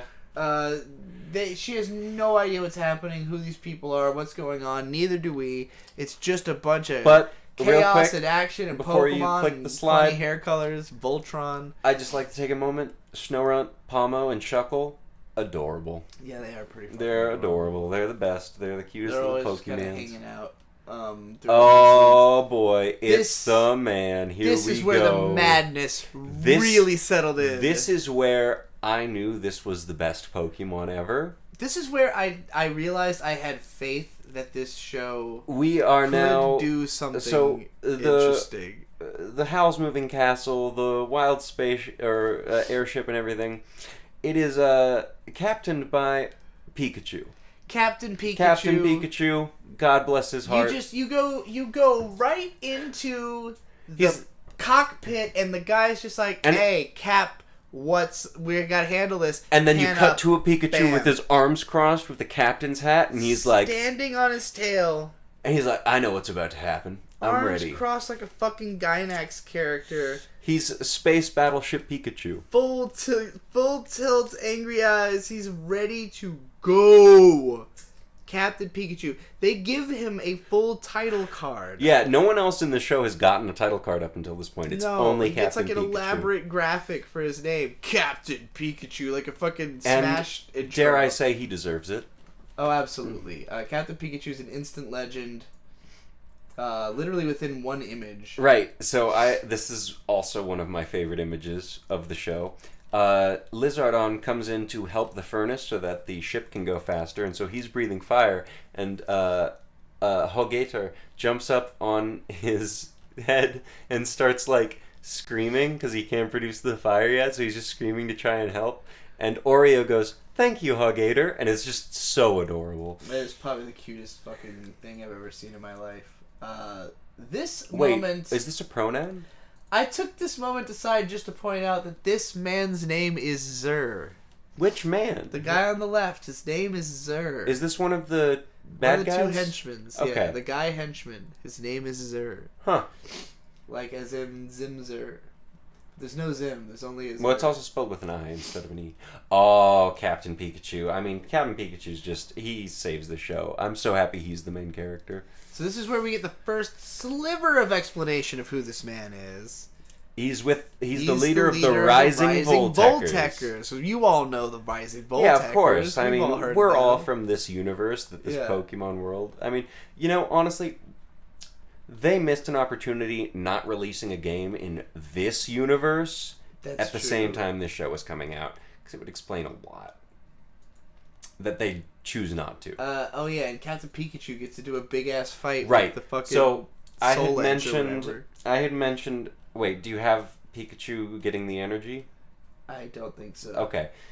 So, the best scene in this episode, and I had mentioned that I cried. What made me cry is that at one point, Pikachu does like a whole shadow clone jutsu thing. He disappears, he thunder punches, and then it turns out to be a shadow clone that was thunder punching him. And he's standing on top of the ship. He gets struck by lightning, and then he does the strongest thunder punch on Ceruledge ever. I don't know why it made me cry, but it did. I was so happy. I mean, I was just like, oh my god, Pikachu's a badass and he's a captain. Pretty beast mode, I'm not gonna lie. It was great. I and understand. Then ultimately, Ceruledge damages the ship in some way, and our main girl, Liko, goes, hey, I'll just come with you if you stop damaging everything. I don't want people to be hurt. Because she sees Snorunt, Shuckle, and Pomo being hurt by the fallout. And so she says, whatever, let's be done with it. And I don't remember what happened. Oh, leafage. Big leafage, right. I don't know why her leafage is so big all of a sudden. Because the midichlorians are strong. Okay. The They're bond the between scale. the bond between Pokemon and trainer has just excelled. I can't wait for this Nyoha to be the fucking Meowscarada. She's gonna be overpowered. I love this show. So we finally got to Chorus. What is this? I know the day will come when you go on your adventure. Oh, it's the grandma. Around your neck. Yeah, so the grandma is saying hey, you're gonna need this necklace. Take the necklace. You'll need it. So I don't know why they decided to shroud the grandma in shadow and mystery. Because she's going to be a character later, but it's not shrouded enough to... Face. Also, she looks like Sonic the Hedgehog. She does look like Sonic the Hedgehog. What's up with that? It's strange. It's not a Nintendo property. Wait, so hang on. We didn't see the turtle. You didn't get a screen cap of the turtle. I didn't get a screen cap of the turtle. I've been waiting to mention the turtle. Yes, I forgot. So the amulet has, and this is a legendary Pokemon that I'm not aware of. It might just be one that is around that I missed. Yeah. But the amulet contains some kind of turtle that produces some kind of impenetrable shield. Turtle covered in gems type. But he looks great. I love him. That was a weird fucking thing. It's a good turtle. So anyway, hello moment. In all the hullabaloo of the last episode, because we're on the next one now, right? Yeah. Nyoha was captured by the enemy. So now we have Rockruff doing his best. He's got a big nose. He's ready to find Sprigatito. Let's do it. Let's get that cat back in the bag. Right. So this is the other henchman. She loves Sprigatito. She's giving the cat as much food as it wants. Yeah, she's pretty excited about having it around. She likes cats. I mean, you get to a certain age, you want cats. There's a rematch between... Yeah, Pikachu. There's a lot of rematches between these two. This guy, honestly, he sucks. Who? The bad guy. He just loses. Well, he doesn't even lose. He just gets tricked. Most of the time, he's winning. Sure. And then Frida's just like, psych, I was just distracting you. Somebody said in the chat earlier that they like the new villains are better than Team Rocket because they seem actually competent. I don't know if they haven't accomplished shit yet. They've just gotten trounced. Team Rocket accomplished a lot of things. They just didn't accomplish what they wanted. No, that's the thing. Team Rocket as an organization did accomplish a lot of things. Jesse and James did not. They again, Jesse and James, incredibly industrious, brilliant people, just can't get Pikachu. Everything they do would Why be do genius. they want Pikachu so hard? Because it was really strong in episode 2. Why don't they just get City something? Whatever. I guess. I think they are under the mistaken impression that Pikachu is as strong as an entire army of Pikachus that was used to power the Pokemon station in episode 2, and so they're like they think Pikachu's even more badass than it is, but eventually it does become super badass. Either way, it's just a thing they do. It's just a thing they want to do, man. It's just what they want out of life. They just want to pursue that. It's just a peak they want to chew. Alright. Are we leafaging again? Is that what's happening here? Yes, they used the leafage as like a big cover. Oh, right. They disappear because they stole the Sprigatito bag. Yeah, they didn't really need to fight. They're just like, we don't need to beat you. We're just here to get the cat, you idiot. Oh, so this is actually the third fight. We're on the third episode now, right? Yeah.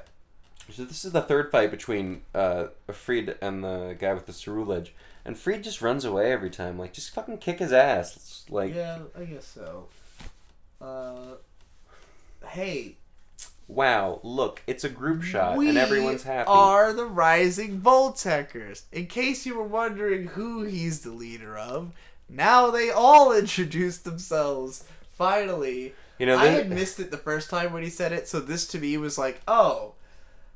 That's who they are. The Rising Volteckers. The screenshot just made me think of my hometown football team was the Chargers. And just one time leaving elementary school, they played the Chargers theme song, air quotes, which was basically San Diego Superchargers, and that just basically over and over and over and over and over again. It was, I don't know, that's fucking hilarious. So that theme just came into my head, and it's like, oh, cool, they're the Chargers. Amazing. All right. And then he's like, let's go collect our bodyguard fees from our client, Lico's mom. Why didn't Lico's mom just have her go home? Why didn't Lico's mom contact her in any fucking way, shape, or form? I would bet anything that was about to happen. I'd bet that Lico's mom has got it going on. You know what I want, and I've waited for so long. Oh, this is actually something that I thought we might get a bit to expand on, but I realize now, of course not, it's stills. The Rotom phones can expand into tablets. Yes. Which I think is a really fun addition. So anyway, she's cute. So remember how I said I wanted Anne to be like a character that would be throughout the series and it'd be really fun? Haha, spoiler alert, she would not be. Instantly sidelined. Why did they introduce this character if she was not going to be in the show? So school has started again and our main character, Liko, has just signed up for online classes. And this, again, goes back to the Pokemon class thing. School in Pokemon is not that important if you're out there Pokemoning it up. No, not really.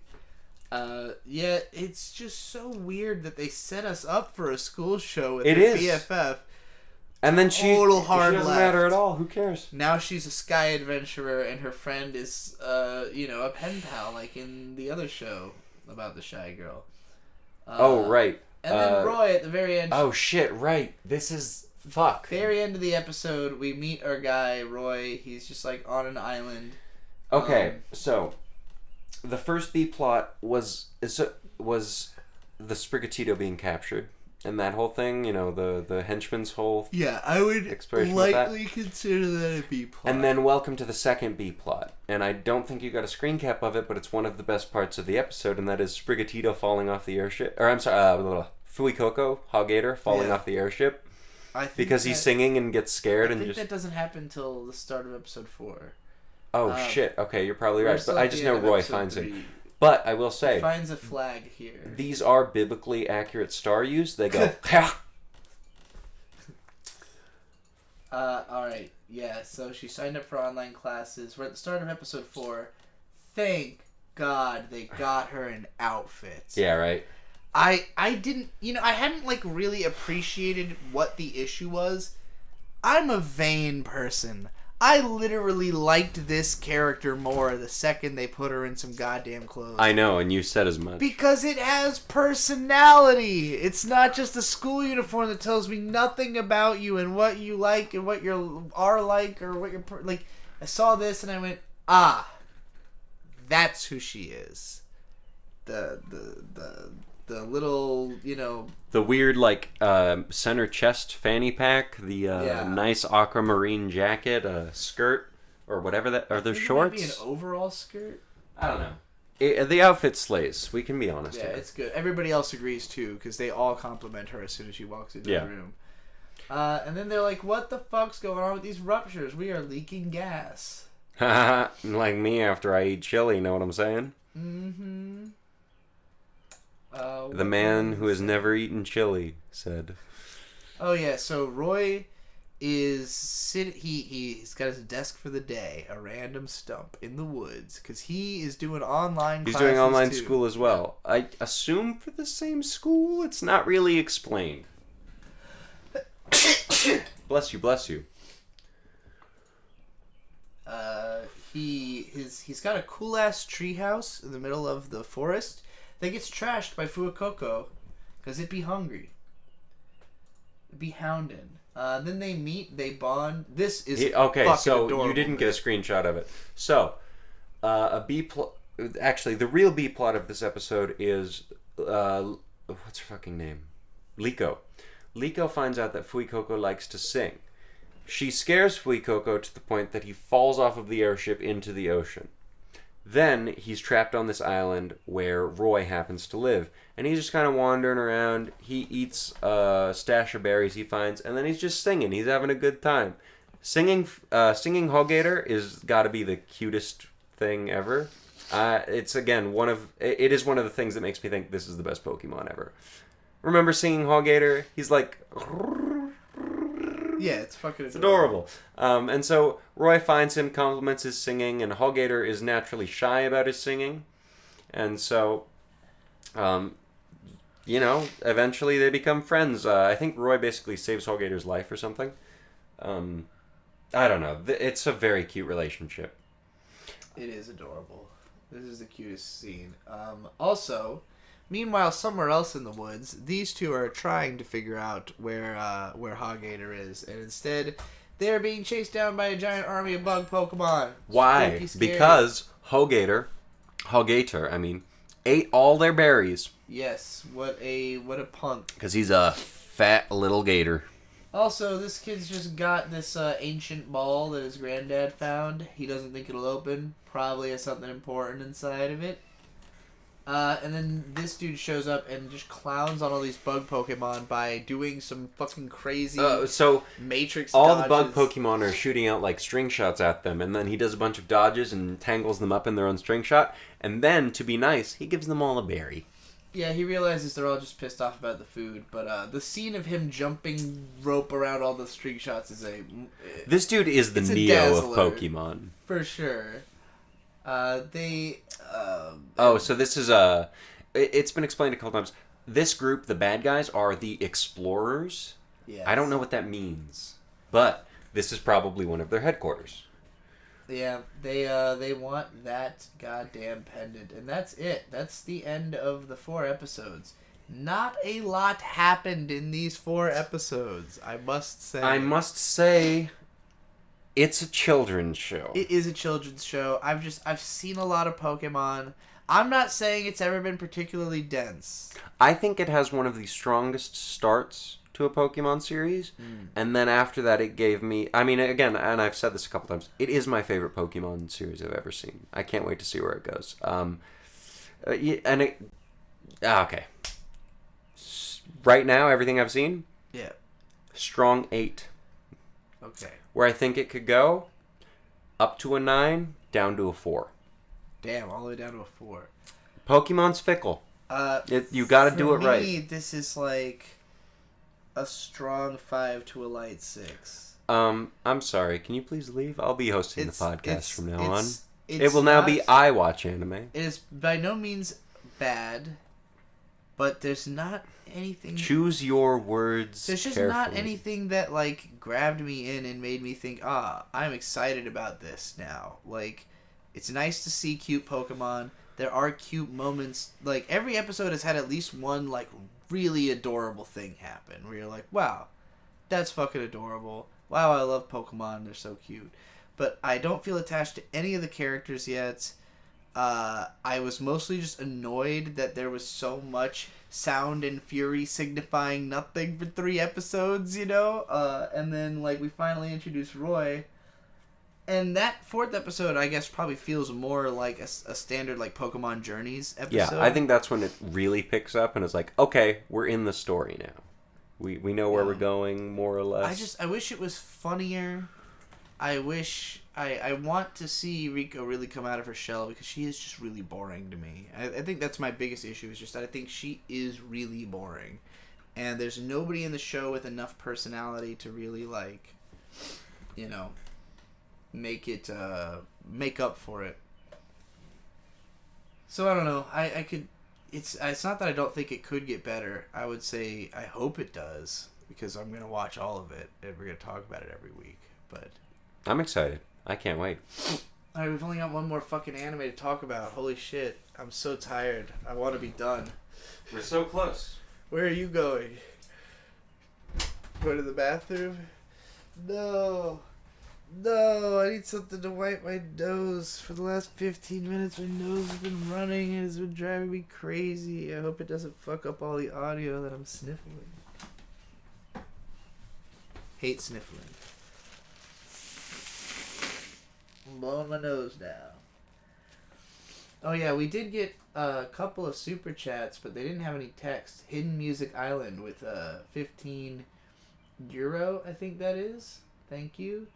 Oh, yeah, I think we already addressed the Darius, the $2 one earlier, but yeah, you know, this is the last chance before we're done. If you want to get any messages to us, and then this whole thing's going to be edited and turned into a podcast tomorrow. Sounds kind of like a nightmare, honestly, because I'm pretty sure it's like 7 hours long so far. Maybe we'll be 6 with all the cut down stuff, but that's still very long.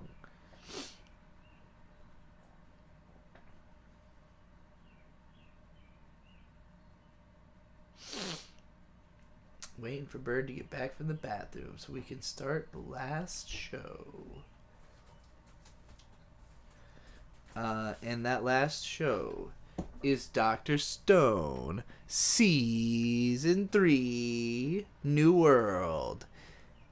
I'm going to redo that. I'm going to retake that for the podcast version of this live stream because it sounded like shit and I'm all loopy. Take a minute. You know, I'm thinking about the people who are going to click on the podcast and skip straight to the show they want to hear and then be like, oh no. They sound like they were recording for 7 hours when they got to this show.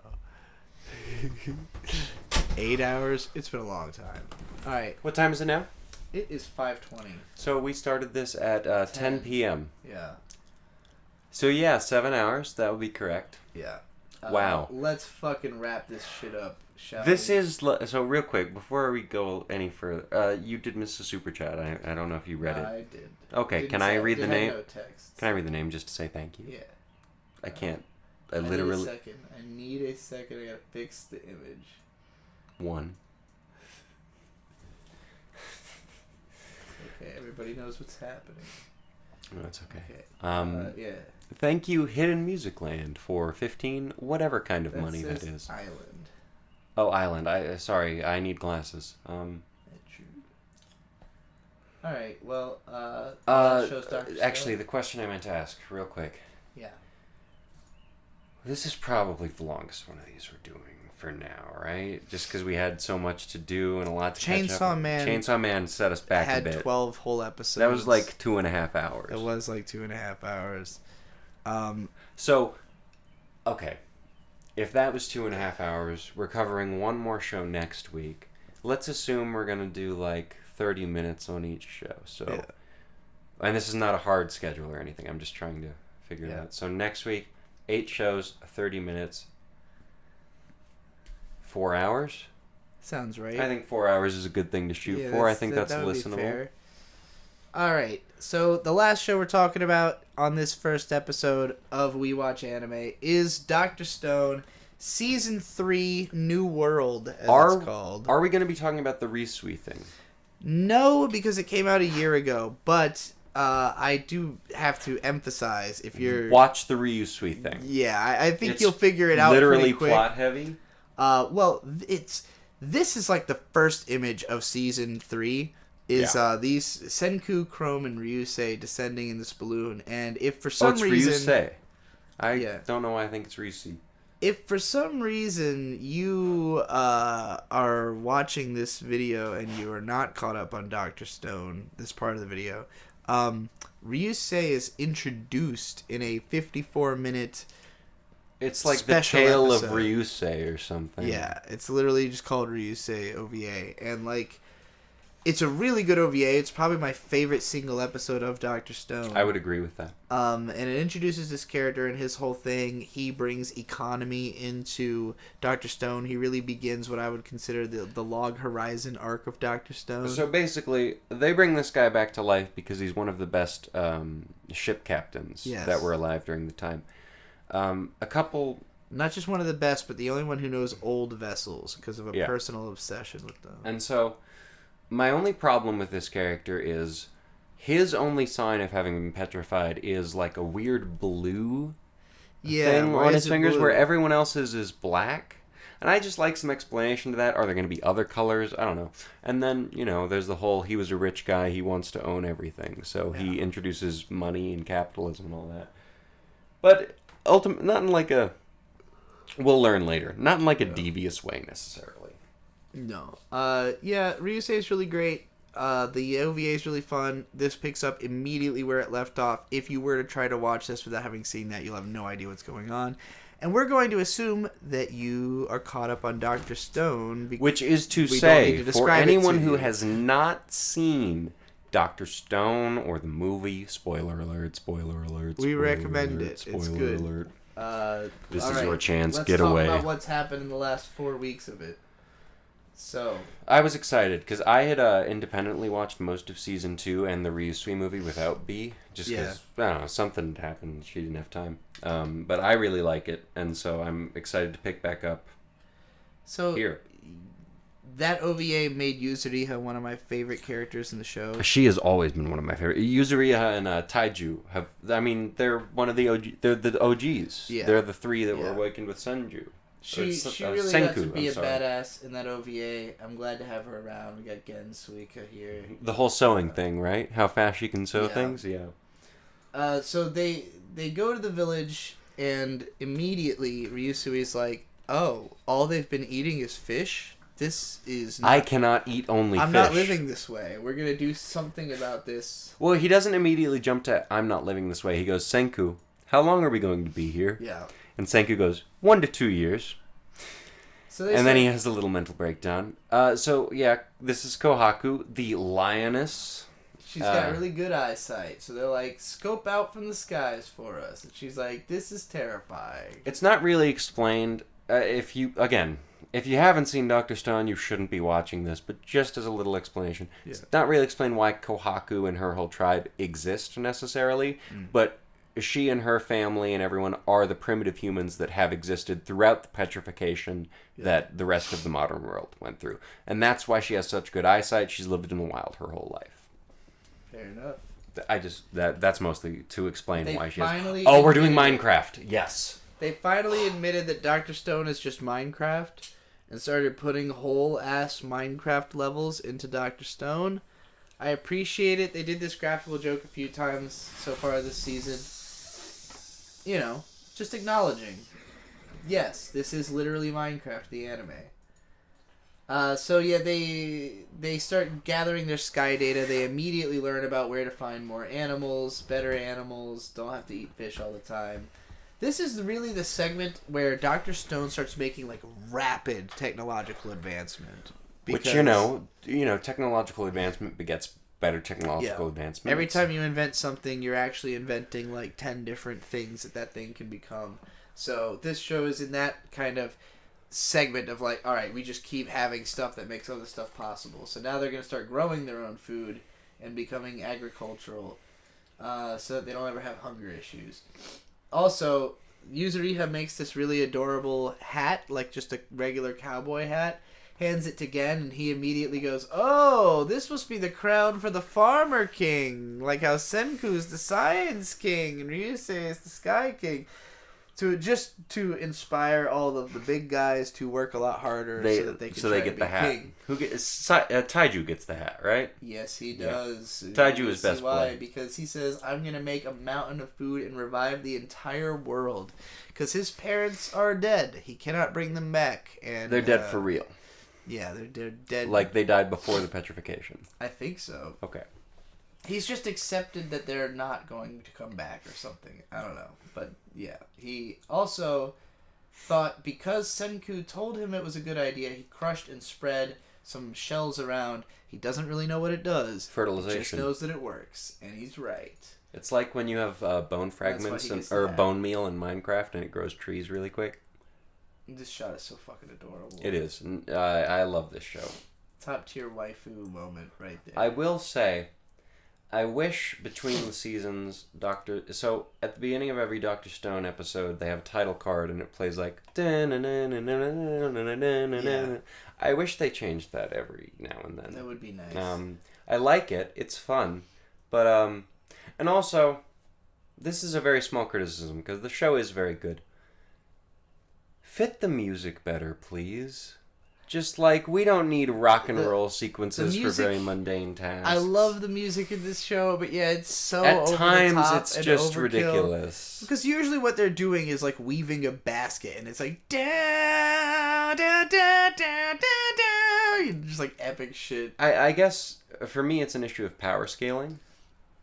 Yeah, like you have no way to communicate. What are they gonna like? I guess to put it very frankly. What are they going to play when inevitably Senku creates a nuclear reactor? Yeah. It's going to be the same thing you've heard every time. I want to hear Rammstein. That'd be fun. That'd be great, but it's not going to happen.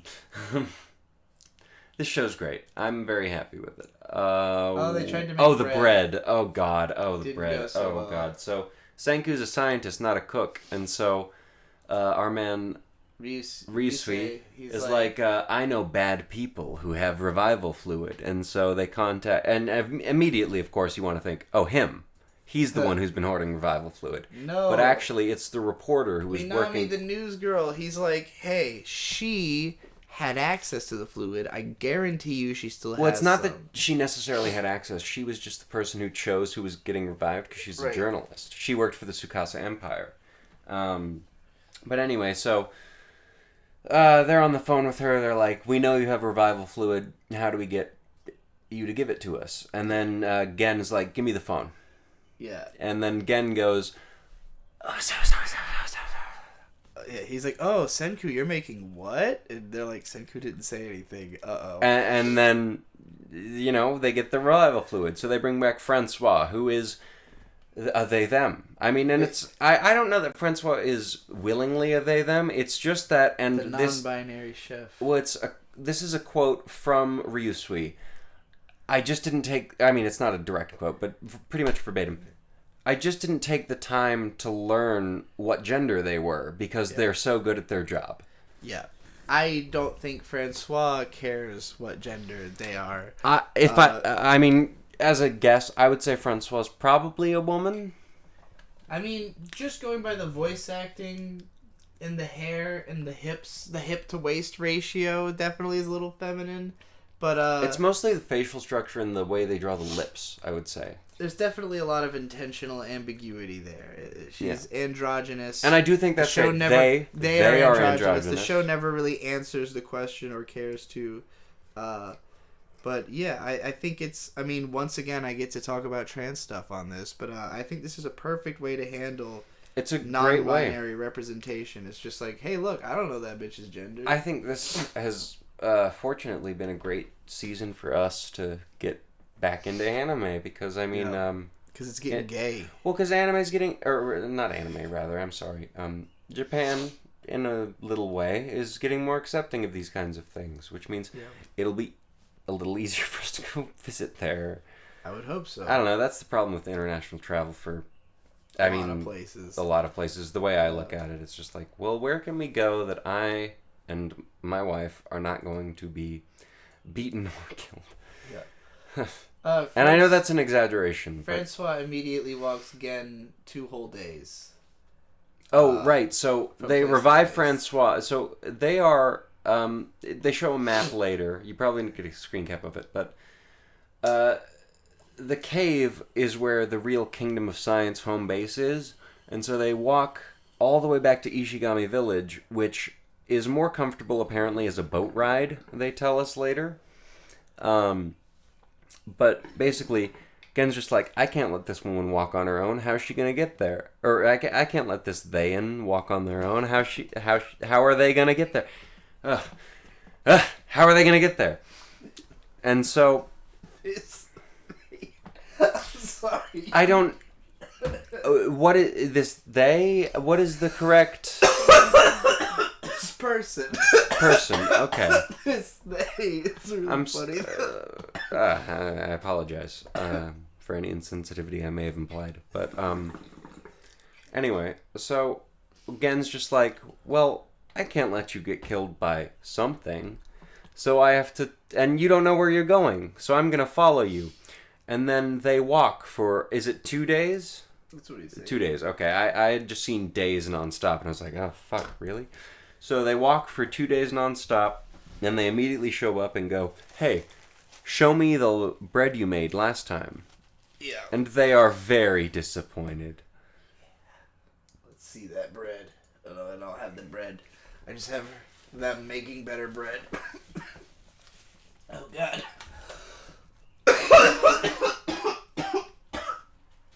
Okay. Moving on. I just wanted to take my opportunity to cough a bit as well.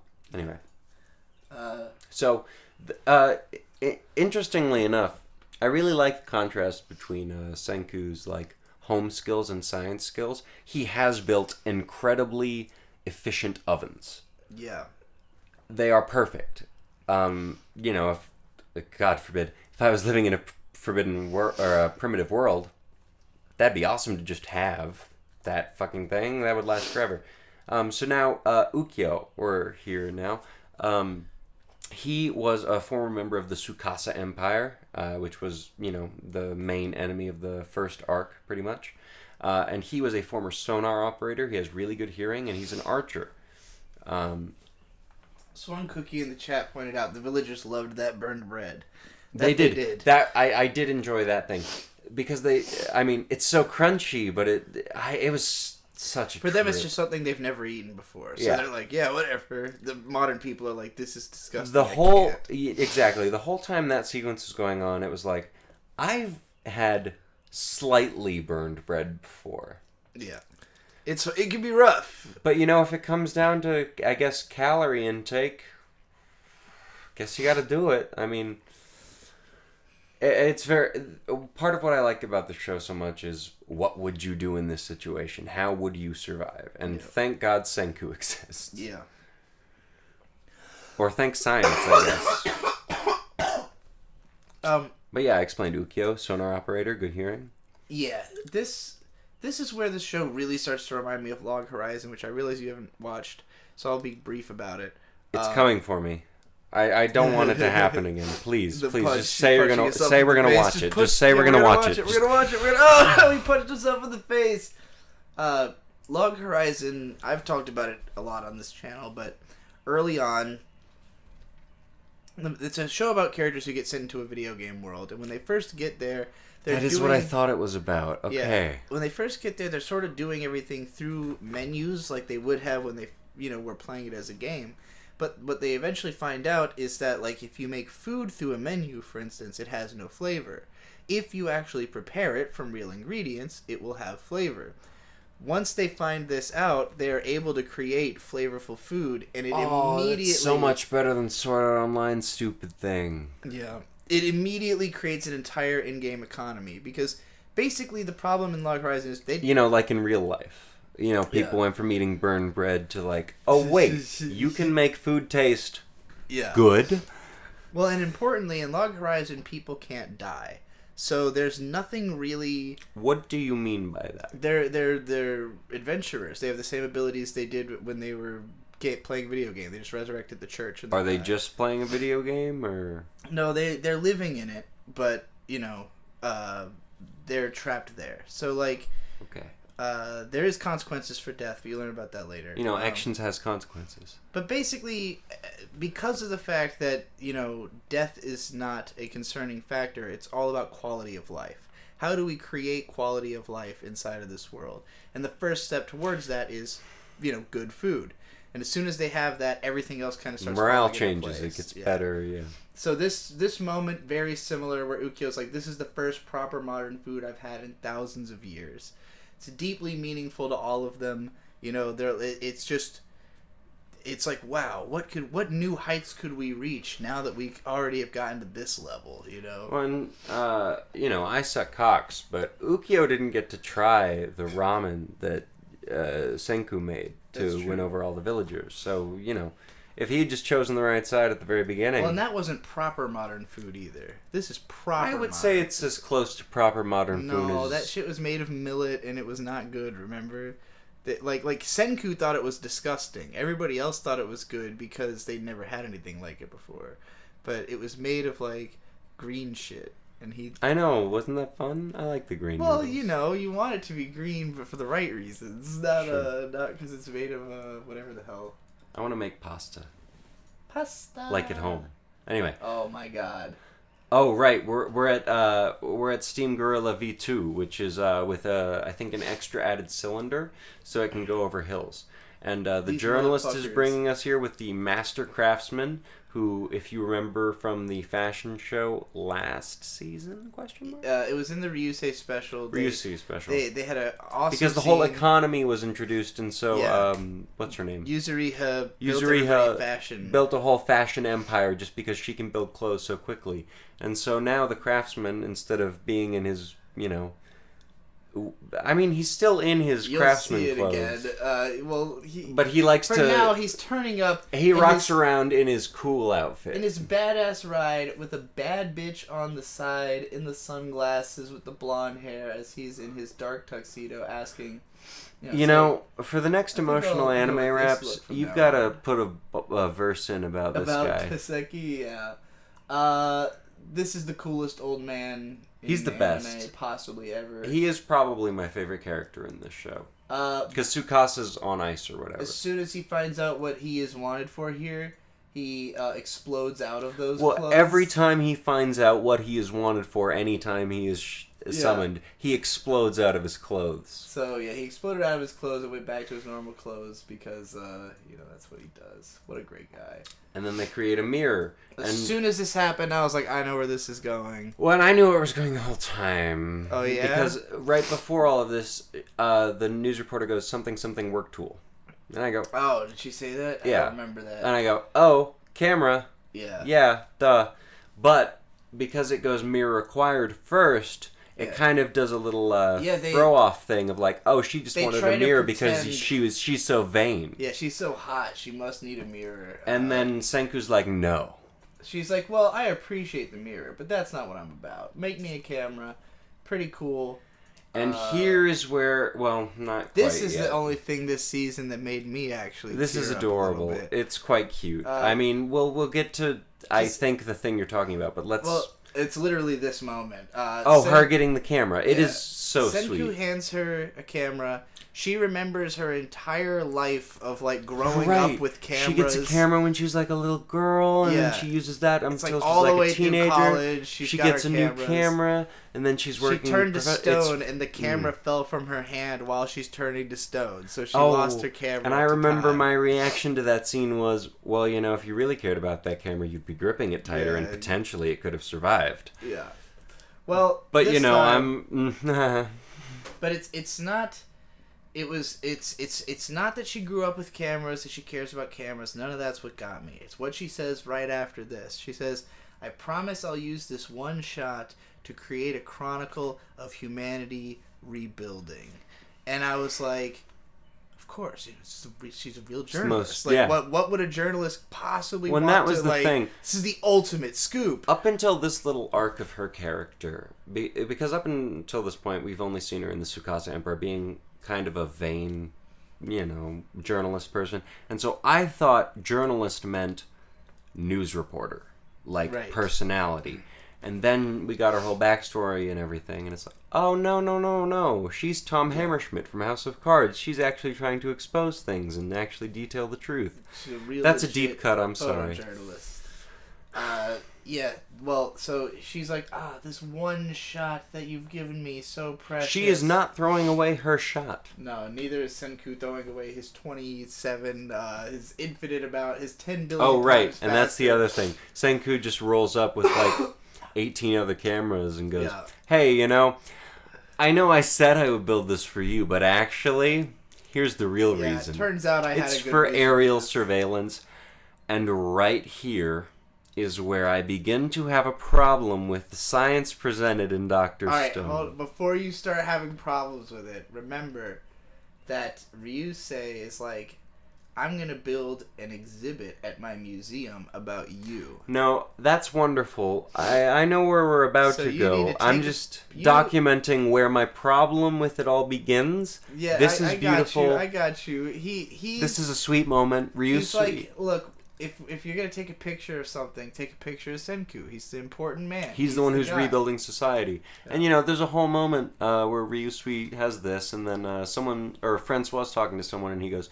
they go, you think Ryusui just wants all this greed, he has all this greed for himself? No, that would be too short-sighted. His greed is too expansive. Yeah. He wants the glory for all of the people around him so that he can bask in that as well. Yep. It's a sweet little speech. But anyway. He's a great, Washington type, George. Oh, you found... Okay, good. Where did you find this? The full one's not shown in the episode. Yeah, it is. Oh, well, then I missed it. No, this is great. Yeah, Senku does He's doing the Albert Einstein thing. At the journalist's suggestion. So then we get to episode 3, and now they're taking aerial photography. Really cool effect they did here. And welcome to my problem with this show. Look, they address the issue. They address it. They address it incredibly briefly and non-consequentially. Look, do we think that these cameras could take even a remotely reasonably usable for any purpose whatsoever photo from that blimp? Probably not. Not at all. Not even a little bit. Not even a little bit. They can call it blurry all they want. This is some... for reference, for anyone who's curious, the type of camera is a daguerreotype. He mentions that in the show. But all they really want... hang on, real quick. For those of us watching the VOD or the stream, those blue fingers... Yeah. That's the sign that he was preserved. Senku has the weird lines on his face, but they're black. Everyone else's are black. Why are his blue? Ocean? Ocean man. He is a fucking ocean man. Alright, well, they're after the oil. That's all they want is the oil. The aerial photos happens to be great for overwintering prep as well. So because they find out where boars are and stuff like that. So Francois puts together like a boar and truffle menu. But Suika makes friends with a boar, and the boar is not killed because not there yet. So Suika... Oh, she just found all the boars. Look at all the baby boars. Yeah. Oh, look at all the baby boars. Oh. They find some boars that they're gonna help them find the black... So I don't know why I'm so stupid that it wasn't until I was rewatching this episode that I realized the parallel of black gold and black gold that they were doing, because it's the oil is black gold and the truffles are black gold. Yeah, they're both things that are called black gold. How did I not put this together? Speaking of which, why don't we have a person of color in Dr. Stone yet? Well, they're all in Japan. Look. They just gotta leave. I mean, they're about to leave Japan. They're going to South America, so they're gonna start meeting some people of color, I assume. Yasuke existed. Okay, that was a long time ago. And after that, I assume more African American or African Japanese your people. concern has been addressed. Senku says there's no way you're seeing mushrooms in that blurry ass photo. I don't think that has anything to do with any race. What do you mean by that? Kohaku's like, that sure looks like the black jewel to me. That's oil. Up to the surface. Yeah. Well, you know. When she thinks it's truffles at first also. Yeah, that's what I'm saying. She's silly. She doesn't understand how. Oh, I didn't even know they took a baby pig out. Look at this baby pig. Well, this is the baby pig they've got out looking for truffles. Fun fact. This Francois says, a secret, or rather, an open secret with chefs is that like you can use a boar to track for truffles. Well, and you've been knowing that for a while. As soon as what? Everyone's known that, they like to eat them. Why would I know this? Yeah, well, you said like, oh yeah, they like to eat them, so that's why they don't use it. And then as soon as the boar finds the truffle, it's like, oh wow, look, and it's a literal internal dialogue that the boar is having. Oh wow, look, I found this. What a nice treat for me. And then it eats it. Yep. And then Suika's dog takes over. This is obviously the mortified faces of Francois and Suika after the boar has eaten the truffles. But Suika's dog takes over. And the boar, the boar's just a friendly character. We love the boar. Meanwhile, this other boar that they were going to cut up to make food out of... We're not there yet. Well, we are. They were about to cut it up and make food out of it, and then they realized that this is a boar that had been in contact with oil at some point. I see. Had therefore smelled oil. And so they let it free to find the oil, so it could wallow in the mud oil. And as they're running with it, Suika's already named it and befriended it, and, So they're like, are you going to eat this boar now that it found the oil? And Francois is like, it smells of oil. It is unfit for consumption. You get to keep this one as a pet. So now I got a boar friend. Boar friends. It's your boar friends and you. They've built a fucking boat. A speed boat just to test the oil because it's going to be used in the big boat. Oh, yeah. So I don't remember if this was clarified in the first episode at all. That the so-called love potion that Senku had given Taiju. Right. No, so hang on. So they find the oil, they harvest the oil, and they're in the process of harvesting the oil. It's a little bit of, this is probably like a 3-minute in screenshot or something like that. And basically, Senku's refining the oil into gasoline, and Taiju just walks up and goes, I smell that love potion you gave to me in the first episode. Yeah. And then it cuts away to Senku explaining that this is a love potion that if you, I guess, smell it, drink it. I don't know what Senku was trying to encourage Taiju to do there, but it could not have been healthy. He just wanted him to drink this thing and go tell that girl you like her. But so anyway, we learn that the thing was gasoline. Yeah, which is kind of brushed under the rug because it's... And if Taiju can smell it, it must be the correct type of gas. It's such a fucking weird show. I can't remember if that was ever... Because I feel like that might have actually been clarified already at some point. But if not, the only reason it's brought up here is so that Ryusei can say, hey, the last thing you created before you froze was gasoline, and now we're caught up to gasoline, which means that everything we do from this point forward is beyond what you had done before. To which I responded, you don't fucking know what Senku's done. Senku wasn't building he was literally society back from nothing before. Senku was planning to be an astronaut, and you think you've beat him with gasoline? I mean, not beat him, but you think you've caught up to his knowledge. They wanted us to feel like the story has come so far, but it has. It's come a long way. I have to pee really bad. We have one more episode to talk about, though. Should I skip a slide, or should I just...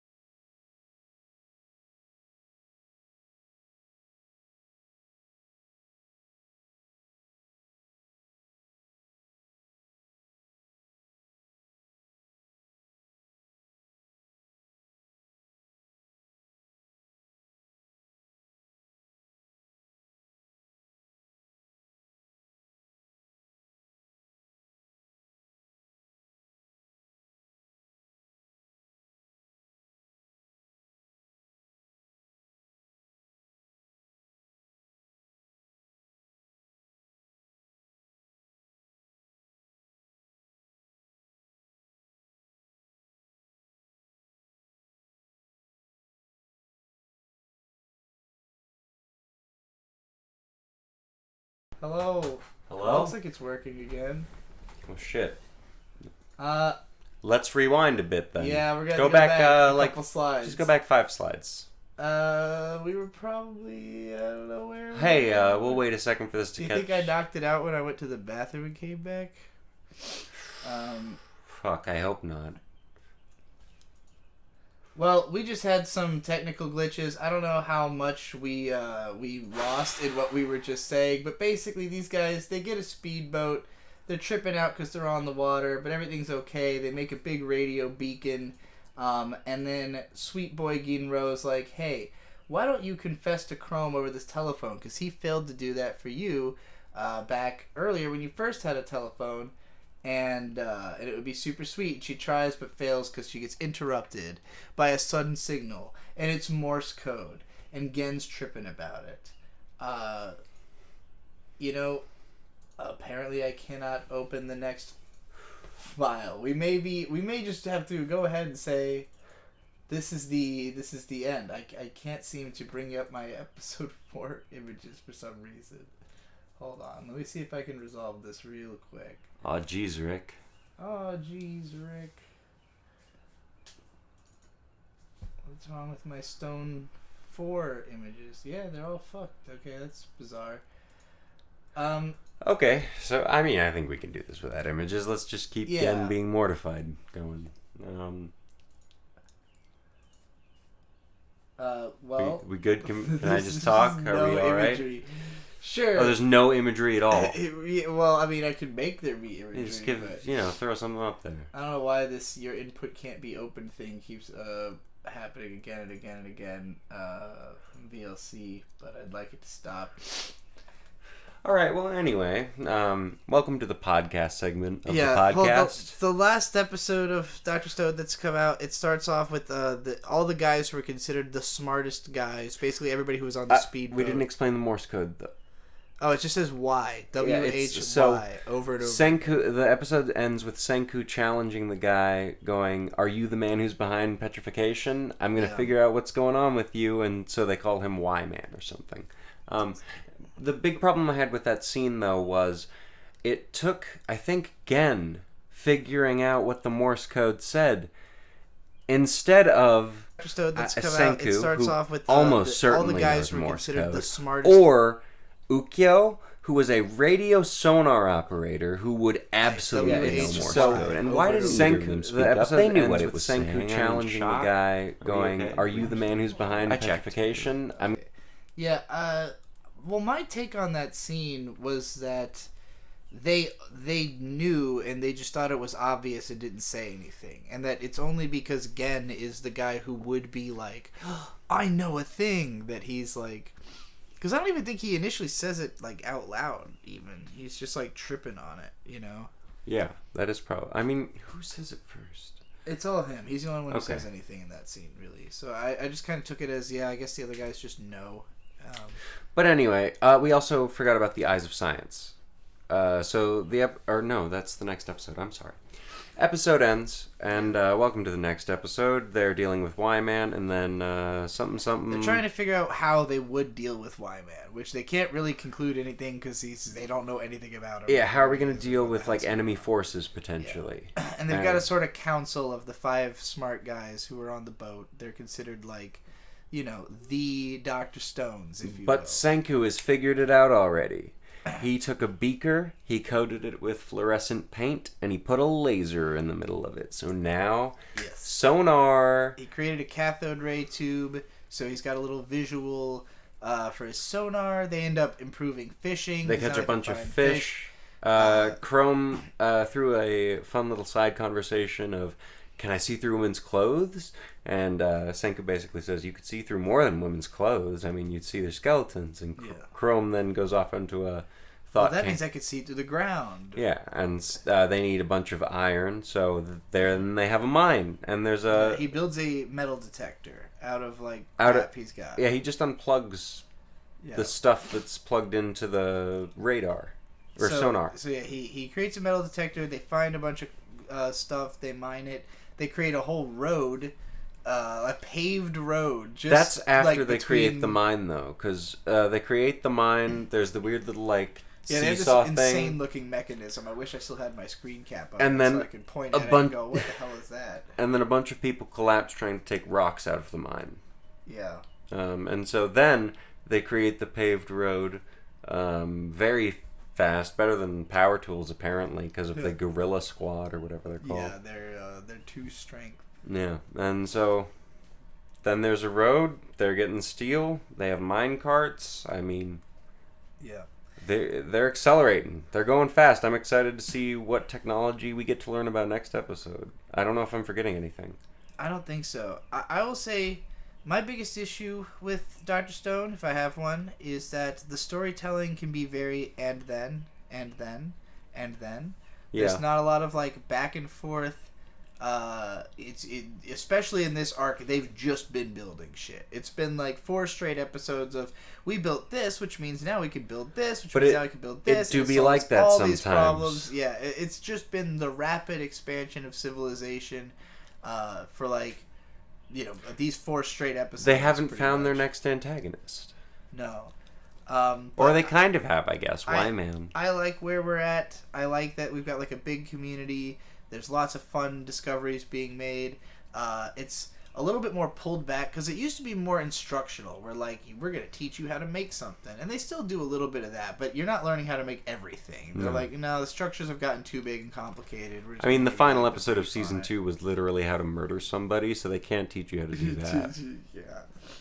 Yeah. So I would say the Ryusei OVA was my favorite part of Dr. Stone so far. 9 out of 10. I gave it like an 8. It would be a strong 8. It's as close to a 9 as Dr. Stone has gone for me, for sure. This season, I would say so far, 7. Strong 7, light 8. Yeah, it hasn't done anything exceptional, anything mind-blowing. It's just been fun to watch. I just like all the characters. Yeah. They do an astonishing job. Like, Reporter Girl is probably the most, like, interesting character. Like, she's not new, but to this arc, she's newish, you know, cause I mean, she's new to the team. Yeah, she's new to being like a character as opposed to like a background character, you know. As for where I could see the show going, like projected score, I think it could reach a low 9, high 8, or a 6. I would agree, depending on what direction it goes. I've heard that we are not even in the best. I've heard that as well, and I know. I ruined things for myself. I know we're not, and I just hope it continues to be adapted. I really like this comment, Greed Island arc. Is that like? It's Hunter x Hunter. I know, but why? What is just the relevance? Dr. Stone, Greed Island arc. Who cares? All right. We did it. We fucking talked about all 7 of these shows, and it took only 7 hours. Oh, honey. Did it only take 7 hours? It's 6 in the morning. It took 8 whole hours. Well, that's not include. That's including the hour of. You're right. I shouldn't talk about all of the work. Streams were down. Right. Damn you, internet. Yeah. So.